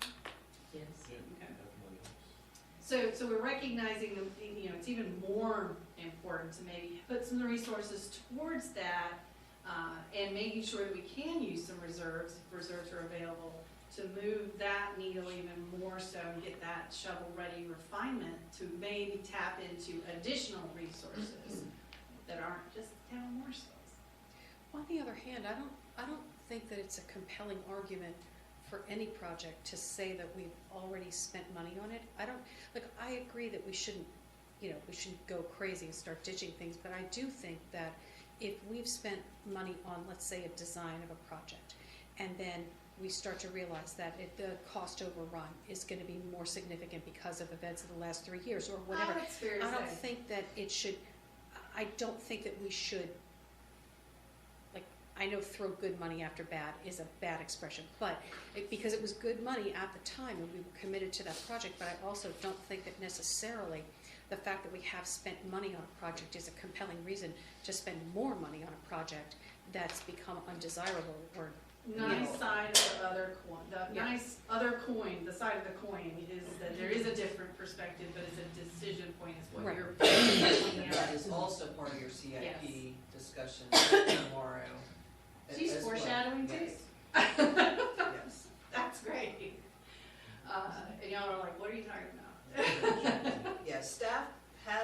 presume that if you've made a significant investment, and that's not just dollars, that we're gonna go ahead. You are always the final decision makers on any of that. Yeah. But when we plan and forecast, we're using your past actions and statements to keep those things included. We're not making those decisions on your behalf. You always have that ability to, I'll say, alter direction. And we'd always tell you, you don't do that willy-nilly. And we recognize it and we bring it and put it in front of you so you can talk about it. So you will, as she said, you will see that in the CIP, that we will be doing that intentionally.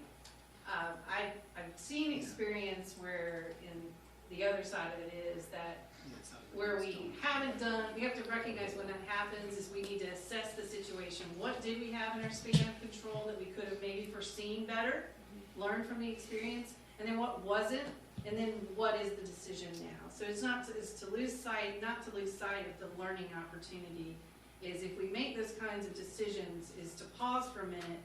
Could we have influenced and changed something and recognized it sooner? It has to also be a part of that type of assessment. I think in some of these that you'll talk about with CIP, I'm not sure that necessarily applies. I've seen in the 23 years, there's probably been some things we could have done a better job.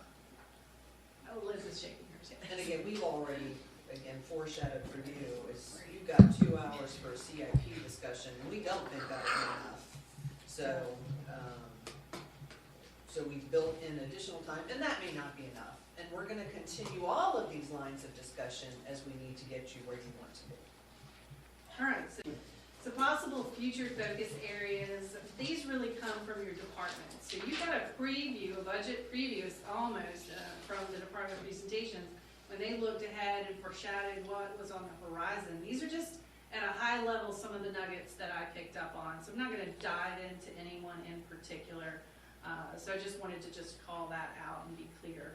I do think we'll end up finding there's some theme to, so you've already demonstrated that, finding there's some theme to where the future in budget development for this year is going to be. But this is just a start. Doesn't mean it was a budget just yet. There could be things that they might bring forward that we didn't hear. But this just gives us a clue as to what might be coming. All right, so long-range staffing. I'm going to pass this to you. There's some preliminary staffing analysis in your book, and this is really about visioning, about resources, and seeking council's input. Yeah, and I don't know if council members have had an opportunity to review the long-range staffing forecast notes. I'm really gonna just try to cover it at a high level. Again, we don't have a budget request yet, but we committed to you last year to do more than just say, what's your wish list of positions? And so I drafted a memo to really try to sort of tell you how we went about that process and what we asked for as we put together a kind of analysis. And then the supplemental material is really by department, not specific position requests, but the types of work and perhaps even in some cases some strategies for ways to do work. And I think what you'll see as you read through that, there's a variety of things that influence the requests and when they come online. And this is again not a request.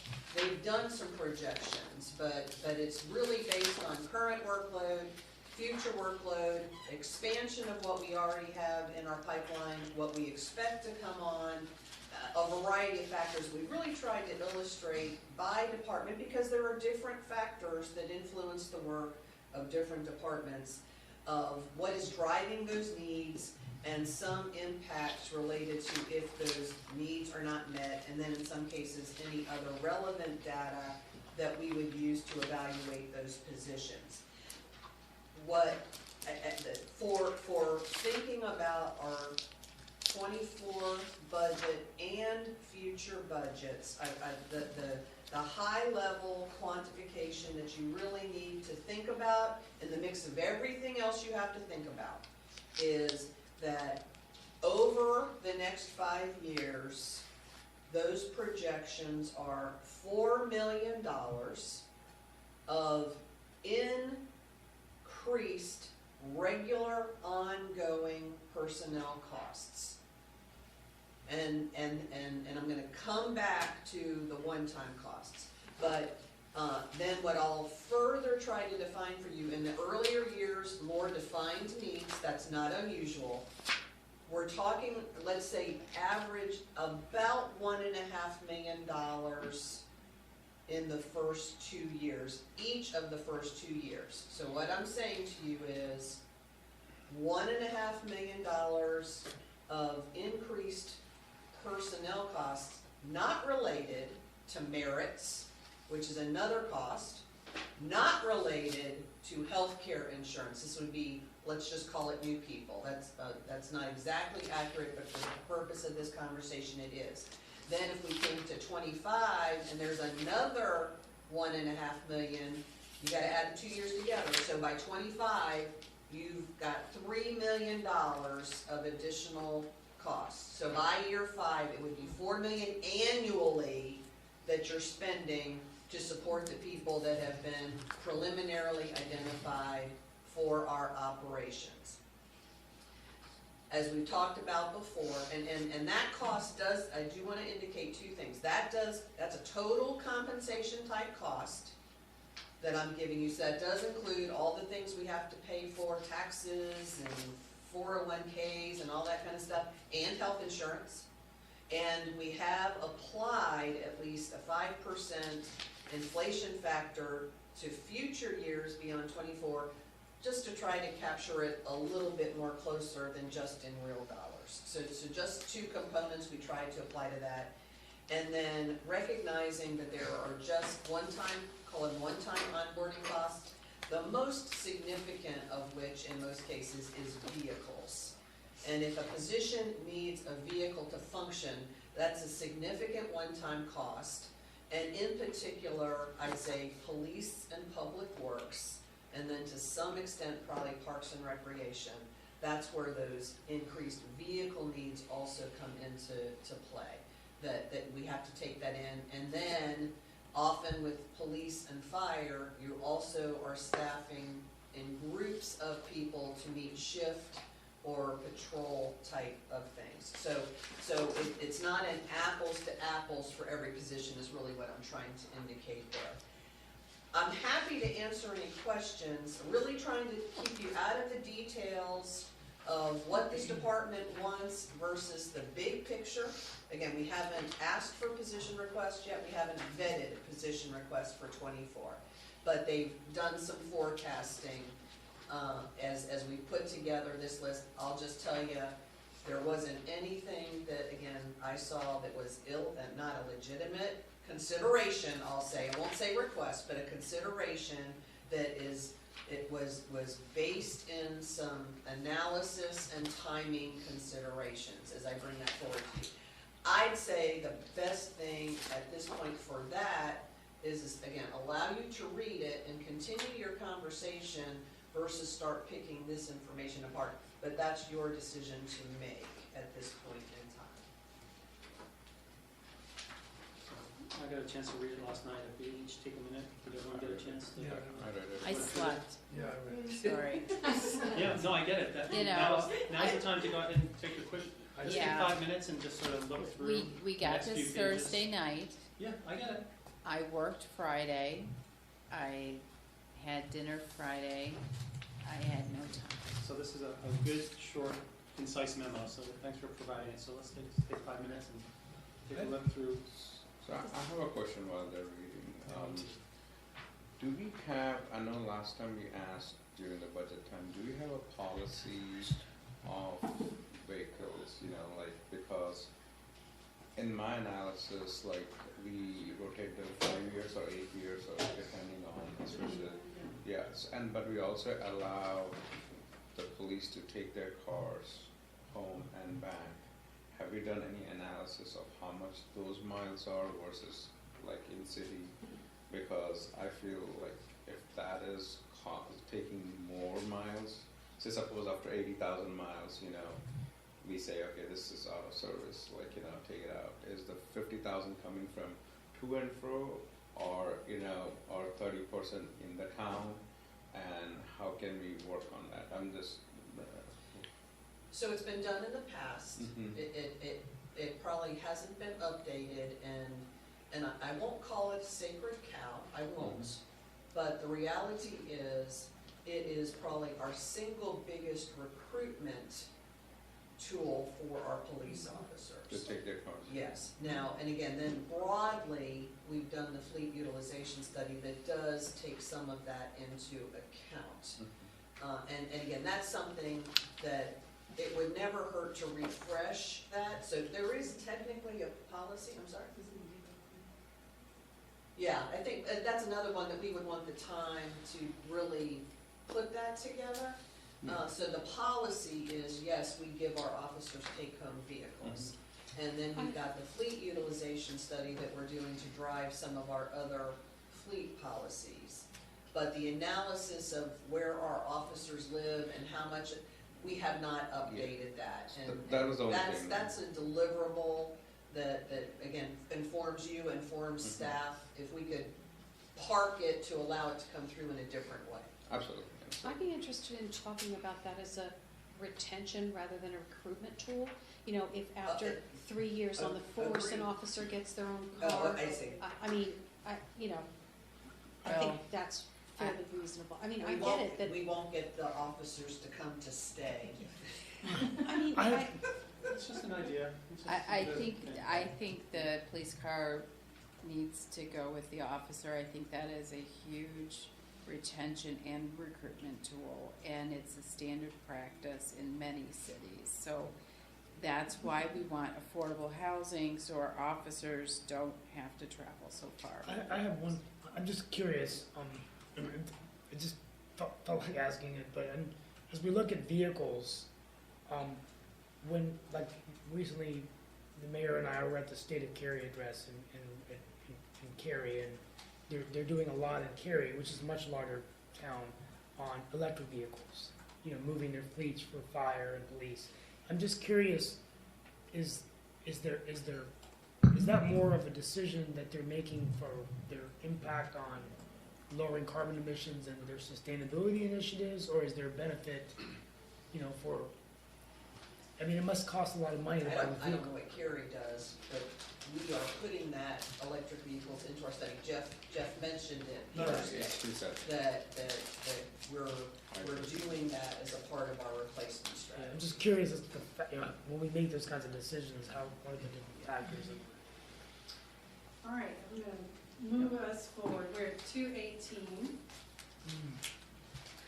So this is me just restating best intentions. This is where I'm gonna turn over to do some council discussion, and I'm gonna give just a few prompt questions here. And it's just in hopes of sort of jump-starting your process. It doesn't mean you have to answer every single one of them, but it's just to get you to think as you're talking with each other. So I'll just go over them real quick. So what core values should be in perspective for staff as the budget is developed? So we're talking about those things already. What does council see as a future new focus area? Again, same thing. How do you see core operations changing and why? Do you see them changing for increasing or expanding, enhancing? Or is there something that needs to change and be reduced or lessened or removed? Not sure that I think that would be the big part of your conversation. But how will needs influence council's position on leveraging resource and capacity tools to meet these needs and interests? This is just me dovetailing, we need to dovetail that conversation into the next session for capacity. So that's just sort of that last one to sort of plant the seed. We gotta talk about that at some point. But I still want you to stay visionary and focus on what are the things that you need to refine from this step forward. So is this for 40 minutes? You decide if 40 minutes is Because I'm enough or looking at the not. agenda trying to decide, do we have 40 minutes? Do we have 30 minutes? We have 40 minutes, I think. About 40 minutes. So I like the core values question. I think we can all talk about that. I think the other questions, we don't have 40 minutes to discuss all this. No, to be these were honest. just to Yeah. plant Yeah. seeds, so which one's resonating and meaning the most to the group? If everybody agrees that might be a place to start, it at least keeps you, or allows you to carry this piece forward. Does that make sense? The second question I think we can cover tomorrow when we talk about economic development, but one role that, a focus area potentially is small business. And what it, not, just in terms of the support of our small businesses. And I know we have a relationship with the chamber, but one thing that I hear a lot is that there's a lot of small businesses out there that aren't members of the chamber, and they feel like, they would love to have a way to interact more with the town. And maybe it's existing staff that we have that can already do that, because I know we have so many other things that we've got to focus on, and it's not really something that I think we can throw in there and say, okay, let's create a position for the sake of creating a position. But I do believe it's a void that exists, and it does really concern me that regardless of all the leadership changes we've had at the chamber, that they're simply not meeting that goal. So And that's just my opinion, but I think that, businesses come to me and say, I don't want to join the chamber, and I don't want, Just a reminder, we have activated small business programming, we have a part-time person, we've Yeah. done a survey, they're developing programs, Michael's got an RFP out for It's the in play. funding. so maybe that's And the you've role. got a report coming on that later in March as well, to give you an update on that. What- I just wanted to what throw I it out. thought- Talking about economic development. That's what I tomorrow. thought you were Yeah. talking about, Yeah, is we'll title economic that. development, which Yeah. is different than small business, because economic development is a service the chamber has been providing that helps us get those new companies coming into our town, so. Yes. And again, building on others is great. So that is your best value for each other. Making sure he's saying economic development, but then he starts talking about small business. So making sure you're all talking about the same thing. That's not a knock on you, but you've got something in your head. It needs to get articulated to your fellow council members what your real interest is. And it may be small business is what Well, you're I saying. guess, yeah, we'll talk about tomorrow. Okay, so as far as this goes with staffing, I would think the projects that we have coming online and the associated staffing needed for those projects should be a priority, one of the priorities. So for instance, we've got these new tennis courts and pickleball court coming at the back of Morrisville Community Park. The staffing, whatever staffing may be related to that, should probably be a priority. Okay. Is that what kind of information you're looking for, as to where to go? Because I look at these, there are a lot of staffing issues. Well, are you looking for, you say core values that should be in the perspective for staff. To me, that read, like my answer would be sustainability, that's a core value. And trees, greenways, that's, Yeah, those things tell us something. Also, things like, again, maintain what we have before you add new stuff is a core value. Or expand programming in this area is a core value. Yes, all of that counts as, but, take care of what we have. So I'm gonna be devil's advocate. If something is not working, we shouldn't just keep it going because we've always done it. So maintaining operations is not just keeping things going. We need to say, is something can stop so new things can emerge. As a project manager, I am constantly trying to keep teams with the understanding of if a project is complete, you can stop. You can, then refresh, I call it releasing energy, as TJ knows, so that you can do other things. So I took a few minutes to look at all these requests, and they sound fantastic.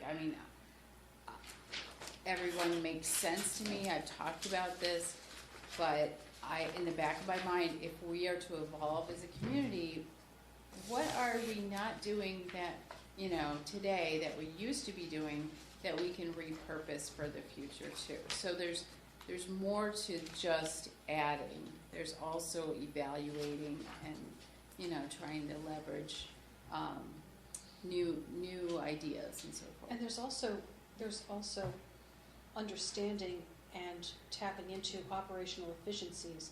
I mean, to Vicky's point, don't, you know, stop when you're done, but also, are there things that we've always done a certain way that aren't sustainable going forward with the staff that we have? I mean, I see a lot of references in the memo to burnout, to, you know, to potential quality impacts. I think those are, it's important that if we need staff to prevent that, then yes, definitely, but I also think that we should look at, what's the root cause of this burnout? Like, does this department still need to be doing this manually? Like, could this be automated? Could this be shifted? Could this be dispensed with, you know? So I think operational efficiencies are also another area. So does that fall under the third bullet about how do you see core operations changing and why? It could, Yes. yeah, very valid. Except I don't. I mean, does anyone else have ideas of how you see core operations changing?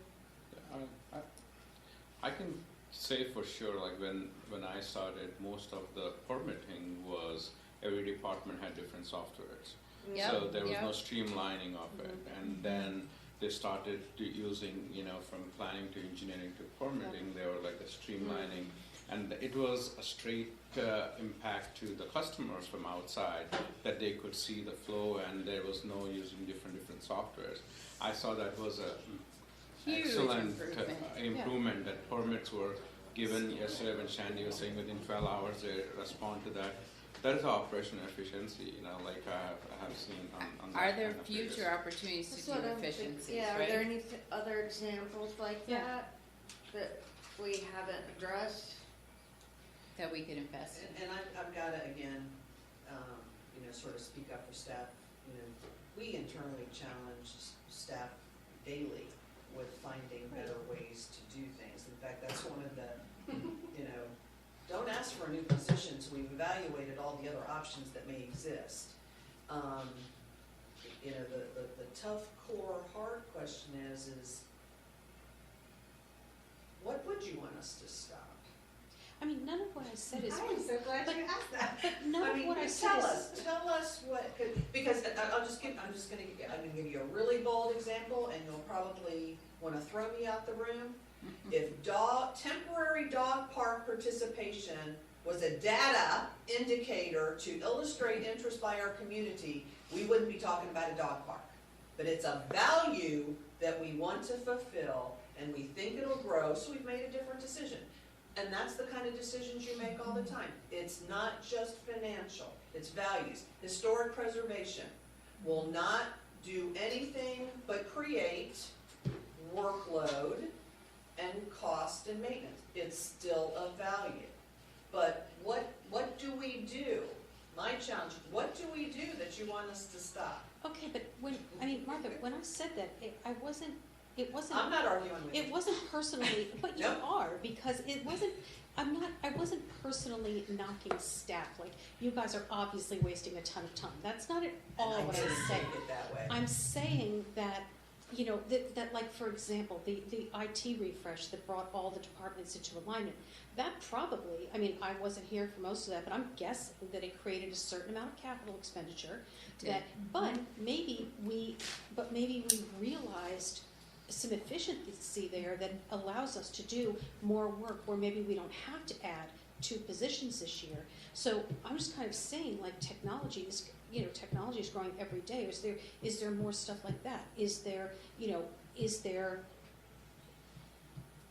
I don't know, like the smart shuttle, you know, should we, is there utilization of every hour of the day? Should we look at, you know, do we need to expand that right now? Should we look at cutting out the routes? I mean, if the dog park needs to be on the table, let's put it on the table. That was just my example. But Smart Shuttle is another great example, because I tell you, your goal of that program was to take cars off the road. You are not doing that with the Smart Shuttle program. Then there's something we need to investigate with it, Yeah. like So maybe how the do you nodes know? or something.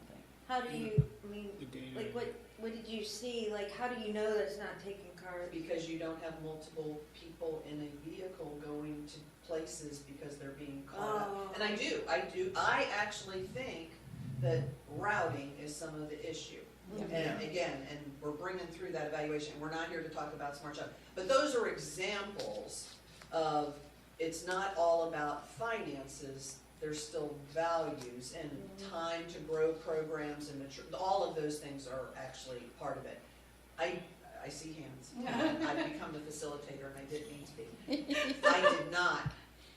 I'm just challenging because it's very hard for staff, once a program exists, to come to you and say, it's not working, you're wasting time, you're wasting money, because one person loves that program. That's just public service. But I think, No, it's just, I think Mayor had his hand up. Steve and I. no, I think one of the things, when I see core operations changing, I think that the staff and departments have evolved tremendously over the last, 11, 12 years I've been here. And I think that and I'm just gonna throw this out there, I think that the structure of our meetings and the expectations we have of staff to present so much, I think is not fair on the staff. And I think that when you look at other towns that are, whether it's Cary or Raleigh, they're much bigger. But like, I'm not an engineer like Donna and Satish. I'm obviously not a planner. I feel like when you guys come to us with decisions, we need to say that's fine. We focus so much on getting updates from you all sometimes of like everything that's going on. And sometimes I feel like, like what we're doing now is so valuable. And then before you know it, we're gonna go back in and it's like, they moved the thing to briefing and vote. But sometimes, that's just my opinion. And what I'm basically trying to say is I think that when I see the core operations changing is reducing our expectations on you providing us information in every council meeting and just basically coming, just like when you have presentations or whatever, administrative reports. I So would that's like to- process, that feels process We to don't me. go over those.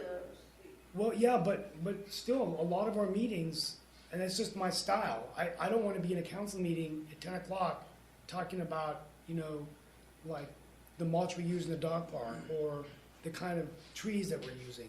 I mean, that's just my personal opinion. I think if we took an hour, and so I see core operations changing in that I don't think that when Martha said, what do you not want us to do? That's what I don't want the staff doing. I don't want the staff coming and talking about a decision that you've already made where I'm telling you then, well, no, I don't like this development because you're not using this type of tree or that type of tree or this kind of brick, or that kind of brick. Now, that's just my opinion. My colleagues may not agree with me. I hear you, so I'll put this back to council.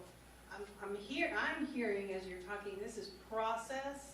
Is this a checkpoint conversation we could Yeah, I guess talk it's something about? in the time, yeah, I mean, So process and, so challenge me, is it different to you? It's So process. putting it back to It's you. process until you talk about the time and the work that's going into putting Okay. together those presentations and those updates. Like, Staff I mean, hours. Okay. if the updates could be, if there are updates that could be automated, if there are metrics that we could get that are automated, I think that, like, I would look at a report that tells me that, 63 people a day use the Smart Shuttle thing and it's up this much from, like, I don't, I think it takes a lot of time. They put a lot of time into both the administrative reports and the regular presentations that we get. I mean, I do that stuff all the time. I know how much time it takes and how I do much work. slides all day. How much work you don't get done because you're making a slide about the Well, work that there's you already did. there's the question, how much are we requiring of you all Right. that is consuming your time that you're not able to focus on all this other Is stuff? this staff? I think Staff. staff, the yeah. staff. Well, then. this is actually for, council, Council misusing staff. council wants to. Yes, thank you. No, but We're not gonna write it that way. How many staff of we're us? actually trying to demonstrate We- good practice by starting with ourselves. And So, thank you, because we've acknowledged Yes. you have an extraordinarily high level of involvement in every little detail of carrot work feeding. versus giving us a charge, expecting us to That's what deliver, I'm saying. and come back on the alternate when there's a problem or there's an issue. And again, we feed your need, there's no question about that. But you've been the drivers of the need, and so it becomes our standard practice. I don't know, because we haven't tried it, that you'd just be happy with data and metrics, again, without some understanding of the data and metrics. Right, but like effective requirements gathering up front, Mhm. followed by checkpoint or implementation suggestions, followed by Milestones. implementation, followed by metrics. From then on, it's metrics. So is council wanting to establish metrics, or is that staff's role? Metrics of what?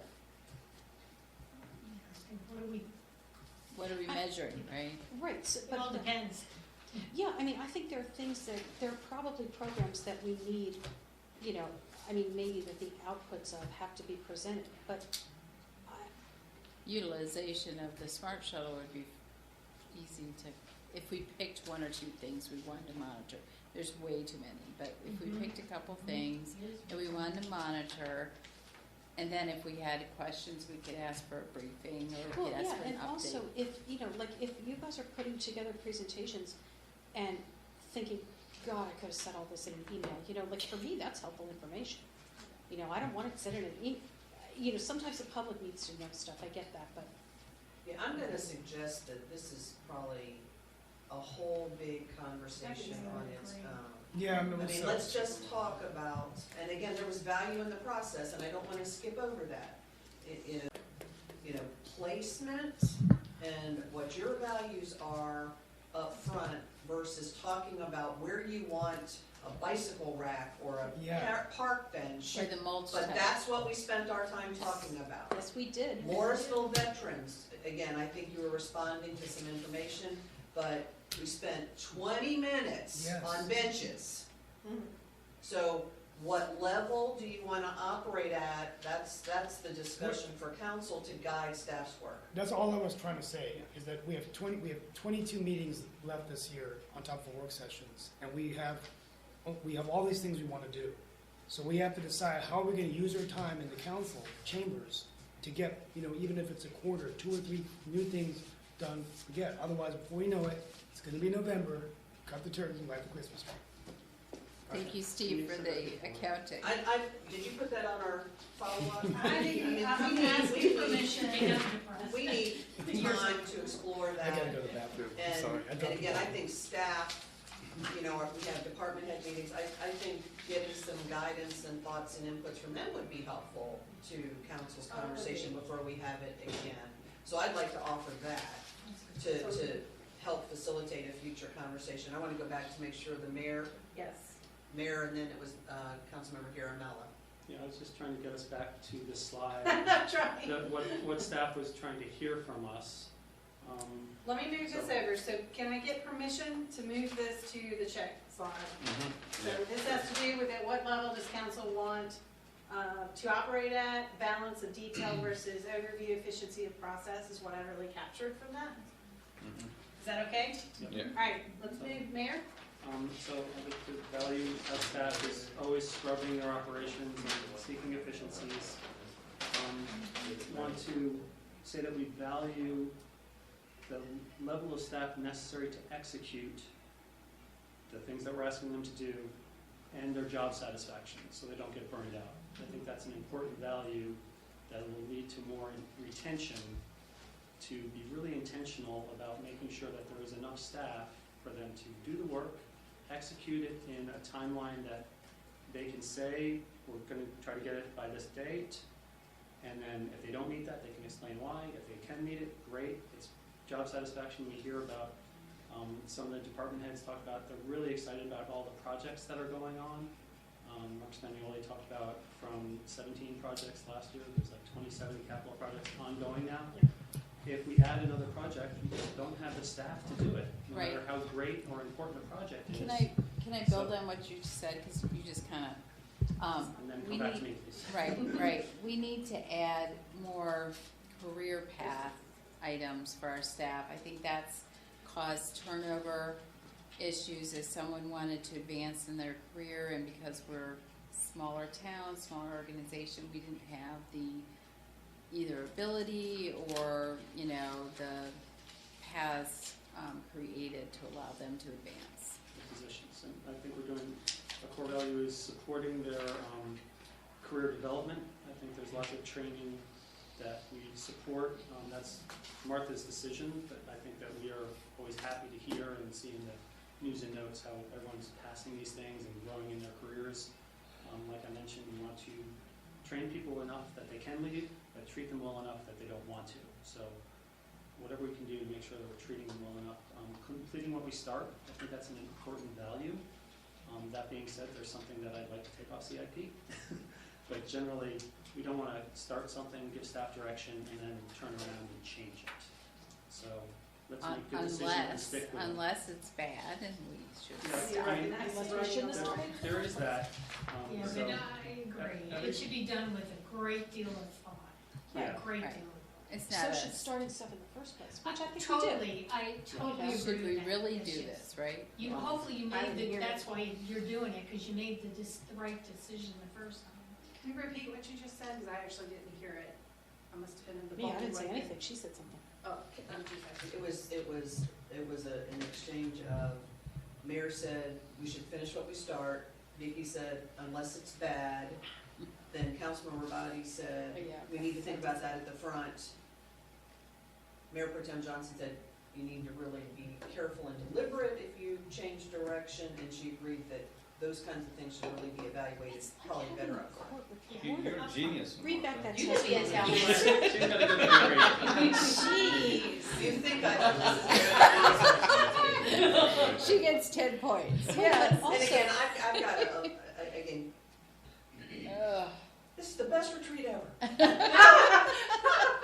But the thing You is, so, are really adding value to decisions we're gonna be bringing back to you. Just So, saying that. when, okay, so. all right, Mayor, did you So, finish? Not quite done.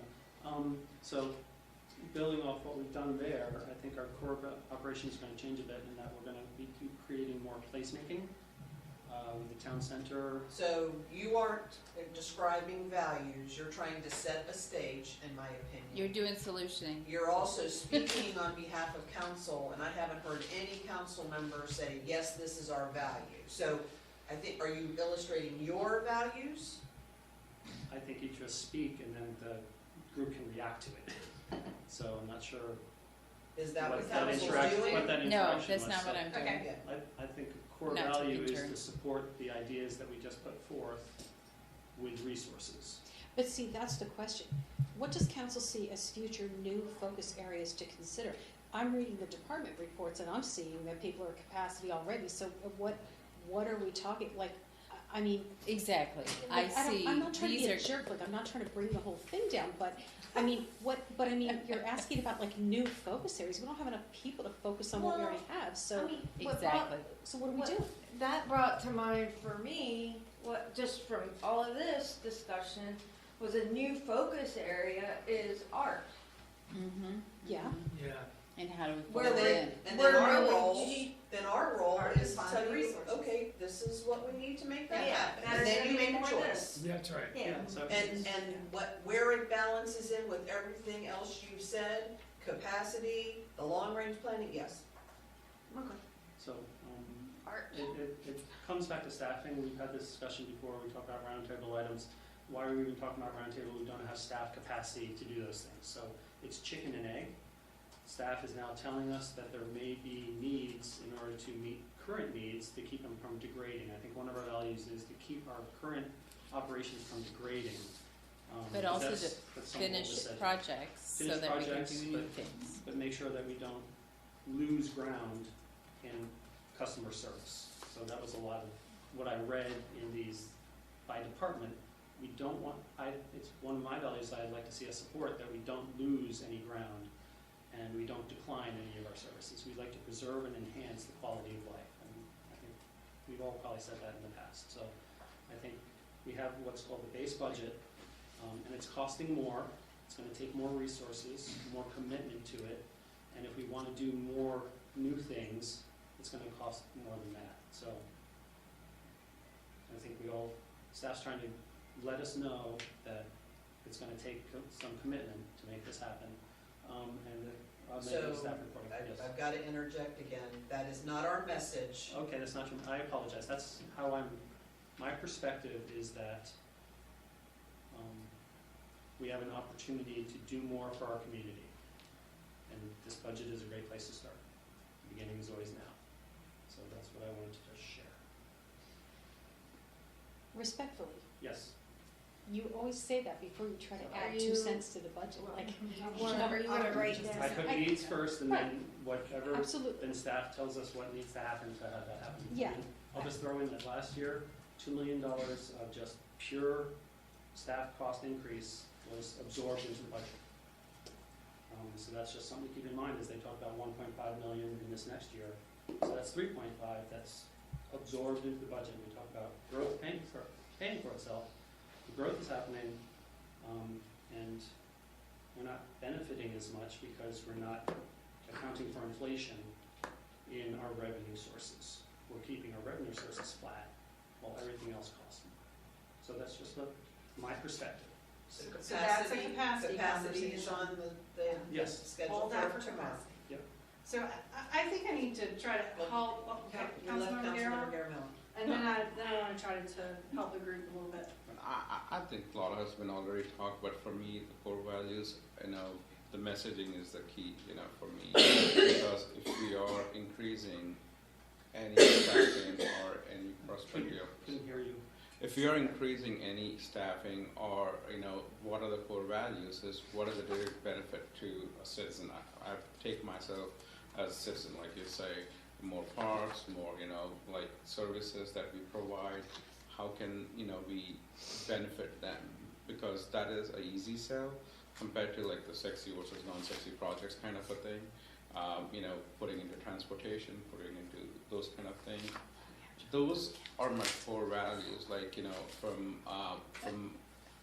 from a point of view of staffing is, like, if we need to increase some programming in parks or something, then that's what the people need and we are flagging. Let's work on that. If it is senior citizen, then let's work on those ones. So let me just check for clarification, it sounds like your core value is spending money on programs that citizens want. Which is like dog park. Yeah. Okay, like is a good example. Because as Martha said, data, it was more of a value that, like, straight benefit that people are getting. We started. They can see and touch. So they can see and touch and feel Very it. public Like facing. we started putting the 2 cents for transportation that helped Airport Boulevard to do it. So those kind of things that we can message. Conversations. Sorry. Well, let me circle that up, because I loved what just happened, is that you were throwing out something that was meaningful to you in terms of benefit to the community. It's got to mean something to the people that we serve. And you jumped on and actually built on his concept and idea of asking a clarifying question.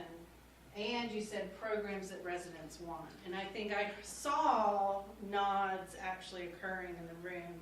What I saw was consensus behind that core value, that's meaningful to the group. So I use that as And then I have to add, okay.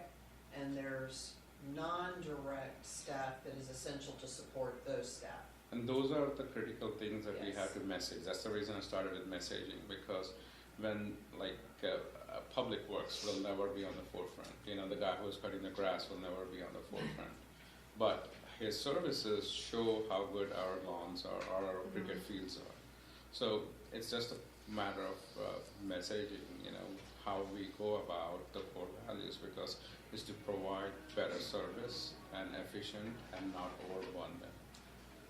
But could a core value, like, okay, you mentioned the cricket fields, and to me, that's a really good example. Like, it's clearly we've put money and time and expertise into making sure that we have a world-class cricket pitch, right? So the cricket pitch, if it needs to be mowed every day, probably that should happen, right? So can we then look around the town and say things like, does every park need to get mowed every day? Could this one get mowed once a week or once every 10 days, so that we can focus, like I think kind of like focusing resources, not just people, but like people, time, equipment, toward flagship projects or even toward core values.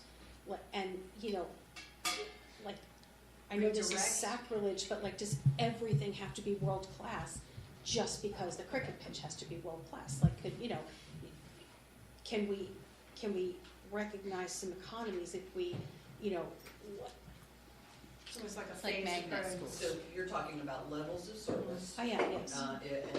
And yes, so because again, you're gonna end up, as you always do, balancing what you want and what we need / have to have with what you have available and what your options are to match those up. That is one of, we've always talked about, you raise revenues, you reduce expenses, or you use your fund balance, and there's real limitations on that component to fill that gap. You're adding another part to the equation is you're willing to alter levels of service in one place to prioritize if you can identify new additional resources for I'm it. throwing it out there as Yes. a potential option. I don't know if I'm like saying Agreed. that's everybody's value, but Agreed. I'm saying, like, you know, is there potential to look at our SLAs? A permit has to be completed in 3 days. Well, does it, or could it be a week? It's beautiful that we do it in 3 days now, that's awesome, but does it make any difference if it's a week? Like, you know, like, I'm just saying, are we maybe imposing strictures on ourselves that are making it difficult for us? And that's, you've circled back really to my sort of challenge question of, what do you want us to not do? That's a hybrid of that kind of answer, is reduce So I- at some level. So I hear you saying that as a possibility, as an idea. What does the rest of council feel about the openness of maybe you redirect existing sources to something else, and maybe not do it this one at the highest level, but this is more meaningful to you? Is that a place that you are open to consider if we were to come up with alternatives or options as we try to align and realize new things? Or is that problematic for others? And have I phrased it correctly? For me only, if I see the list, then I can say that. Right. I said yes, yeah, I would say Yeah. yes. I mean, I think it would be really hard to sit here and say no without having more detail and context, and so yes, open Well, I don't to want to hearing. assume, because somebody might feel strongly the other way, so that's why I'm putting it back. It all depends, right? Well, All right. depends. So are you, so I totally agree. you would want to understand what those Trade-offs. trade-offs are. That's exactly right. And- Everything is a trade-off. And Martha, let's be honest, like, if you feel it's not like, as If you're you right. say that, people don't think you're honest. No, when I say like, if you think, like, in your opinion, or their staff opinion, this program is not really working well and it's draining money and resources, I think bring it, bubble it up to us, so that at least we can make a conscious decision as to, do we Right, take it's it or, informed, you know, right. I think- do something. I think we're not in the day-to-day Yeah, of everything. Exactly. So I think we're relying heavily on you to bring us that and to say, you know what? We don't need to add 3 more positions here. Instead, and I'm making this all up. Instead, we're gonna do something else. We're gonna do X. And I would say, yeah, I want to hear that. I think that's a valid option that we should evaluate. Okay. Another example, not to beat this to death, but another example is like, I don't know what we do in terms of school resource officers, right? But like, do we need a school resource officer full-time in every school, every elementary school in Morrisville? I mean, do we? Maybe we do, maybe we do, I don't know. But, or do we need one 2 hours in the morning to welcome the kids in, and then, then they can go and do something else, stuff like that, like where are the efficiencies? Not that it's not a valuable program, no judgment, just where are the efficiencies?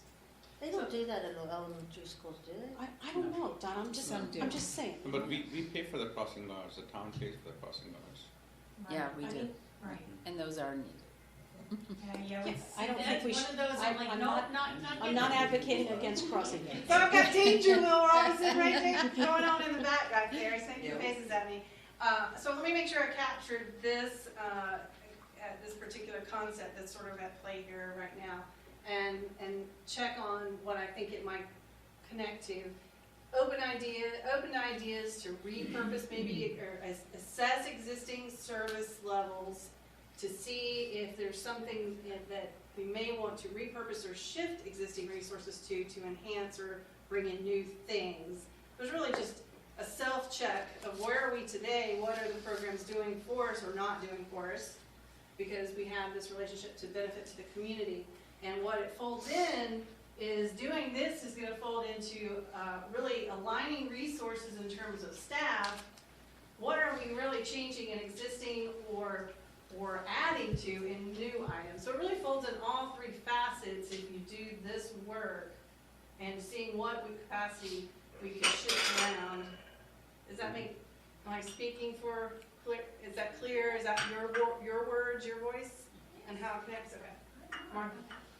I agree, and Okay. again, I think we could spend good, productive 5 more hours today on this topic, I but would vote against that. I do too. Okay. Because again, you need so many components of information that will create your thought patterns on this.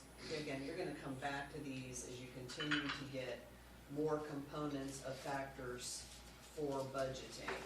That I don't want, and we'll, again, we have some time tomorrow to, you may choose, I'll say, where you want to expand your conversation based on everything that you've gotten, that it's really time for our break and then your CIP discussion. Yeah, I don't think we can fold this in just yet until we understand what this, I think, might be. So It's a good nugget to start with. it is, and it's, but in base budget, so I'm gonna end with this, because Brandon's out flashing all kinds of figures and numbers, and, So what I think I align this to is really what staff does with base budget, is we look at that existing base budget and scrub it. That's really what you're asking us to do, is really effectively look at our levels of service, what we offer the community, and is there something that might not be working as well that maybe the funds really need to go over here? Just like if a department identifies they might have savings and there's a pattern developing in their base budget of savings, the question we ask them, where do you really need those funds? Where do you need to repurpose them? That's sort of the same strategy for me as I hear you all talking. Is we need to do an assessment. What is the level of service? How well is it doing? Is there something we can redirect in the existing budget to bring new things in that might impact whether we move the needle here, or here? Are you gonna capture art? Art. Thank you. Yeah, Jeannie, write art down. I know. Well, that is Jeannie a common, hates art. and I'm trying very hard to pick up on common themes, and she caught me saying that was a common theme for folks. But also was placemaking, which placed above that, but you said no. So I'm trying to understand the new focus areas. I'm sorry, placemaking. Yeah, I the heard- community engagement destination, and that was also one of the things. So are we trying to tie those into core values and supporting them, I think or we'll not? get there. So Okay. right now, because we're at break, Yeah. because this conversation sort of took a turn, but I think an important turn. Poor Judy. You love how I'm spinning it, right? It took a turn, but I think it's an important turn that we need to pause on for a minute. We do have other time that we can go back tomorrow if we need to Yeah, pull yeah, full and that's circle. what That's what I was picking up that from you. I'll want council to really drive our follow-up, which body of information information do you want to explore more in the time you have in retreat, then we know what we need to capture in some other way through our regular meeting schedule. And my last thing is just remember, make sure you're trying to find consensus in the room when you're putting ideas out. So that's why I was trying to really struggle. Am I hearing you all sort of touch and ping on the same things? So just make sure that when she built on what he said, that was sort of a magic moment right there. And then I started looking around the room and there were lots of nods. So if we're not seeing the nods happening or the energy behind an item that somebody puts out, then it might not be a common interest. So take a pause and then ask, is there anything we need to check on that? Is there anybody having consensus on that? If not, we need to move. Oh, yeah. Okay, is that fair? To keep us in the creative space, in the brainstorming space? Okay. So now we're going to take a break, and we'll come back in 15 minutes. Did somebody have Advil? I was like, I did. I gotta get this word done. Erin, can I have I some? gotta get this word done. What does that say about our retreat? I was just gonna say the same. Okay, we're back in session for the final session of this Saturday part of the retreat. And it is Capital Investment Program Major Update. And I'd like to turn it over to our Fiscal Recovery Officer, Michael James. All right, thank you, Mary, and congratulations, you made it to the final item of the day. You know, it's been And it's gonna be the most fun. exactly, More The nods. Depending on your best, definition of the fun. best of the day. exactly.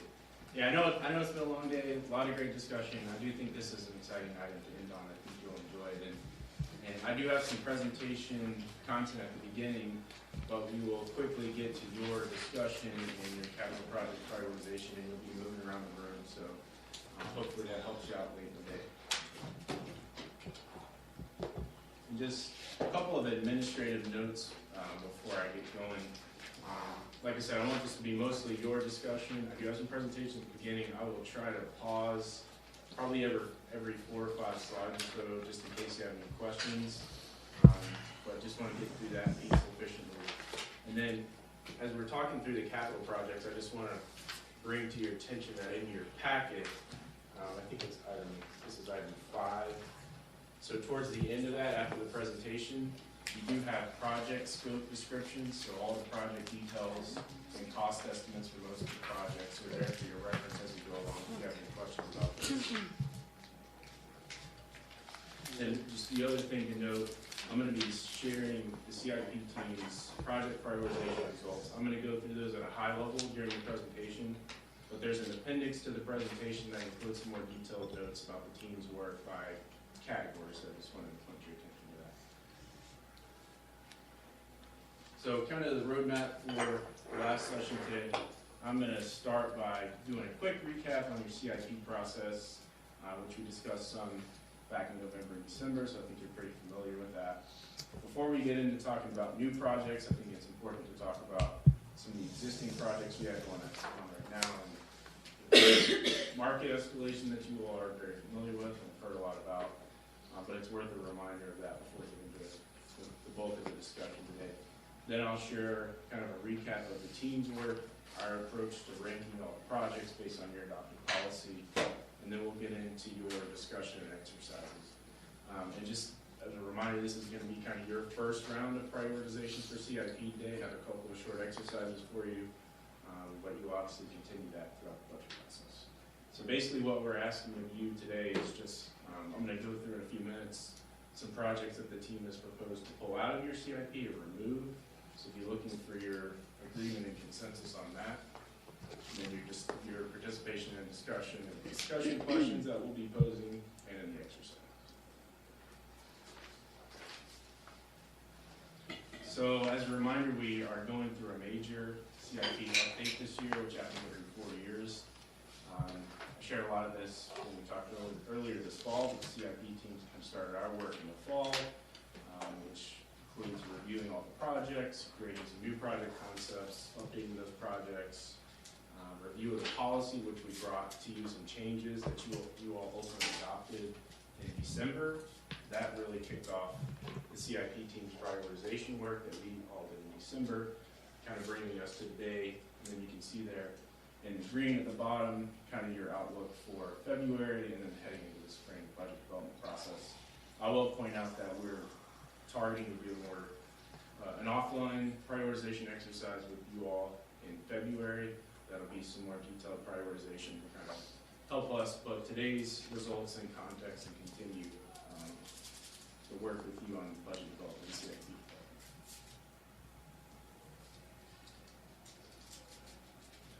So I just referenced the market escalation a few minutes ago. I know you're all really familiar with this. You've heard a lot about it even on Thursday night in the department presentations. But I did feel like it was helpful to put some numbers to market escalation, specifically looking at non-residential construction, which is the type of things that really impact our capital projects. And so, what you hear a lot about in the news is CPI, but I thought it was helpful to just share some other indices that the Associated General Contractors of America compile, and just give you a really good idea and some detail on just how staggering some of those numbers are. So that's November of 21 to November of 22 this year. So I didn't want to spend too much time on that, but I thought it was helpful to really put some of the project costs that you've seen in context.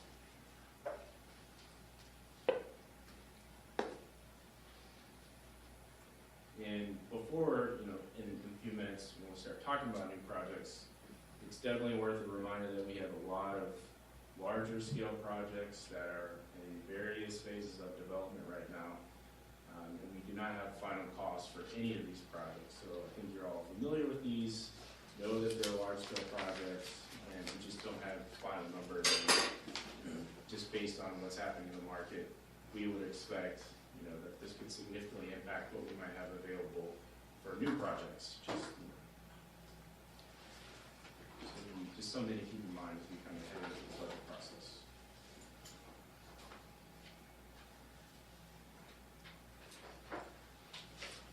So I think this was referenced earlier, at least one of the reserves. I know you all are kind of committed to some reserve fundings, really intended to build up reserves over time, kind of as a long-range planning tool and a way to allocate resources for you for bigger projects over time. So those are just kind of a reminder of what you've kind of dedicated here. And next I'm going to start talking about the CIP team and all of our work, but I guess I'll pause here. Just any questions at this point, or we good to just keep going on? I have a question, but I'll ask it last. It's more to do with the slide that you showed about the consumer index. Okay. So you're going to hold up? Okay. So this is your internal staff CIP team that is established in the CIP policy that you all have and updated in December. I think you're all generally familiar with this cast of characters. They come and see you a lot at council meetings. But just, I think it's worth a reminder of all the work that they've done over the past few months, and I just want to recognize them and say how much I appreciate all of their time and their expertise. They're really, as you can kind of see looking across the top, they're represent a lot of different parts of our organization, but they all work across the organization, have a really broad organization-wide perspective, and really take an objective look at our projects and objectively evaluate those. And they take your project evaluation criteria and apply that to bring you the rankings and the insights that we'll be sharing with you today. And then, of course, we work with the senior management team that you're very familiar with and here today on our process. So, just really grateful for the team and all of their work. And just some context as we start to talk about projects, I just want to be clear about the projects that we looked at, and then the things that may be more helpful, things that we did not look at, in case you're wondering where things are as you start looking at the project list. So everything that was in the CIP and in the fiscal year 24 to 27 window, so of course 23, we kind of assume that's been funded, you make decisions about those projects. So generally speaking, those are not included, the 23 projects not included, but 24 to 27 we looked at, Then things that are outside of the CIP, kind of that unfunded list that you've seen before, we took a look at all of those. We also worked to do some preliminary project scope development for new project concepts that kind of emerged since the last update.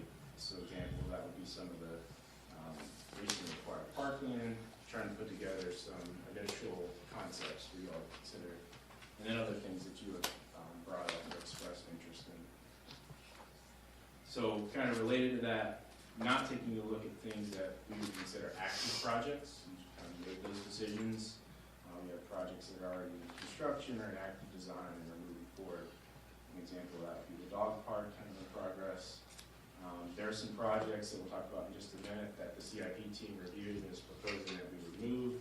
So we didn't evaluate and rank those projects. We did review those projects, but they're not in our ranking, so you won't see those.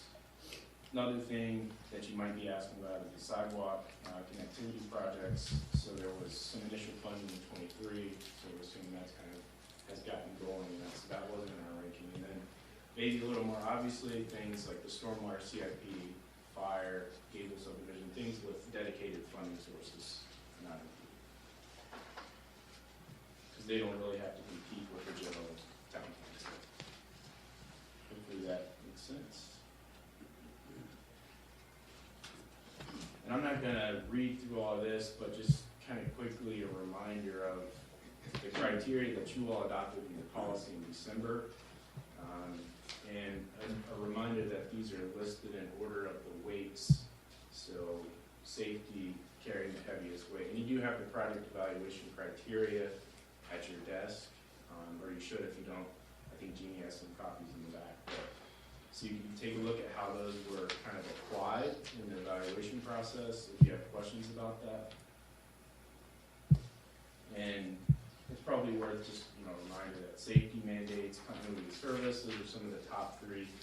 And just with this having the heavier weights, they didn't impact the scoring, which we'll talk about. Here's the other five.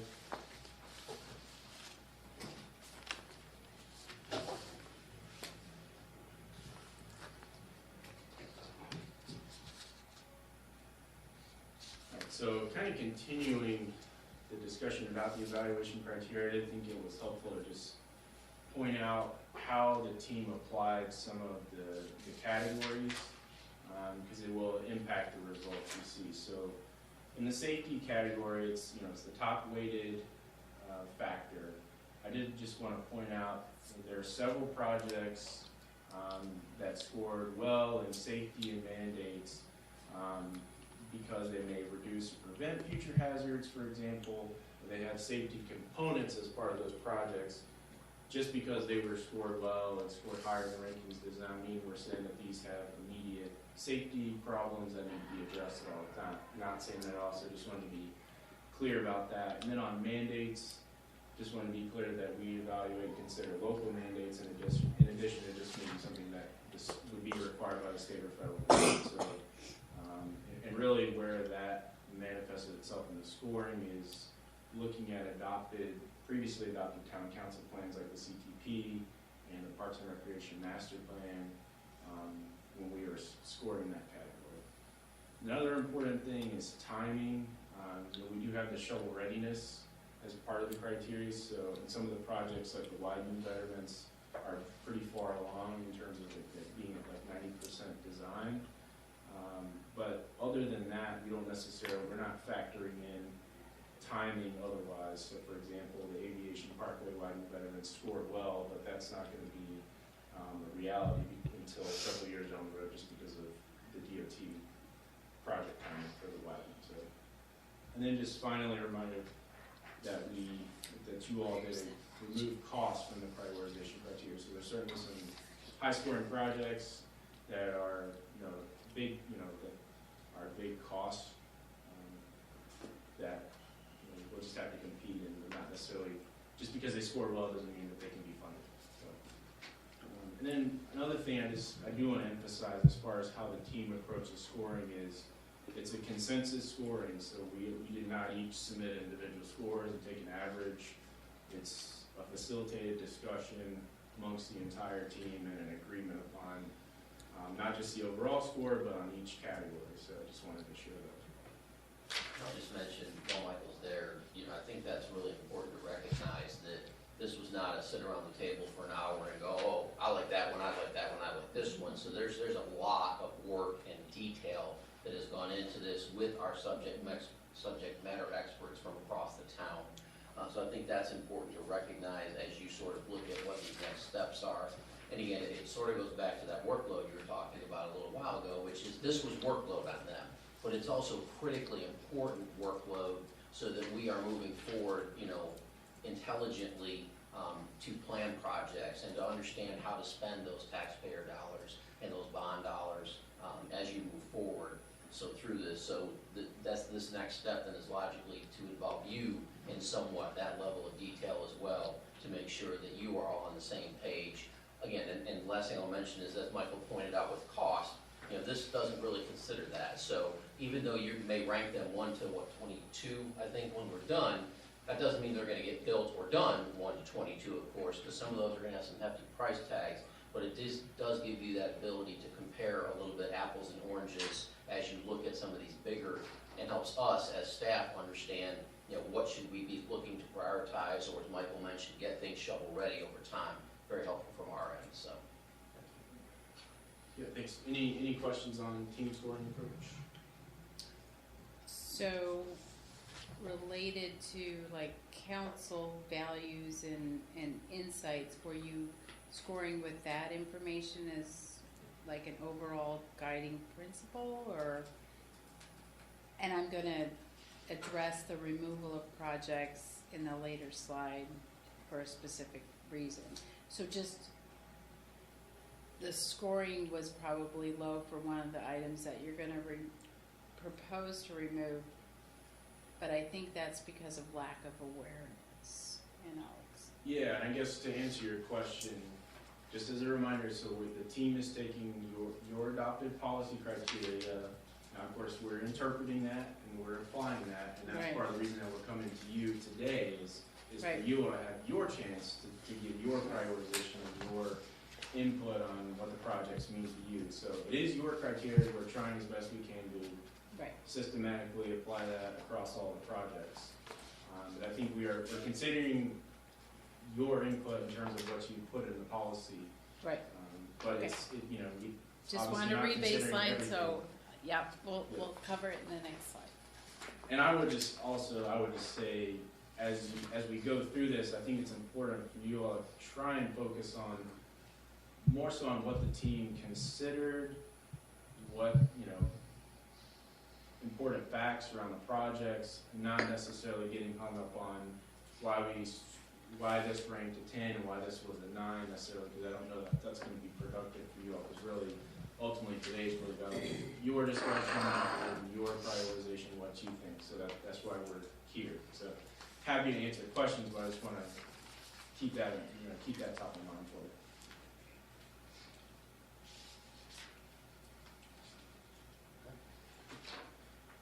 So as I said before, kind of at this point, before we get into the projects that we did score, we're looking for you, and I'll kind of run through these on the projects that we are proposing to pull out of the CIP for different reasons. As I go through, just be kind of thinking about that at the bottom. So before we kind of move on, just looking for your consensus on removing these projects. So Town Center Parking Deck, I think, is probably fairly obvious to you all. That's really going to be captured in our Town Center Phase 1. That's not really anticipated to be a direct town responsibility under the DSA that's being developed, so that's why that one is proposed for removal. Town Green is not really going away, it's just that we have combined Town Green with a larger Town Center Phase 1 project concept that includes not just the Town Green, but the plazas and some associated infrastructure for the roads, utilities, things like that. So just want to be clear that that's not going away. We're just proposing to remove that particular concept as an individual item. Similar with the multi-purpose center, that was actually just merged with the recreation and multi-purpose project center concept. So again, not going away, just folded into another project. Crabtree Creek Greenway South Loop. So With the adopted CTP in 2019, this project no longer aligns with that. It's not calling for the extension there, so, and there is additional note here is that there is an existing sidewalk connection on one side of Crabtree Crossing now, so I just want to be clear about that. Town Hall Drive extension, or you may have seen this in the past, called Church Street North Bypass. Group proposed removing this, really because, as I understand, at one point there was plans for 540 to connect all the way down to McCrimmon, so the idea was to kind of extend Town Hall Drive to connect to 540. That did not really materialize. Also, a lot of the land is located within RTP for that project, so I think the town will have to negotiate that. And then Page House, primary driver for putting this forward for removal, I guess there's really two things. One, town does not own that, so no site control. And then with some of the additional developments that have happened in that immediate surrounding area, it was really limited what could be done in that area. I think the project was initially proposed maybe in 2012, so obviously a lot has taken place in that surrounding area since then. And then finally, the train depot is proposed for removal, and the idea here is that some of the historic and cultural amenities, which I know you talked about earlier today, could potentially be incorporated into the Pew House project, which you all have a chance to weigh in on, and possibly the Sawmill Creek Greenway amenities, if that's a project that you all want to move forward with. So I guess I'll stop here and just see kind of your opportunity for discussion about these projects. So, thank you for the narrative relating to the projects proposed for removal. I would like to specifically address the Page House and the train depot. Just this morning, we were talking about arts and history and cultural events and so forth, and the Pew House has been kind of pushed aside for several years, and I think we're starting to come into our own of understanding where that is. With the dog park being so proximate, it now kind of gets a little more of a highlight.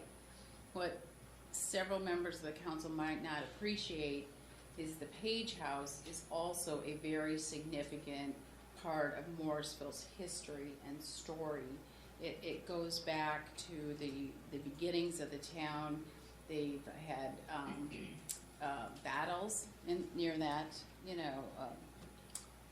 train, because, and Ernest Dollar has done some narratives and writing in his book about the Page House. So Where is it? the Page House is tucked next to the Greenway, right before the overpass. There's a house that says "Do not trespass." It's like It's kind of behind the Pew House. Yeah. If you Okay. go down the road by Right. the Pew House, Oh, okay. further in the back, Right. it's back Right. there. There's Right. a lot of grass right in front It's of a it. beautiful It's a house, nice and it's a lawn. beautiful property. It's a beautiful parcel, and it belongs in our history. It is correct, we do not have site control. It is something that I think we don't want to lose sight of, literally SIGHT versus SITE, because it's something important that we could partner or something in order to retain history. I don't want to remove it. I don't have funding or action recommended to the council, but I think it's significant enough as we look at our art, as we look at the history, we want to have that available to, and visible to the, future council and so forth like that. What's I the, think that's a good idea. what's the status of, I mean, I understand that we don't own it, but Privately is someone owned. privately owned And or living. lived in? Yes, So then. it's a residence. Okay, so then presumably, you're not talking about, if the town was to acquire it, you're not talking about at all the kind of funds that would be required to get the Pew House up and running and usable. I mean, someone's living there now, that means it's like up to code and the bathrooms work and everything. Absolutely. Okay, I'm fine with keeping it on there. Yeah. What's Yeah, the I mean, rubbish? I'm gonna bring a different perspective. This is property we don't own. And so I have a problem or I have a concern with making it a CIP project as if we own it. You know, our other CIP projects are all things we have degrees of control over. And having said all that, you know how much I value the Page House, and I think that is a huge asset to this community, and one day there might be potential that we own it. I maybe would, and I agree we should not lose sight of it, but I would think maybe it falls better under like some kind of a noted under land acquisition. I was just gonna ask that, is it a CIP project if we say that if it becomes available that we wanna purchase it? Like, does that make it a CIP project, or does that make it something else? Well, I think it, I once think, we own it, it becomes a CIP Well, project. sure. But right, without having any control at all over it, I think, I don't know. Did you have that kind of discussion about what to do with it, to not lose sight of it? Because I would agree with that. I don't know that I think we had enough discussion just about what the direction would be with the Pew House. And I'm not sure that with Paige just not having the site control, I think that was sort of maybe a stopping point for the discussion. Not that it's something that we wouldn't, you all can keep on the radar if you want to have stuff. I think from a staff level, I'm not sure that we felt like we could bring forward anything without having site control, but that. May I weigh in just a little Sure. bit Go on ahead. this? So, knowing the relationship the town probably has with the person that owns the property, I think there's viability in the future. I can't say 100%. You never know when something happens to someone, how a property transitions to another person in the family, they could view it differently. So I'm gonna say that with some personal experience behind that. What I would say is that the property, because we do not have a span of control over it, does it really belong in your prioritization exercise? And I like the idea of the land acquisition thought, that avenue. I don't know how you feel about that, Michael, but that was a really good idea that we could think about a little bit more. My concern is putting it on your prioritization list, knowing that you don't have span of control. And if that one got above the Pew House, that you do have span of control, I tend to worry about that a little bit. so, But is there a happy compromise? Right, To right. still not, I appreciate the value of not losing sight of that particular Right. home Do we- because of its do historical we have to move relevance. it to a different policy? Can we incorporate it in town center future land acquisitions? Yeah, I Is mean, it part of that's, the town center area? It's Not- not. well, Town it's- center. So let me throw this out, I'm sorry to interrupt. No, So- it's so all I'm right. gonna- I'm going to the policy right now. So we have a land acquisition policy that does say that it's important, and it does actually encompass history as being a part of some relevance to land acquisition. Can it be an agreement that it's not a removed item, but not a prioritized item today? And let Michael and I put it in so, an unfunded category Or that you- doesn't compete right now with other things. so maybe you could pause on that one, but, I mean, ultimately, it sounds to me that it could be a transfer from one of these lists, CIP, to land acquisition, or so, future land acquisition, But so, wouldn't it already be covered under the land acquisition No. policy if one of the tenets of how we acquire land is that historical importance is a factor, then doesn't that cover it? we're more focused on the town center at this point Sure. and parkland, so it would not be, So I think if we beef up the wording under land acquisition, I think that would be a really good place to, again, not lose sight of it. Right. Because I do think that's important. Okay, so, but wait a second, are we like rattling us one item, but I do wanna ask a question.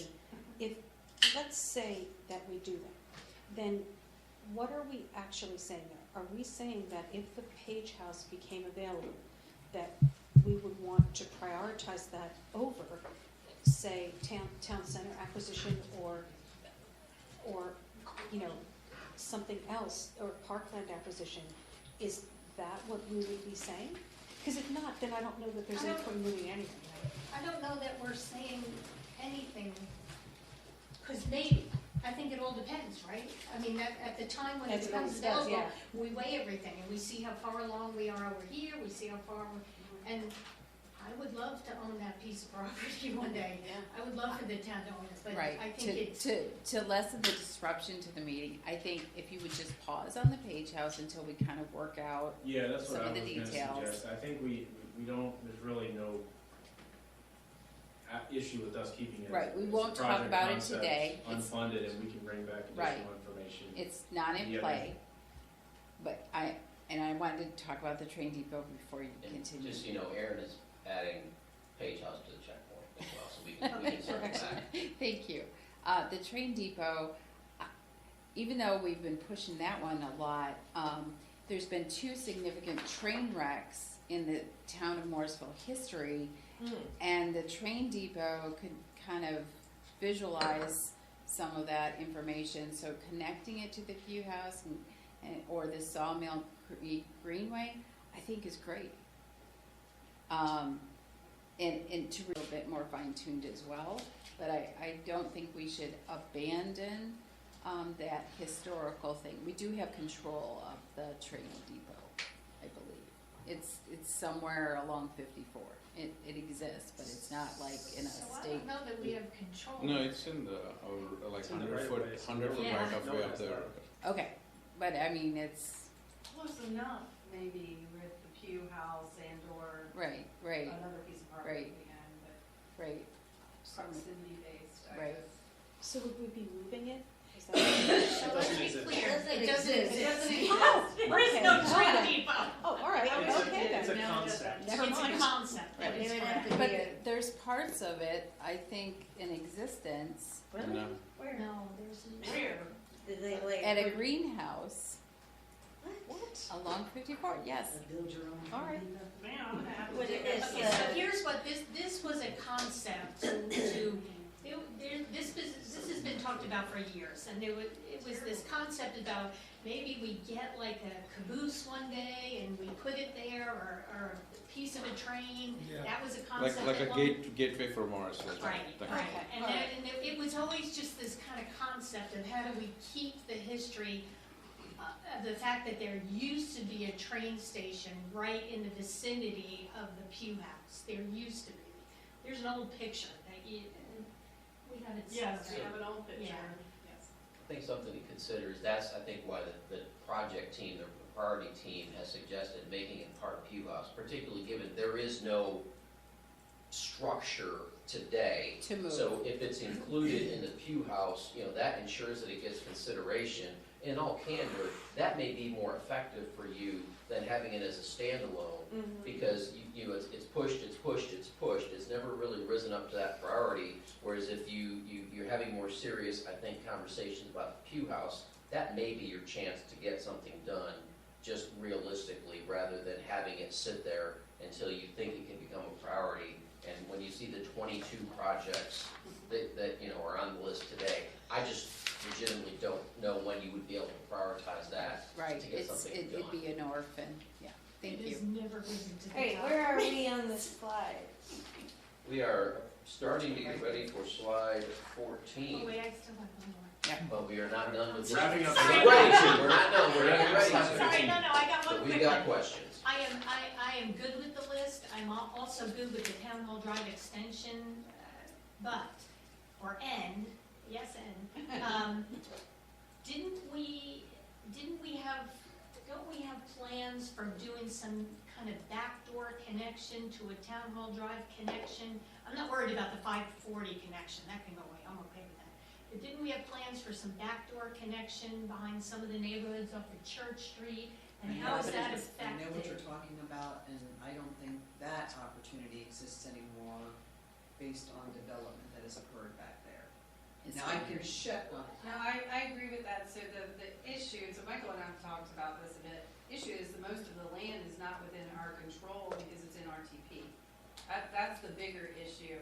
Now, there were 2 neighborhoods that were anticipated way back when it was, the Triangle Expressway coming through, but that all has shifted with now it really going across to Davis and it being something different. So the level of need to Morrisville has changed, and the timing of it has moved further out for that need. That's and the impact that we do not have that land control is the other issue. So it's not off the radar, it's something that could come back on the radar in the future. It was linked to that expressway, which again is, Totally get that part. I just don't wanna lose sight of if there's any potential to keep a back door, a back entrance. Because there were two neighborhoods, there were both the names of neighborhoods. I think Providence Place was one and the other one was, Mason Farm. Shiloh. not Shiloh. Shiloh. Grove? Yeah, Shiloh Grove. You're right. I think back in there somewhere. I mean, there are even signs back there that say future roadway connection. So Oh, really? I want to make sure, well, they used to be, hopefully Yeah. there's still, the signs could be from. Because we didn't design. I want to make sure that if there's access any potential, I mean, because that would help with traffic flow in that whole area of town, and that was the whole idea. So points. It's a good catch, Liz.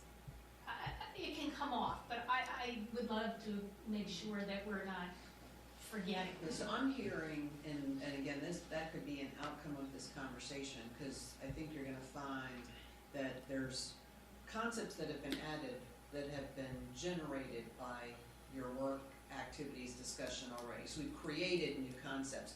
It almost sounds like with some of these, there's now this additional CIP category of future visionary things for things that we don't have in our control, is almost what it's, wish list kind of stuff, or I call it strategic. we can always work that word in. And everything we do. I think Michael will get you to that other unidentified category as well. Okay, all right. So the first two ones, right, like I know you can remove it, but is it going to come as a one ticket item of how much we gotta pay?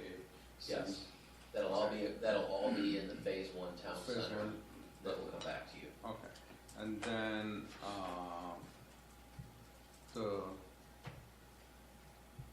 so you said that the town hall extension, and that's has been already set in stone that it will come and cut to Davis Drive?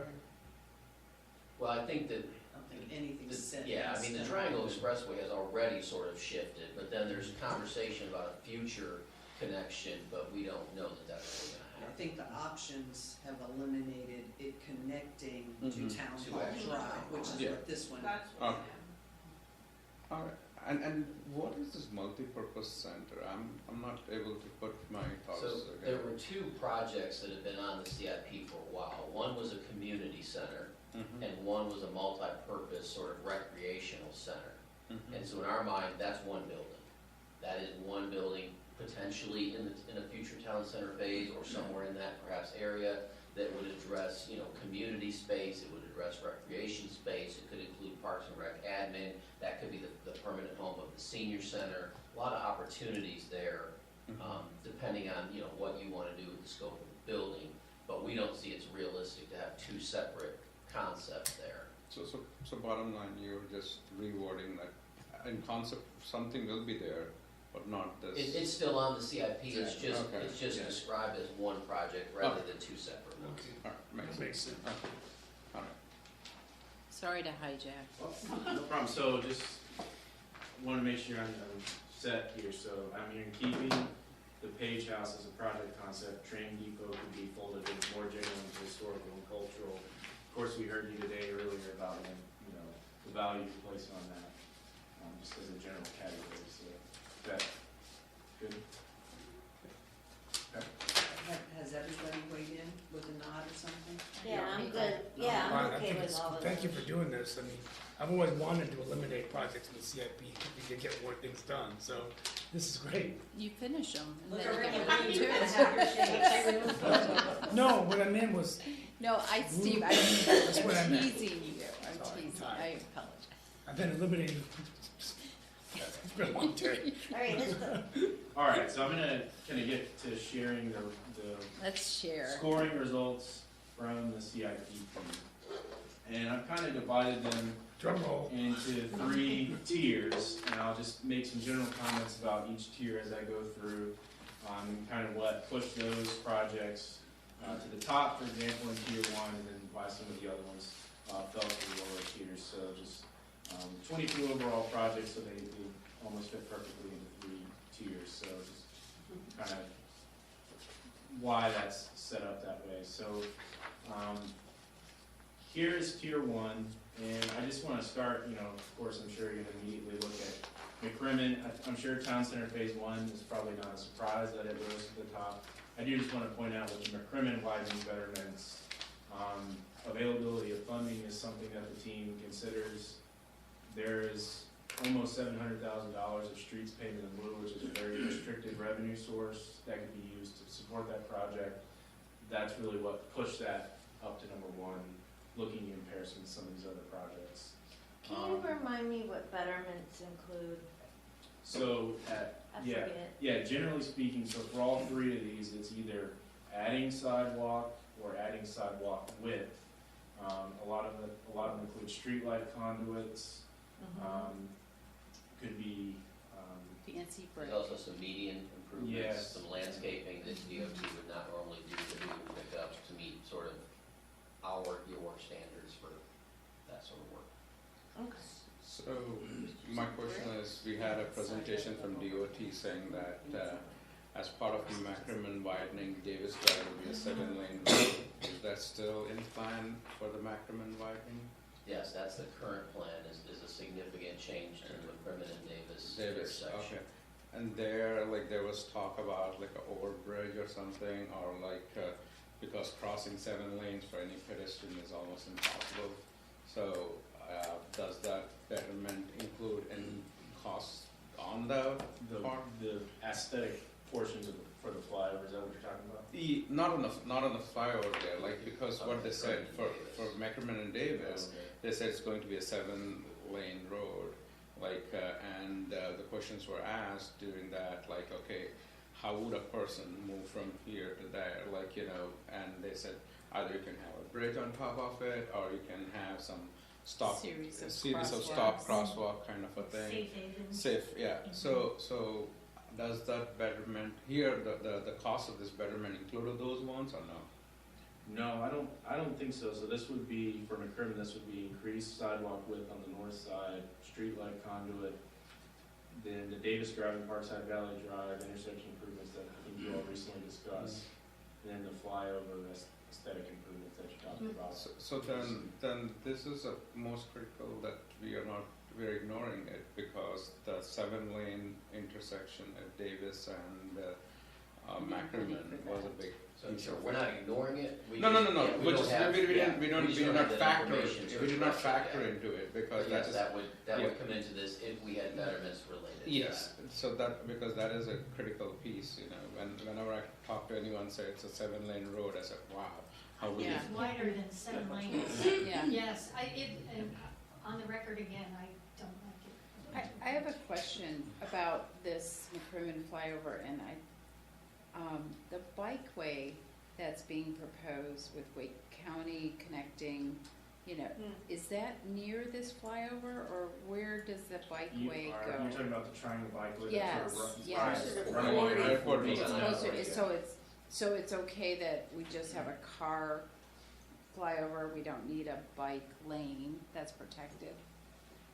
Are you talking now about McCrimmon, or excuse me, about McCrimmon and Church, or it's gonna be 54? I was just wondering if this is near the bikeway, the flyover for McCrimmon, and it doesn't seem So, like it is, right? Couple things. One, this, to be clear, this is not the flyover per se. This is more related to the other end of the project. I The don't under- believe the paint, But Danielle, the presented yeah, the other The pretty bricks, the That's sidewalk, right, the presentation, you have trees not and stuff. seen all of Correct. that. So the But actual but flyover the itself. bikeway is north of that. The Okay, bikeway is really okay. parallel to 40. Okay.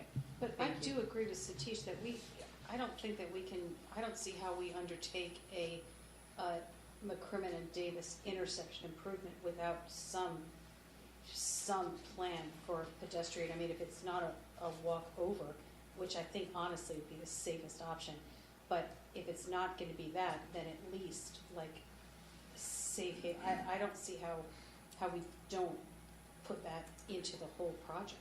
I don't disagree with that. Okay. I think what we're showing you now is what we know today, with the understanding there could be, additional things to come to that. But keep it in mind, this is also just about how these projects have scored for today. So not that we don't want to answer questions about them, but we want to make sure we're really focused on what are your priorities of the concept of that project, as opposed to in the weeds of what the project will necessarily be. Unless you have questions we haven't addressed as far as what it is. Well, this isn't the widening itself, this is just the Just the sidewalks and the betterments lights and the associated. stuff. Correct. Okay, yes.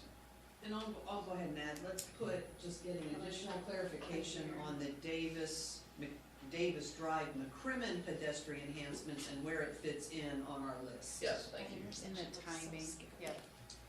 And timing, yes, that's accurate. It's set up on the traffic circles and they're not that bad. Yeah, no. All right, yeah, so I'm just wrapping up, I guess, on this section.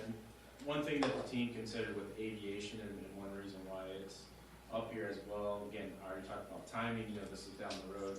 It did score well just with the additional, so you're adding a new sidewalk, and ultimately, when that's finished, there will be connectivity with the sidewalk all the way to Lake Crabtree County Park. So, one of the things that we look at is asset improvement.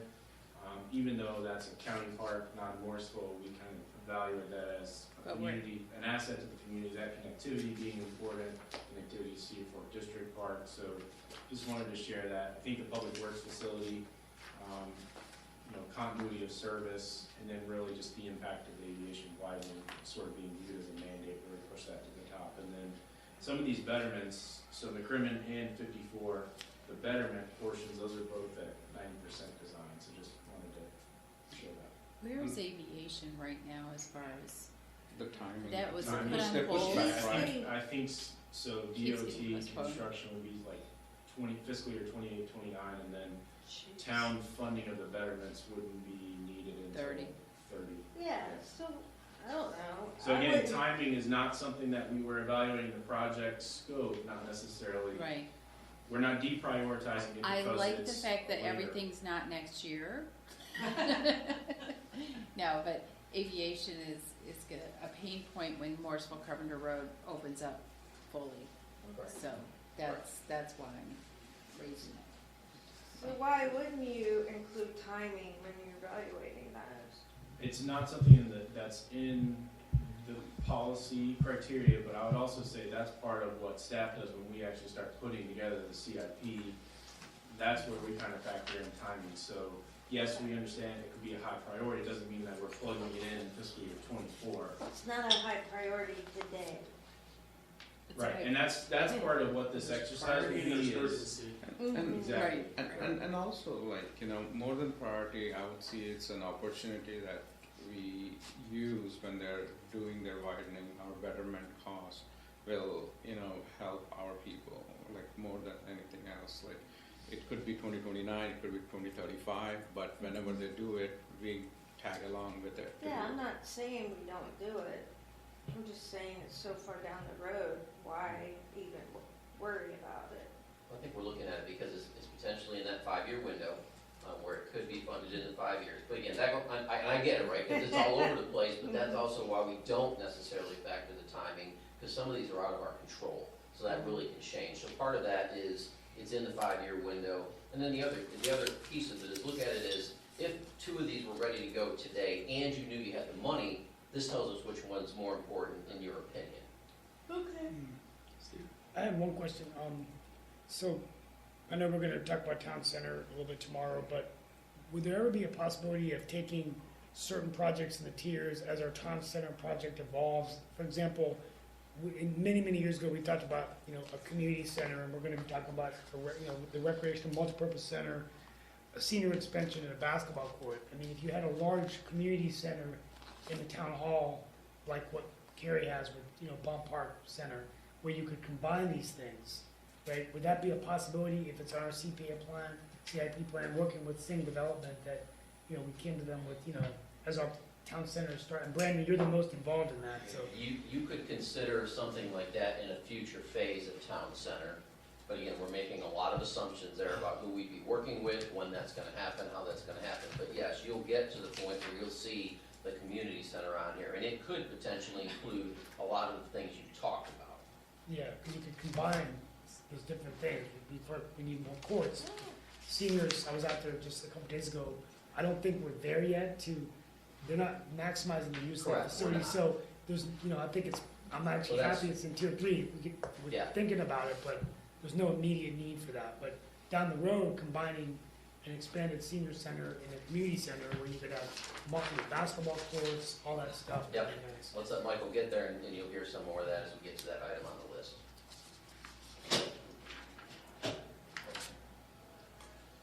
All right. Anything else you have for tiers? Anything else? Ready for tier 2? Yes. Sorry, I jumped ahead. So I think, pretty obviously, just looking at this list, you'll see a lot of parks, recreation, greenway projects, and really,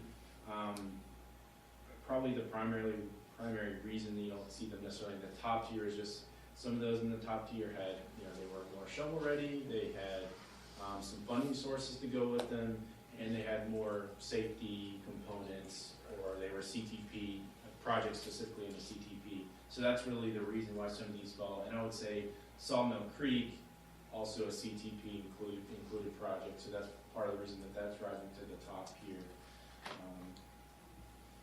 But I just kind of wanted to explain why maybe you expected to see some of these others, why they didn't make it. Well, I look at this list and I see a lot of potential for grants. We've been successful as a town of obtaining grant money for park projects, and these might rise to the top if we're able to secure a grant that will accelerate the implementation. But having design would significantly increase the potential to get a grant. Yeah, Exactly. and honestly, that's Which why. we don't have, at this point, we would have to put money there. That's why the prioritization today really helps us know what's your priority on this list, what do we need to move forward with and start looking at design so that it gets closer to great point. something that's grant ready. So this is my question initially I wanted to ask was you showed the index, like the cost index and everything that has gone up like 20% almost. My fear is, say, like Sawmill Greenway is like 5 million, okay, and we get a 500,000 grant, and like our original estimates, and now it has gone up by 20%. So we are pushed into the corner to complete that within a certain time frame with a higher cost. Is that worth it, or is it better to, because looking at, like some people are saying, in 2 years the cost will come down, and then target the projects which are in a reachable hand, or just because we are headstrong, do it now with 25 to 30% more cost of the project. That is one thing we have to decide too, because that raises the entire, the supply chain market, the lumber, and everything is so expensive right now. So if we can factor that, that will help us to save our dollars, to stretch farther. Finance money. Well, I think that's, I think that's, part of what your philosophical influence is on these rankings, so I think, Michael's giving you sort of the criteria that they use, but you're exactly right, when the time comes, and then that time is shortly as you start thinking about these, as you can take that into consideration as you prioritize projects. Yeah, I was based on her comments when, grants are there, because there is a caveat, when you get a grant, you have to finish it.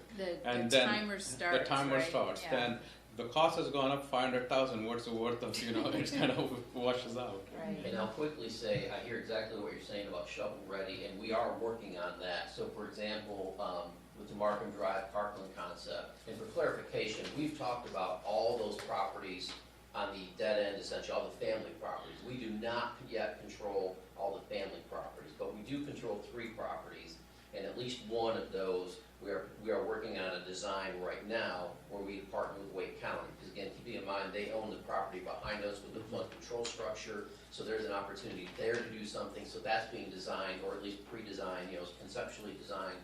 We've got a meeting coming up in the next couple of weeks to look at that. So we're working on that, and, you know, again, we'll also begin sooner than later talking about some more specifics of what the wake tech, or we gotta figure out what we're gonna call that, but that Parkland concept, and how quickly, or how quickly could it be activated, how quickly do you wanna activate it, those sort of things. So I hear you exactly, and we are working on some of that. So there are 6 parks, recreation, and greenway projects on this list. At what point is it more cost effective to bring expertise in-house that could design these things? Like because we go out for a fairly expensive design contract on each of these, and and it's not that we're gonna stop doing park designs. So I mean, at what point do you think it would be cost effective to bring that in-house? So I think you need to keep in mind that we're doing a lot of projects now, but, that's potentially a longer term commitment. So we are doing some work in-house that we have the capacity to do. Yeah. The work that's been done recently on the sidewalk and bridge going into Morrisville Community Park was done, that was all done in-house. But again, there are just some of these that are of such a scope that we really need the outside expertise and the time, Yeah. really, to do it. And in many cases, it really doesn't balance out with bringing on staff that we then in turn don't have regular work for. Okay. Because it's a little bit of a niche, right? Yeah. So we've got staff that have got a good wide variety of background in engineering, but it's a niche. Okay, fair enough. And if I could go ahead and add, even a consultant is subcontracting with 4 or 5 other consultants with different expertises on these major projects. So it wouldn't be just bringing one person in-house, it's many, because of the niches of those types of services.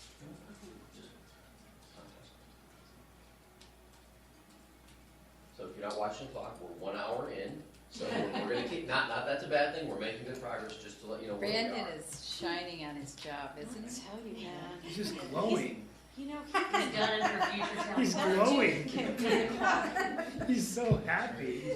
That's the But, training. I think I'm really good. You can read a clock, that's how you Alright, shine. let's Follow go. me. All right, anything more on this slide? This is great. The prior side, you good? No, on you 3? called time, so I'm moving on. All right, moving on, sorry, we're on 3. Go team, go, come Go, Yeah, go, so, go. yeah, just a couple of quick notes about the things that kind of fell to the bottom. I think in some cases, so trying with Bikeway as an example, which we were just talking about, with some of these, I think the team recognized big opportunities. Maybe the scope is not really just based on where we're at this point. It's harder for us based on the criteria to score them as high as we scored some of the other projects, because we're looking at, service demand, or we're looking at other factors that are just kind of unknown based on where the projects are at this point in time. So I would say an example of that's trying with Bikeway, just don't necessarily know what the specific town responsibilities would be associated with that, don't know what the financial commitment would be, don't know what our maintenance ongoing cost would be. That's another thing we look at, is sort of as we add capital projects, what's the operating impact to us. So those are some of the things that, not to say those are not important projects, but they just fell towards the bottom for some of those reasons. Did want to point out, just with some of the other parks and recreation projects, senior center expansion, basketball court, and senior center especially, just looking at, the team looked at some of the program participation data, so that's just simply looking at available slots against participation.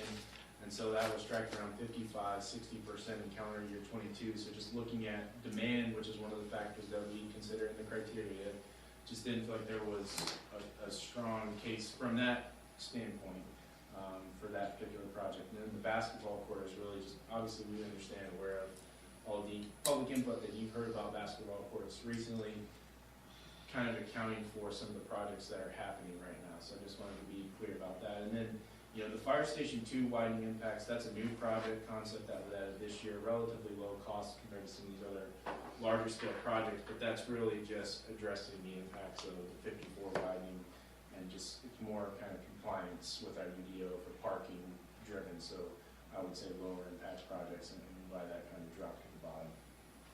So why is turning a bikeway on there?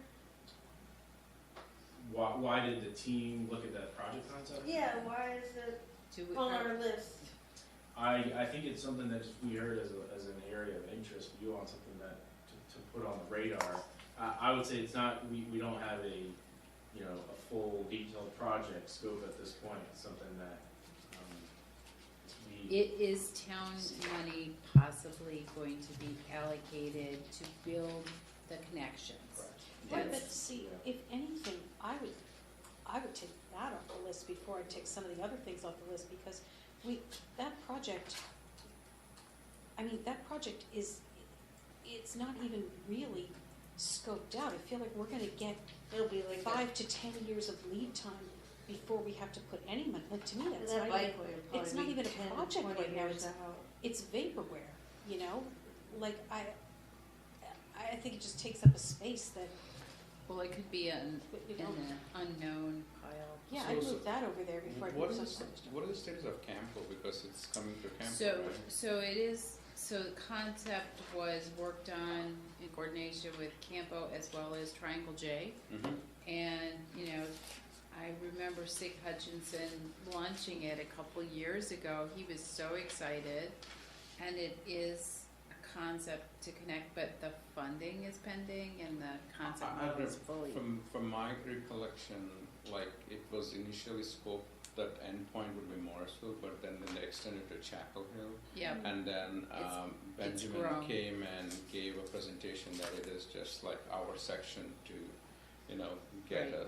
to connect into our green mid, yeah. But this is in your news and notes, so let me get to it.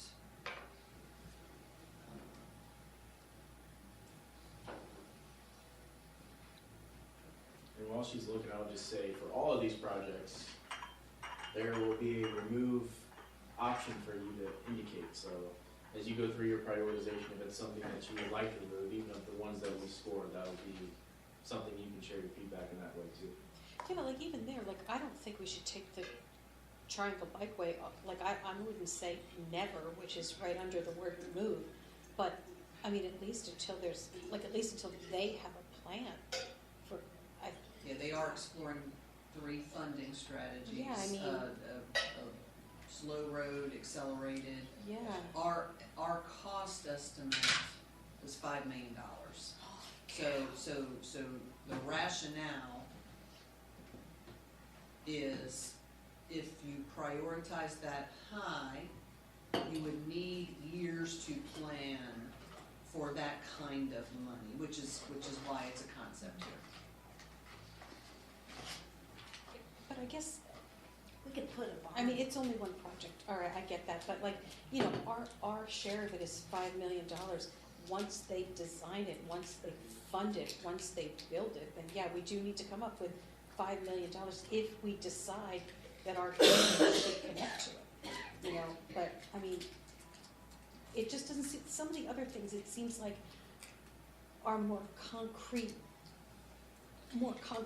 asks where we do need to start setting aside money, you know, public works Yeah, facility. like, why is Triangle Bikeway higher than the Pew House?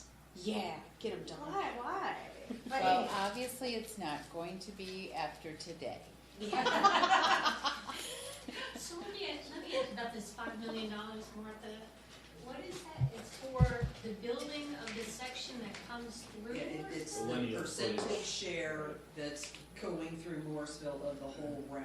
And if we don't ante up our share, But you're it not gonna doesn't- build it to connect to Chapel Hill? but it doesn't come through Morrisville. It does. It does. It does. Very little It bit does. does actually. It comes through along Air- the airport. interstate. Airport Boulevard. Yeah, it Oh, is, okay. it is. Yeah. On Airport Boulevard, or Aviation Parkway. It's future talks, I mean, it's kind of like Okay. 286, our So, yeah, I think smaller it's- share. Yeah, it's on there because it's a project that you've discussed, that you've at least expressed some interest in learning more about. I won't say necessarily supporting, but learning more about. And then again, we talk a lot about connectivity to the region, so I think that's part of the reason that it's on there. And again, within 5 years, you could know more about what the expectation may be. So again, it's not prioritized high, but it's on there because it could be a discussion certainly within the next 5 years. And there could be an access point in Morrisville to that. And then add on is council did a resolution of Yeah. support for this Support, project. Yeah. exactly. I would also just encourage council to remember the the policy Michael referenced and the categories for scoring, and those sort of top three, the safety, the mandates, and those types of things. And that's what weighed into the CIP team and their discussion in ranking projects. So when you're thinking, well, how did this rank higher and this rank lower, just flash back to those prioritization criteria in that policy, and that's what guided the team, and that may help you have a little more perspective. Yeah, and I would just say we don't need to get too hung up on it, but on the Q house, for example, you told us generally that you're interested in getting it up to a non-residential use. What is that use? And part of the reason, so even though the Triangle Bikeway is very early in concept, we actually know what the ad would be with the Triangle Bikeway, other than just getting Q house up to a non-residential use. We don't know, is it office space, is it a museum, is it, so I think that's probably one reason, but again, they're very close, they could have been tied score-wise, honestly, it just, you know, they're very small difference between those, so. Any other, go ahead. Yeah, just to, obviously, we have to prioritize. You've got to have a list, and that's fine. But things can change, and opportunities can become available. And just because something is ranked number 17 doesn't mean it may happen next year. Because some funding source may come out of somewhere. Did you read my next Yeah, slide? go to your next slide. Oh, sorry. No, that's a great segue. Good segue. I didn't read my notes, like, You slept too. I did sleep. No, that's a great segue. So we're on the same page. I could just share something about the 22 that we're talking about. Thank you for putting all this through the filter and everything. I just want to, more philosophical, the land in Morrisville is becoming scarce. So if we don't prioritize acquisition for parkland and town center, if we don't do it soon, it'll be never, because there'll be nothing left. So that's just something to think about, that I would put any kind of land acquisition as a tier 1, just to keep at front of mind, and that doesn't fit into the criteria that we did, but just from our perspective, it's a resource that's disappearing quickly. So that's something where opportunities may come, but we may have to be more aggressive in creating those opportunities. Don't disagree, and again, that's part of why we're here today, right, Yeah, is to have that sort of influence, and then with that, as you collectively, with us, better define what that looks like, that score will increase. The fact that right now it's sort of a bucket with not a clear intended consequence or clear intended result is part of why it's not scored higher. Understood. I just want to share that with my colleagues. Well, thank you. I actually like that, TJ. I always like to be the devil's advocate with your comments, but I think that you have hit it correctly related to land acquisition.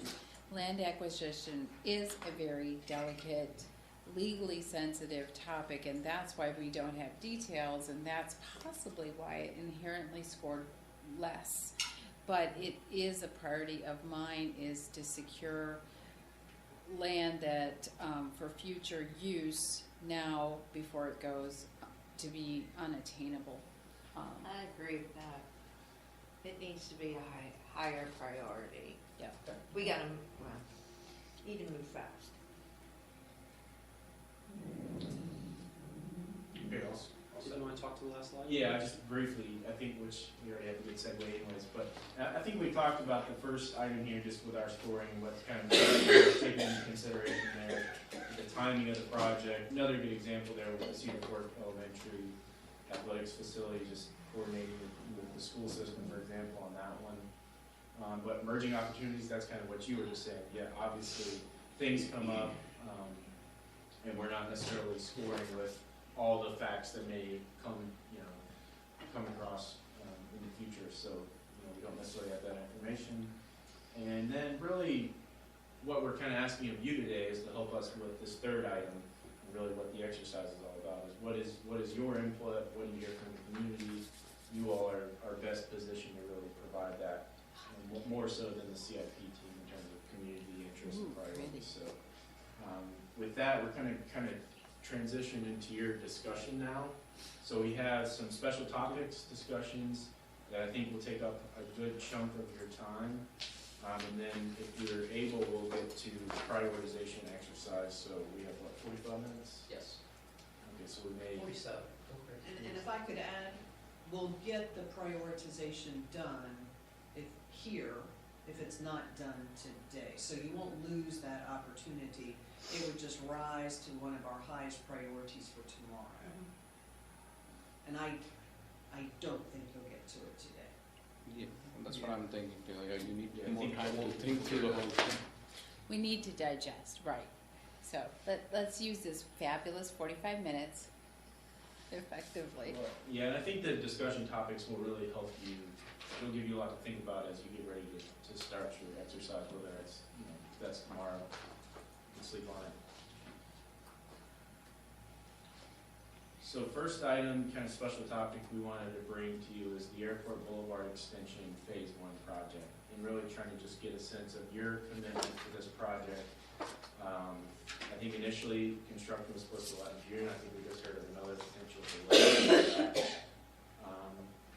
We talked about the market conditions, so construction costs for this project are likely to exceed the previous estimates.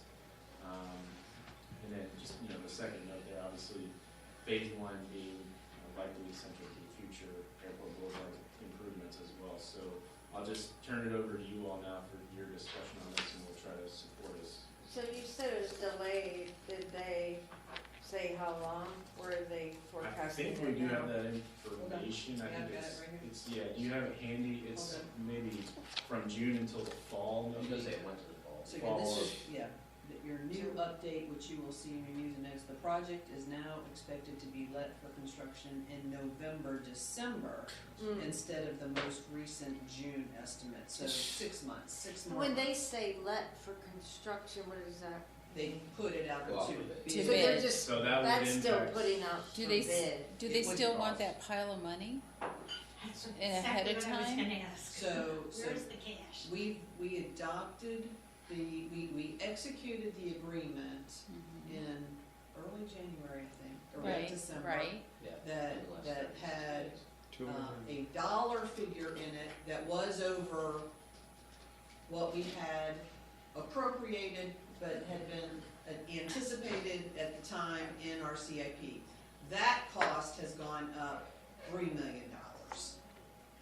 And again, the anticipated strategy is a 50-50 match with Campo, so our share of that would be 1.5. But that $3 million escalation is still just an estimate. Right, and it's January, and you've got 10 months. Mhm. Yeah, and that's just, But did we submit a prepayment yet towards the project? That was, Has the money out the door. right. That's the question. I know we agreed to it, Yeah. so I would have to check to make sure that it got paid Yeah. to them. Because now it seems it could be longer until that money is actually spent and, the DOT has our And money. that was exactly And that's my what we were comments afraid at of. the time. that And one of Why the- should they have our money? And then one of the things we also have to remember is, even if you would say, no, we're done, money that has been spent in design and right-of-way and stuff, we would not get back, nor would we get back whatever they had put towards the project. There would be some kind of accounting, so it wouldn't be just a return of that money, because there's been. And I'm not work asking about the okay. return of the money. What I don't like is prepaying and not having a designated start. Yes. Or a push, Who push, said that push. it's gonna be pushed again? yeah, but they're gonna Based keep, on their history. I've spoken and to their- the secretary about that, and what he's told me is that, it's not fair. I mean, I complain myself, but they're gonna take as much as they can, because their revenues keep going down. And Well, I'm telling And, you, and it's I'm gonna not get, trying to solve the state of North Carolina's Yeah. revenue generation, but challenge. it's not gonna change it. but it's hurting towns across the state. I So know. anyways, rabbit hole. So this is one of the topics we talked about at the breakfast, at the legislative breakfast with Yeah. our state elected officials. So- And we talked about this, spending the money, or So- giving over money. So your question is, I wanna make sure we answer your special topic question. We would like the project to start, yes. I continue to be committed, it's really important for our long-term strategy of reducing congestion. When McCrimmon's flyover happens, that's gonna be a game changer, and I think we're really gonna see a difference, and making sure that we're ready to do the same thing at airport, I think is gonna be imperative as the area continues to grow. Agreed. Although the sticker shock is tragic. My question is like, And the does the delays. council remain committed to the project? And I'm hearing that the money is already given to them. So that would be a yes. So that would be a yes. Leave it alone. Unless we wanna just So- throw it away. But the question I have is like, okay, that section is critical, but it is more critical when the flyover comes over airport. There's no committed date for that, right? So, Correct. so just to clarify Councilman Caramello's comment and then add one on, this is what we're saying would be essential Yes. to that future flyover ever happening. Right, this So is that's the just that pre- clarification. This is the prequel. And a decision for council, a decision to remain committed to this project is not irrevocable. It is to help plan your future CIP plan. You could always, again, change your mind at some point, but it's just more where we're gonna be able to program your resources. So yes, the money has been paid to NCDOT after council agreed that. No. We have to. Do we have any, like, do we have any legal options in terms of, we gave them money to start the project, they did not start the project, and now the costs have risen and risen and risen, and we're on the hook for that money, like, do we have any legal options there? Can we sue them for to recoup some of the costs of the additional costs that we're gonna incur? Those contracts are all Yeah, crafted to recognize that timelines shift and costs change, very similar to our own projects. yeah, all right. So do we remain committed? Yes. Well, we already, Yes. the money's out the door, so how could we not have? Yeah, Well, we it's don't- a matter of sunk cost, Liz. It's a matter Well, of, you're not getting that money back. Well, no, Trust me. that's called I sunk think it'll be a cost. That's decision sunk. point going forward if there's more Right, money needed. right. So the only downside would be say no now, then it's gone. Right. Well, We wait, can always that's not, decide later to not continue. well, that's not funding. entirely true, because Martha did say that we would recoup some of the Yeah. money that they Yeah. haven't already sunk into If the they keep project. on But spending we're more. agreeing to basically set that money on fire if we just, don't go forward with the project. Okay, well, there I you do go. not like this project. I So- really do so- not like this project. So one question I would ask of I've never- staff, if, today I think we're not really clear on what opportunity cost there is by continuing the project. To me, I think having access through the town as an alternate to McCrimmon and so forth is good, and a prequel to the flyover is good. But if I commit to this project, what am I giving up of the other projects? Totally. I need to understand the opportunity cost of, this. Zero until we commit more money. No, Unless we ask for the there's other money like back 12 right other now. projects Yeah. that if we didn't do this one, we could do 3, that kind of thing, because of the, And I think part of what we needed is your answer that yes, you'd at least like to keep this in the CIP plan, and then that will help Jeannie and the team better come Right. back to you with, okay, maybe here's what is that cost, or here's what might And not that- get done then because we of might rising kind costs. of do another shuffle, but for right Right. now. That, I apologize, that was sort of gonna be my question is, do you want us to put a checkpoint on here, or with this current commitment, what does that get you to? What point does that get you to? What does that obligate you to? I would like to know Is the that- cost of this project because it's so huge. It's not small, it's 5 million plus, isn't it? For, Is that something No. council needs more information on, or is it 3. bigger than that? I don't wanna 3, misunderstand 1.5. the state? 1.5 is our share of it. I thought 1.5 was the That share was just of the the design. That's increase. just the increase. That's the The increase. total project commitment is well beyond that. Yeah, I think it's, Spent over it's $1 million per, already. it's a approaching $6 million. Yeah, Why don't you continue? I'll pull Yeah, up. let's We'll keep see what we going. can find, we can make a Yep, let's- determination Yeah, I if think we we- go there, but we've got Yeah. what we need right for now to continue. I think the next step really is, if I can just jump in, is I'm hearing that you still think that because we've already invested these dollars, that we need to understand what the impact is to other projects. As Brandon said, that's gonna come in the analysis after we get these other priorities that you need, and we get down to analyzing and building the next CIP to be proposed and align those resources. We're gonna better be able to articulate that impact. How is it changing the 5-year window, and what projects is this overage affecting? Because we're using reserves to constantly shift to Airport Boulevard Phase 1, I cost think- escalation. So we can revisit this once we have more financial insight. Yes, I think you've Absolutely. given us what we Okay. need to hear. Because I is think you- I would like to know if it's like a $10 million project or $6 million project. So I just captured Airport Boulevard Extension Phase 1, understand long-range impact to CIP.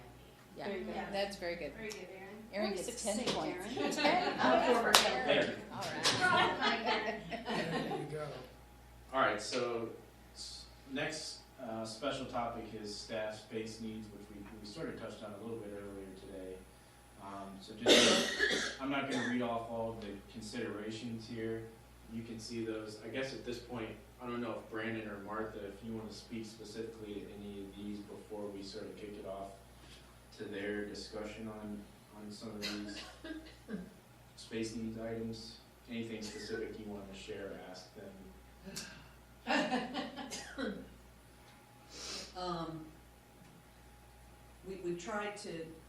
We've tried to illustrate, what our challenges are, and all of the things that have to get considered, sort of, I'll say in the short term, and any direction about providing options.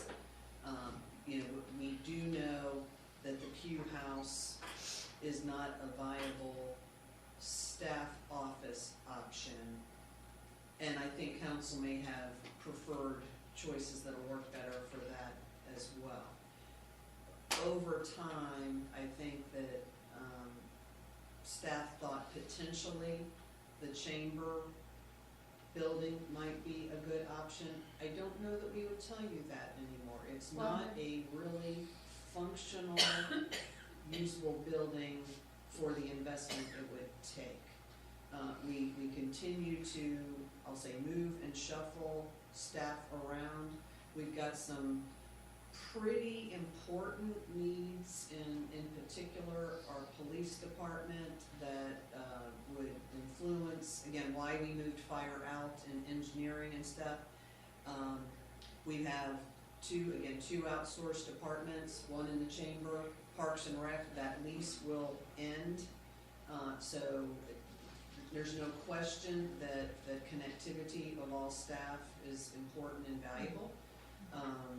So just taking that into consideration, we don't have the luxury of not making some strategic decisions until a future town center building would be considered. There is a long gap in time before when that would occur. So I don't know that I have any options. We're really, before we make investments, and there's really some investments needed, but before we just start making those investments, we wanted to get a sense of what council's ideas about, or what you might think you want us to look at that we may not have considered. That's not even really taking into account future staff needs, and that long-range forecast, while not all of those positions need a place to sit, some will need a place to sit. So just saying that. Brandon, what did I miss that you want to add to the list of challenges we have? No, I think, we're looking at sort of the way that the PSMS building is laid out. Martha's alluded to that as far as, there may be a little bit of efficiency there, particularly given that we moved fire admin back to Old Fire Station 1. But ultimately, we have more needs today to some extent then we can most efficiently accommodate. And as you heard earlier from, you know, the potential staff growth, you know, we are clearly going to need more space. Some of that is imminent, some of that is a little further down the road. I think Martha also alluded to, but it's really important to say that, you know, the concept of just interacting with people on a day-to-day basis in the different departments has tremendous value. And I can tell you that from experience from my prior position, where when I got to go on, there were 4 different buildings. And there were weeks that I didn't see people. And then we built a single station, and it was the best thing that ever happened, because I could make like a loop every day and see 30, 40, 50 people at one time, just from a communication and interaction and, hey, how's your day? Let's talk about something other than what we have to talk about, you know, right now.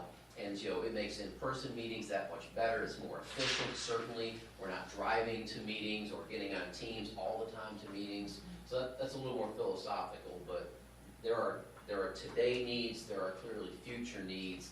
And so I think, as Martha has said, we need to understand, you know, where you potentially are in understanding those and in giving us any guidance as to, you know, perhaps what might that look like from a priority standpoint before we invest more dollars in really what are short-term fixes, maybe some medium-term, but not long-term solutions. My son goes to college next year, so I could put office space in his bedroom.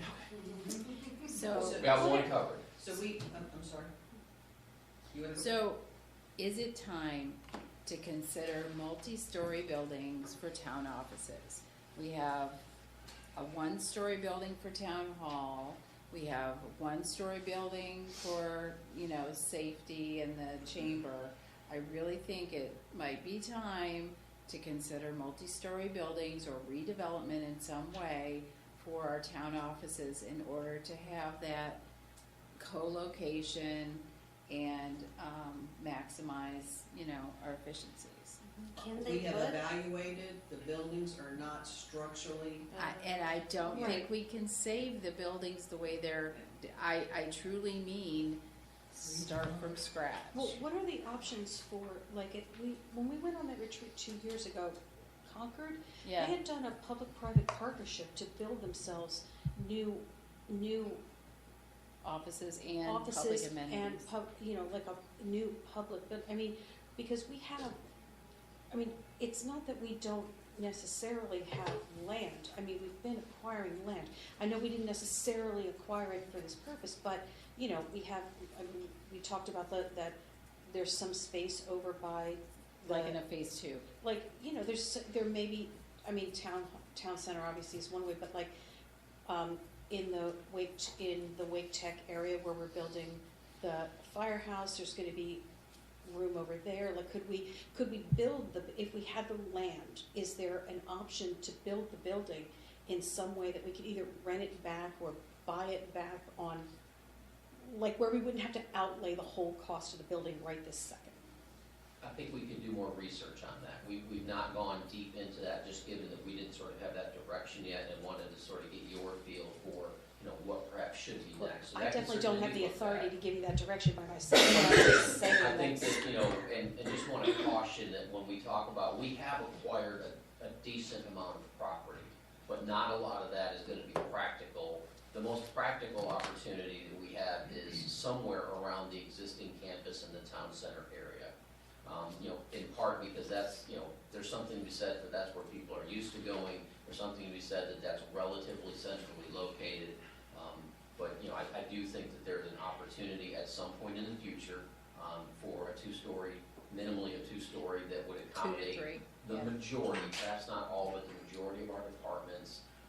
And we do own property that could be configured on. And again, I think some of the town center properties are a possibility for that, but we also need to keep in mind that, you know, we have no concept right now for phase 2 of town center. So we want to be careful to not end up building something and then trying to plan around it rather than vice versa. Right, but I think that honestly, I don't know what percentage of the people in town regularly and consistently go to the existing town hall, but I think that people will go where you send them. And if they need to go to town center to get a permit, and it's not on Town Hall Drive or Town Hall to get a permit, and it's not on Town Hall Drive anymore, well, then they'll go wherever it is. So I see where you're going there, but for that matter, even if we built something here in a public-private partnership, demolish those offices, put offices back up there, and then sold that building, whatever, but I'm just saying, I don't think that people are so used to going to town hall that they'd never be able to find a new town hall. And I don't mean to suggest that, Yeah, I think there's some philosophical behind it, but I understand what you're saying, and I don't disagree with that at all. Yeah, I agree with Vicky. I think from the fire station to all the way to where the police station is, we have a lot of land. And also our town chambers, that place too. We got to look into, which is the best value for money to, demolish and raise it, to bring it, instead of this is our land, instead of purchasing more land and going to phase 2. I'm not even worried about the phase 2, and we have heard about where to put the police station. I don't want to talk about that, but the key is, if we can get a rough estimates of, how the design plan, if we had to demolish the present HR building and the chambers and that thing, and what can we come out of it, or repurpose the town hall building, because it's time that we had to go up vertical, and that's the only way to do it, and might be sell one piece of the land and then repurpose the others to the land cost towards the other. Some of the cost estimates of how much you are leasing and how much money is getting spent other places that we could save overall in a 10 to 20 year time frame. Yeah, that's what I was. And we can provide that, and I think you've given us some great long-term strategies to look at. Yeah. What are our short-term strategies? We're gonna have to lease. Yeah, and one idea just popped into my mind, from my previous life, is construction trailers, where when an engineering firm or the construction firm comes on site, they bring these mobile trailers, and they're all kitted out in the middle, inside, for offices and bathrooms, and have a conference room, and If it's good enough for Panther Creek, it's good enough for us. yeah. Or I mean, I don't know where you put that sort of thing, but that could be one option. True. Yes, ma'am. Good. So can I verify, you've already evaluated that both the town hall building and the public safety building, you can't go up? As they exist, the connector. Oh, the connector. Although, I think it's all of them, yes. I don't know that we've evaluated You PSNs. can't put a second or third floor in. They're not structurally designed to add on a second floor. It would be probably, like It would be- McDonald's rule, it'd be cheaper As to ex- tear Yeah. it It'd be down. costly Yeah, to tear that's it down fine, that's fine. to try that. And I agree with Satish, I think it's time when we think about redesigning that whole campus to maximize what we have. I guess what I'm concerned about is Pardon me? parking. And of course, that goes into it, but again, I'll just throw this out at you. Council has, I'll say, at least visioned or discussed before, this concept is a part of a future town center phase. What you're sort of introducing in now is same type of building, just where we're already at. So again, that might be just another topic to discuss. Is it, when you talk about putting it as part of town center, we already own land that's gonna be part of a future town center phase, there's quite a bit of land over there, on Construction Scoggins and trailers. Carolina. Is it out of the question that we put it there and then design a new town center around it? So again, I think that's a philosophical that if you start putting up major structures in the middle of what you have as a future town center phase concept, then you will limit the other things that you can put around it. Right, but if we're saying that it's gonna be part of a future town center concept anyway, I'm But saying. you don't have your concept developed. Okay. So, yeah, but then we're looking at selling the town hall property then, Yeah. because why would we need it? And I tell you, I think that's a valuable corner. Oh, sure, I'd like but to the keep thing that. is, right, but the thing is, if you're gonna raise those buildings and then put up something new, those people are gonna have to go somewhere in the short term anyway, you know? So one thought that I have, I definitely believe long-term we need to have one building, you know, like Satish was saying, because of what Brandon said, just the collaboration across departments, I mean, it just makes more sense. Maybe one thing I'd like staff to look into is, you know, as we're looking at the short term, a lot of companies in the area are going to a more remote workforce, and there's more available commercial office space. So it might be a good time to go look at some of these Put them right into one of those Cisco buildings. Cisco buildings. You can talk to the facility manager at Scott Cisco. Morrisville. Oh, there are empty buildings in Perimeter Park. Yeah, I mean, Yeah. maybe, would Credit Suisse, which is, Leasing. yeah, but they're They're not technically in Morrisville. Morrisville. though, right, but Perimeter Park's in Morrisville. Yeah, oh, Yeah, I mean, Perimeter there's- Park, It's There- also one of the most expensive places to lease, so it Sure. just becomes an operating budget.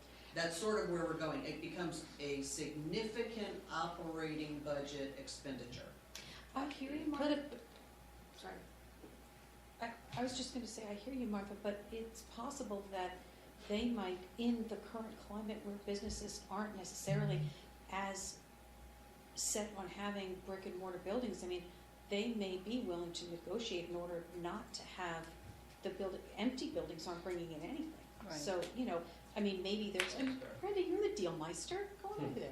Get us some so space. it's an idea. and it can- Or the other, I'm right back down. Councilmember Fender was next. oh, sorry.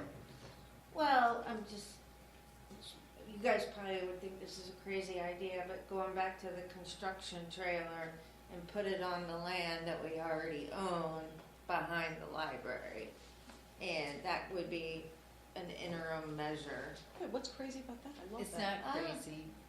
I It's a like it. good I mean, idea. I mean, you can make the inside of those construction trailers as nice as you want. With, they even have like offices with a door on the side if you want it, and then do whatever the cube things are, and bathrooms and a conference room. You can make it as nice as you want inside. And that would buy us time for the longer term strategy to Yeah. develop. Yeah, and that's on land that we own. Well, what strategies have you all come up with? We have, So- Yeah.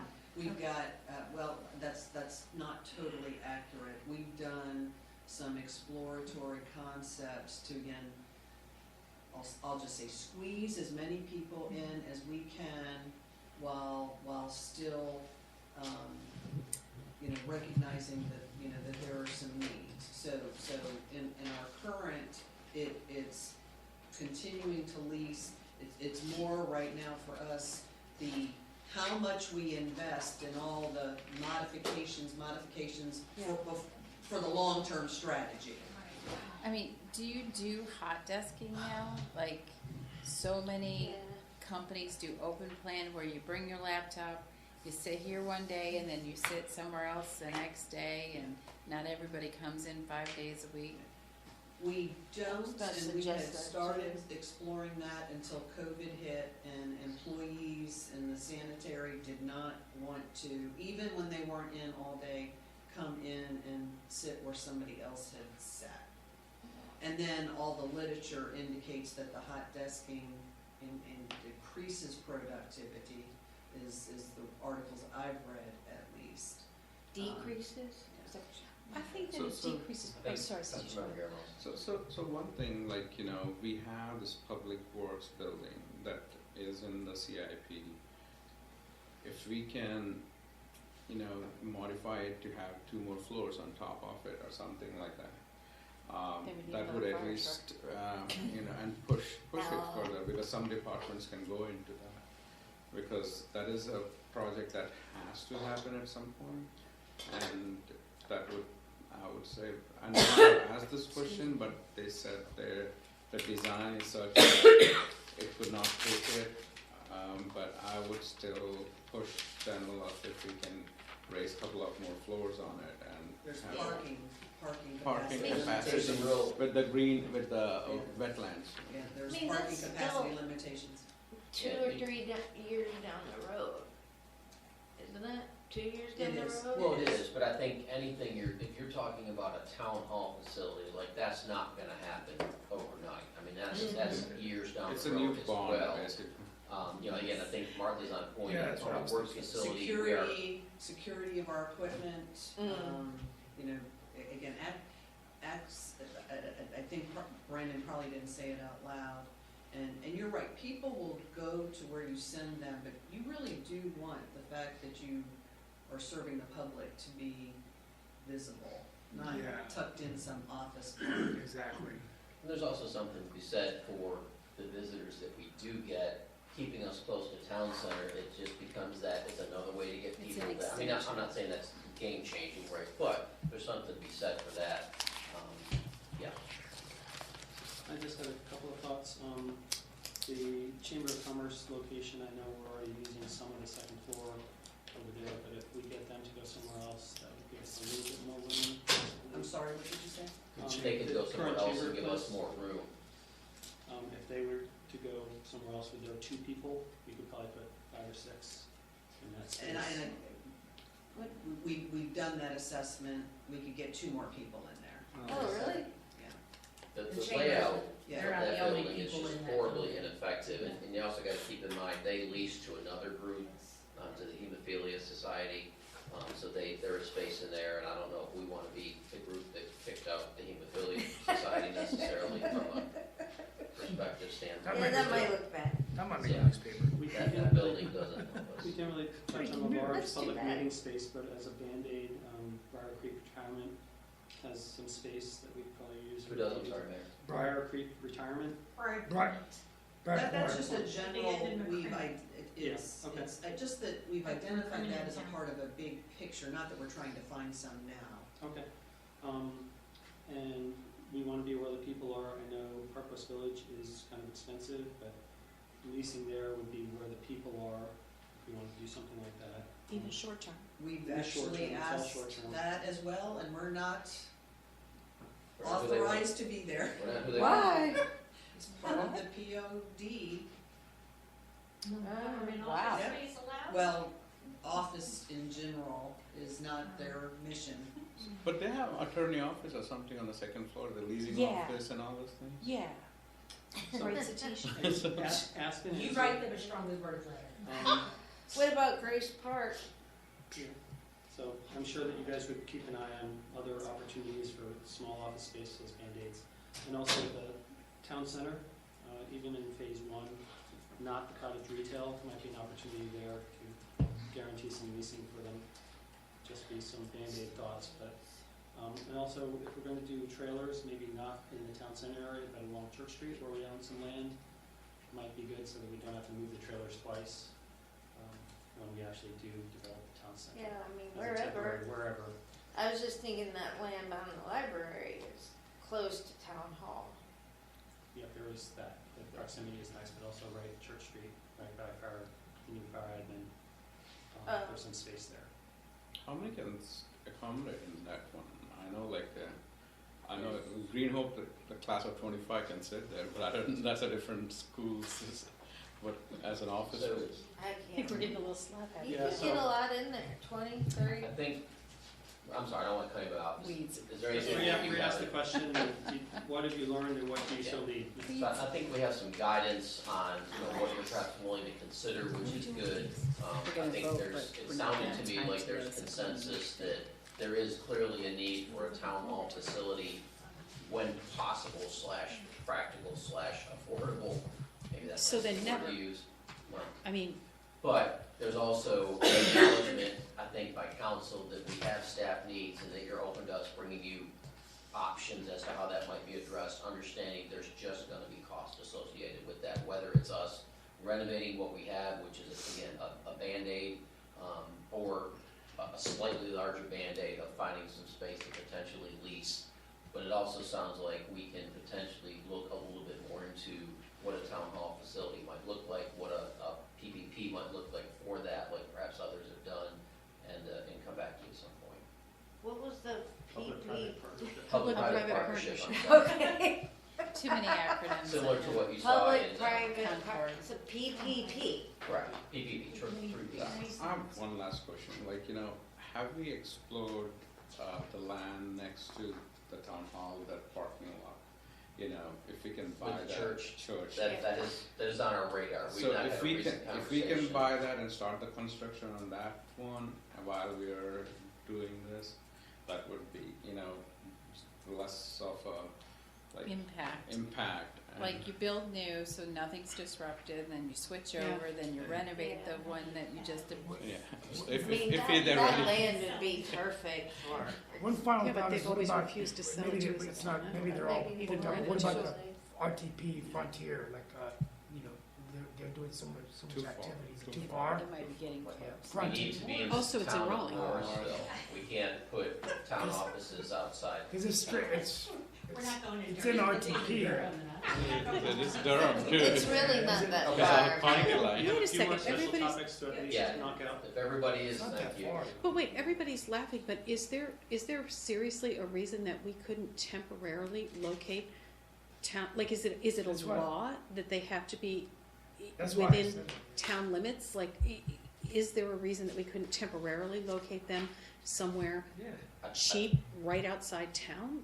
If the Yeah, but situation everyone- presented I itself? don't know that I would associate the word cheap with RTP Me either. necessarily. Okay, all right, Um, fair point. I would say that, I would believe it would be a mistake Okay, to locate any of your own facilities outside of all your right. town. I appreciate Yeah. that. Respectfully.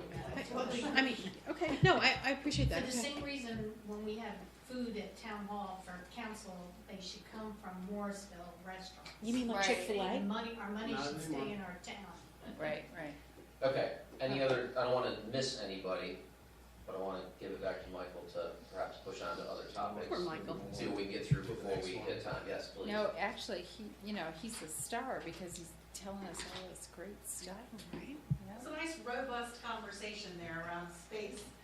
Well, I think this next one is a little bit more focused at least, so we got about 10 minutes left. So this one is about Crabtree Creek Nature Park, and then a little bit about the Markham properties as well related to that. So, see the question there about, this, as I kind of go through some of this, how would you prioritize these projects relative to all the other priorities that you have? Some information, then we actually have an update on this project to share with you as well in terms of cost. So we didn't evaluate the project. This is something that was in the CIP in fiscal year '23. Design had been previously funded, I think as you all know. We had $4.7 million in the CIP this year. Initially, that was gonna be bond funded, kind of switched to the PPI, the Parks Payment in Blue.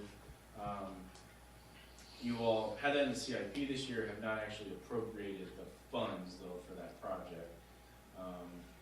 We just got an updated cost estimate in the last few days for construction that we can share with you now, and I think will kind of help your discussion of this question. So, as you can see there, we had $4.7 million planned for construction this year. The most recent estimate we got this week was 5.5, so you're talking about almost an $800,000 That's what difference Satish was there. saying. Exactly. Goes- Exactly, I was thinking about this question when you brought that up earlier, so, I think you're all kind of aware of the grant, the extensions. Of course, nobody wants to turn down grant funding, could impact on future opportunities with that, but it is just, that's a real consideration, especially with the updated cost estimates, so we just kind of wanted to gauge your interest in that project and how you would prioritize that against other projects you have. And then also, when this project was initially conceived, we did not have the lease at Wake Tech for potential parkland space there. We had not acquired the properties at Markham, so there could be some opportunities there to have similar amenities that you might have at Crabtree Creek, so just some considerations for your discussion. And I guess I'll turn it over to you guys unless. Okay, I'm after Donna. Okay, I don't think you are. Yes. we're couple going of this way. questions. I thought I heard you say something like, we did not have the Crabtree Creek Nature Park in the CIP this year. It is in the It is. CIP this year. Oh, okay. Yeah, it It is. is. It wasn't The in the team did not Paris. consider it because it was already in the CIP for this year, so the assumption is it would be funded this year, so it's already kind of decision made, but Okay. you all have not appropriated the funding, but it's in the plan for this year. So, and then my other is a comment, if we were to abandon the Crabtree Nature Park idea and put that in Wake Tech Parkland or the Markham, wouldn't we still have the same amount of cost for design and bathrooms and pavilions and whatever stuff? I mean, so I don't see what the difference would be if we were to develop the Wake Tech Parkland or use the Markham amenities. So, if I might add, I think the location is significantly Yeah. different for Wake Tech and the Markham properties. It opens up new opportunities for, the high school is adjacent, it's more visible, it's more accessible, and might have more parking. The specific Crabtree Creek Nature Park has so many improvements, I think the project kind of lost a lot of the nature part of it, and it's like over orchestrated, as I saw it evolve. I don't like turning down grant money, but we've sunk $500,000 in design, but we haven't even started construction, and it's 5.5, so it could be 6, and it exhausts our parks payment in lieu. So I'm excited about the new high school. I would like to see us do something with that new parkland, so I feel okay with not proceeding with Crabtree Nature Park at this time, and instead focusing on Wake Tech Parkland, because it's something that is a bigger parcel of land. We have a lot more opportunity. We would have to fund, you are correct, we would have to fund the design, because it is a very different parcel, has Yeah. very different problems. But design and then still do the construction. But But we I, have $4.7 million to do that. right, but we would have a lot more money, so that's. You can spend the money one way or another Yeah, anyhow, yeah, so if- now decide what you want now. How do we not, if I we thought we just- abandon that and we could still be spending the same amount of money at Wake Tech. And we'd Right, be right. losing $500,000 and have to pay for design all I don't over think again. the nature park is gonna be all that. I think there's a better, benefit to the community with the Wake Tech parcel. But this is my issue with the Wake Tech, is you don't have, it's on the other side of the railroad tracks. You don't have a greenway from town to go there, whereas Crabtree Creek Nature Park is right off of the greenway. We'll have a high school that will want to take advantage of the park, How do you know that? because the school said that we're gonna have high schools I mean, there. but if we left it like it is, they could take advantage of going into the woods. But the same thing is true of Crabtree Creek, the Crabtree Creek area.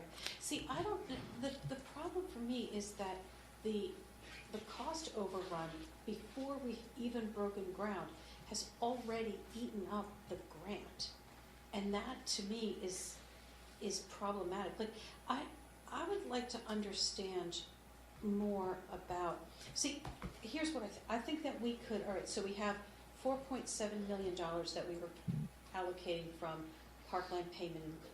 So is that $4.7 million, could we take that and develop both Wake Tech and the Markham, especially in partnership with Wake County on Markham? Like, if we can get 2 parks instead of one for that almost $5 million, I mean, that seems like, I mean, the 500,000 is, I hate to say it, but it's already gone. We're not gonna get it back, and we don't know we can design new parks, at least in full knowledge of the current construction costs. cost. Like, when we planned Crabtree Park, It was only We- 2 points. I mean, it was, yeah, I remember when I came on council, it was like $2.5 million. Right, now it's 5. I mean, cause inflation is starting to go down, so I would I have to don't be think it's gonna convinced that, continue going up. I would have to be convinced that construction costs are gonna significantly decrease over the next 5 years. So remind me, this was supposed to be funded with the bond money. Correct. Yeah. And a couple of months ago, we had a conversation about we would switch projects. Remind me what the other, I'm racking my brain. Town center is the, town Town center center, green. town green is the proposed Thank you. swap for those. Thank you, thank you. I have a really hard time when we have advertised to the public something in a bond, and we told them we were gonna do it. And then we have a conversation and we say, in public, we're still gonna fund this project, but we wanna swap the funding sources, and we all say, but we're gonna do it.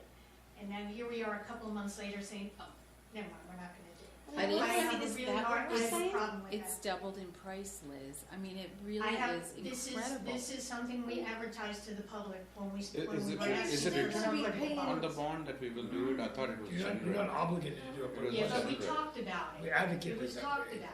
But you can use the bonds for So- anything. And with the design is already done. So actually, my thinking like is like, obviously Vicky is correct, like, VicTech is a better space, like, the usage for, like with all the RTP people and those areas.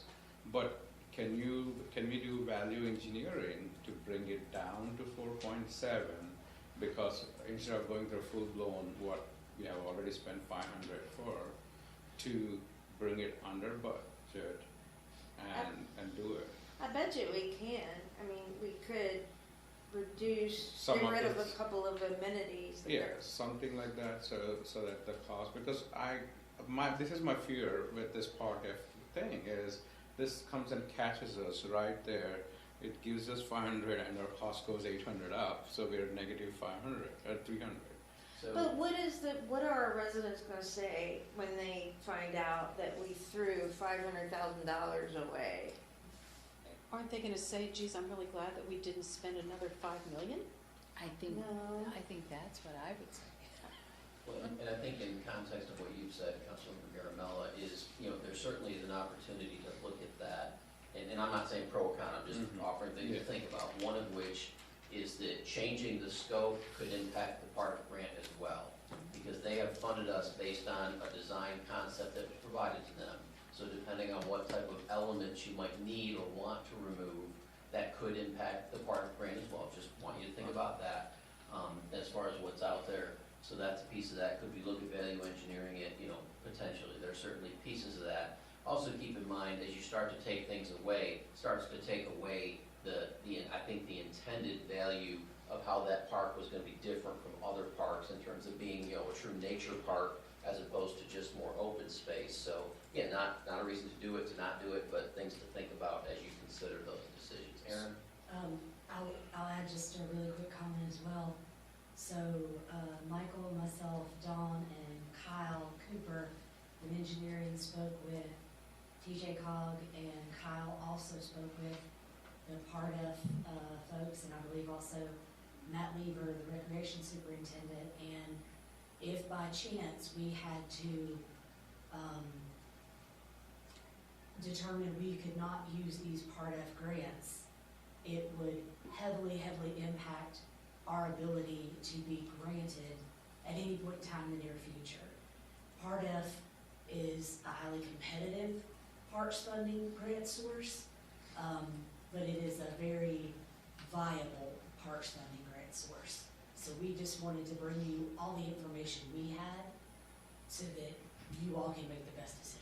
But Aaron, these are people, like if you went to them and you said the price of the park because of COVID, because of supply chain issues, because of a million other reasons, the price of the park has doubled in price, and we need to It pare hasn't back this. doubled. Okay, 2.3. it hasn't quite It hasn't doubled, doubled. has significantly increased, if we're happier with that. Has significantly increased, and, we may need to make changes so that we can bring this project in on budget. I mean, you know them and I don't, would they work with us, or is it gonna be, no, you have to do the design as is? I believe we've gotten an extension on this one already. No? Not yet. Not We yet, have, okay. we've been told that we could get an extension, but that extension would still, we're pressing up against even that Yes. extension if granted. Right now, we're supposed to have this thing built by the fall of this year. That, So, no, yeah, but we understand that we can probably get potentially up to a 12-month extension on this. Now, again, in terms of the scope, I was not here when it was originally envisioned, but I know when we applied for the part of grant, it was a $4.5, I believe, million project that we were gonna fund for, and then the other 5 would come. So I'm not just saying it hasn't increased in cost, but I know when we envisioned it and made the application, it was based on a $4.5 million project total, just for perspective. So with that, we're a little over time, and I think we have a valuable, if it was just dinner, I'd say keep going, but we have someone that's waiting for us, or will be waiting for us from Wilmington, and we have an opportunity to pick this up tomorrow, to some extent, and have some What time conversation. are we supposed to meet, Chad? So he's gonna be here between 5:30 and 5:45. The idea would be that we try to start out by 5:45, so we won't be rushing to get to the restaurant, as he offered some feedback as we went. And again, that reservation is at 6:30. So what, Martha, unless you're opposed, I would suggest we've had some starter conversation on this. We can certainly circle back on that in the morning. And then that will give you a minute to get up to your room, put anything that you don't want to leave in there. I think you can leave materials if you want to, it'll be locked up. Wouldn't leave any, computers or valuables per se, but materials would certainly stay. And then we'd ask you to be back in the lobby by 5:45, 5:50. I jumped the gun a little bit before you started this discussion. Save your colored your dots. Don't And take just as visitor a room plate. clarification, what Brandon said, we will not pick this up in the morning. Sorry. Your overflow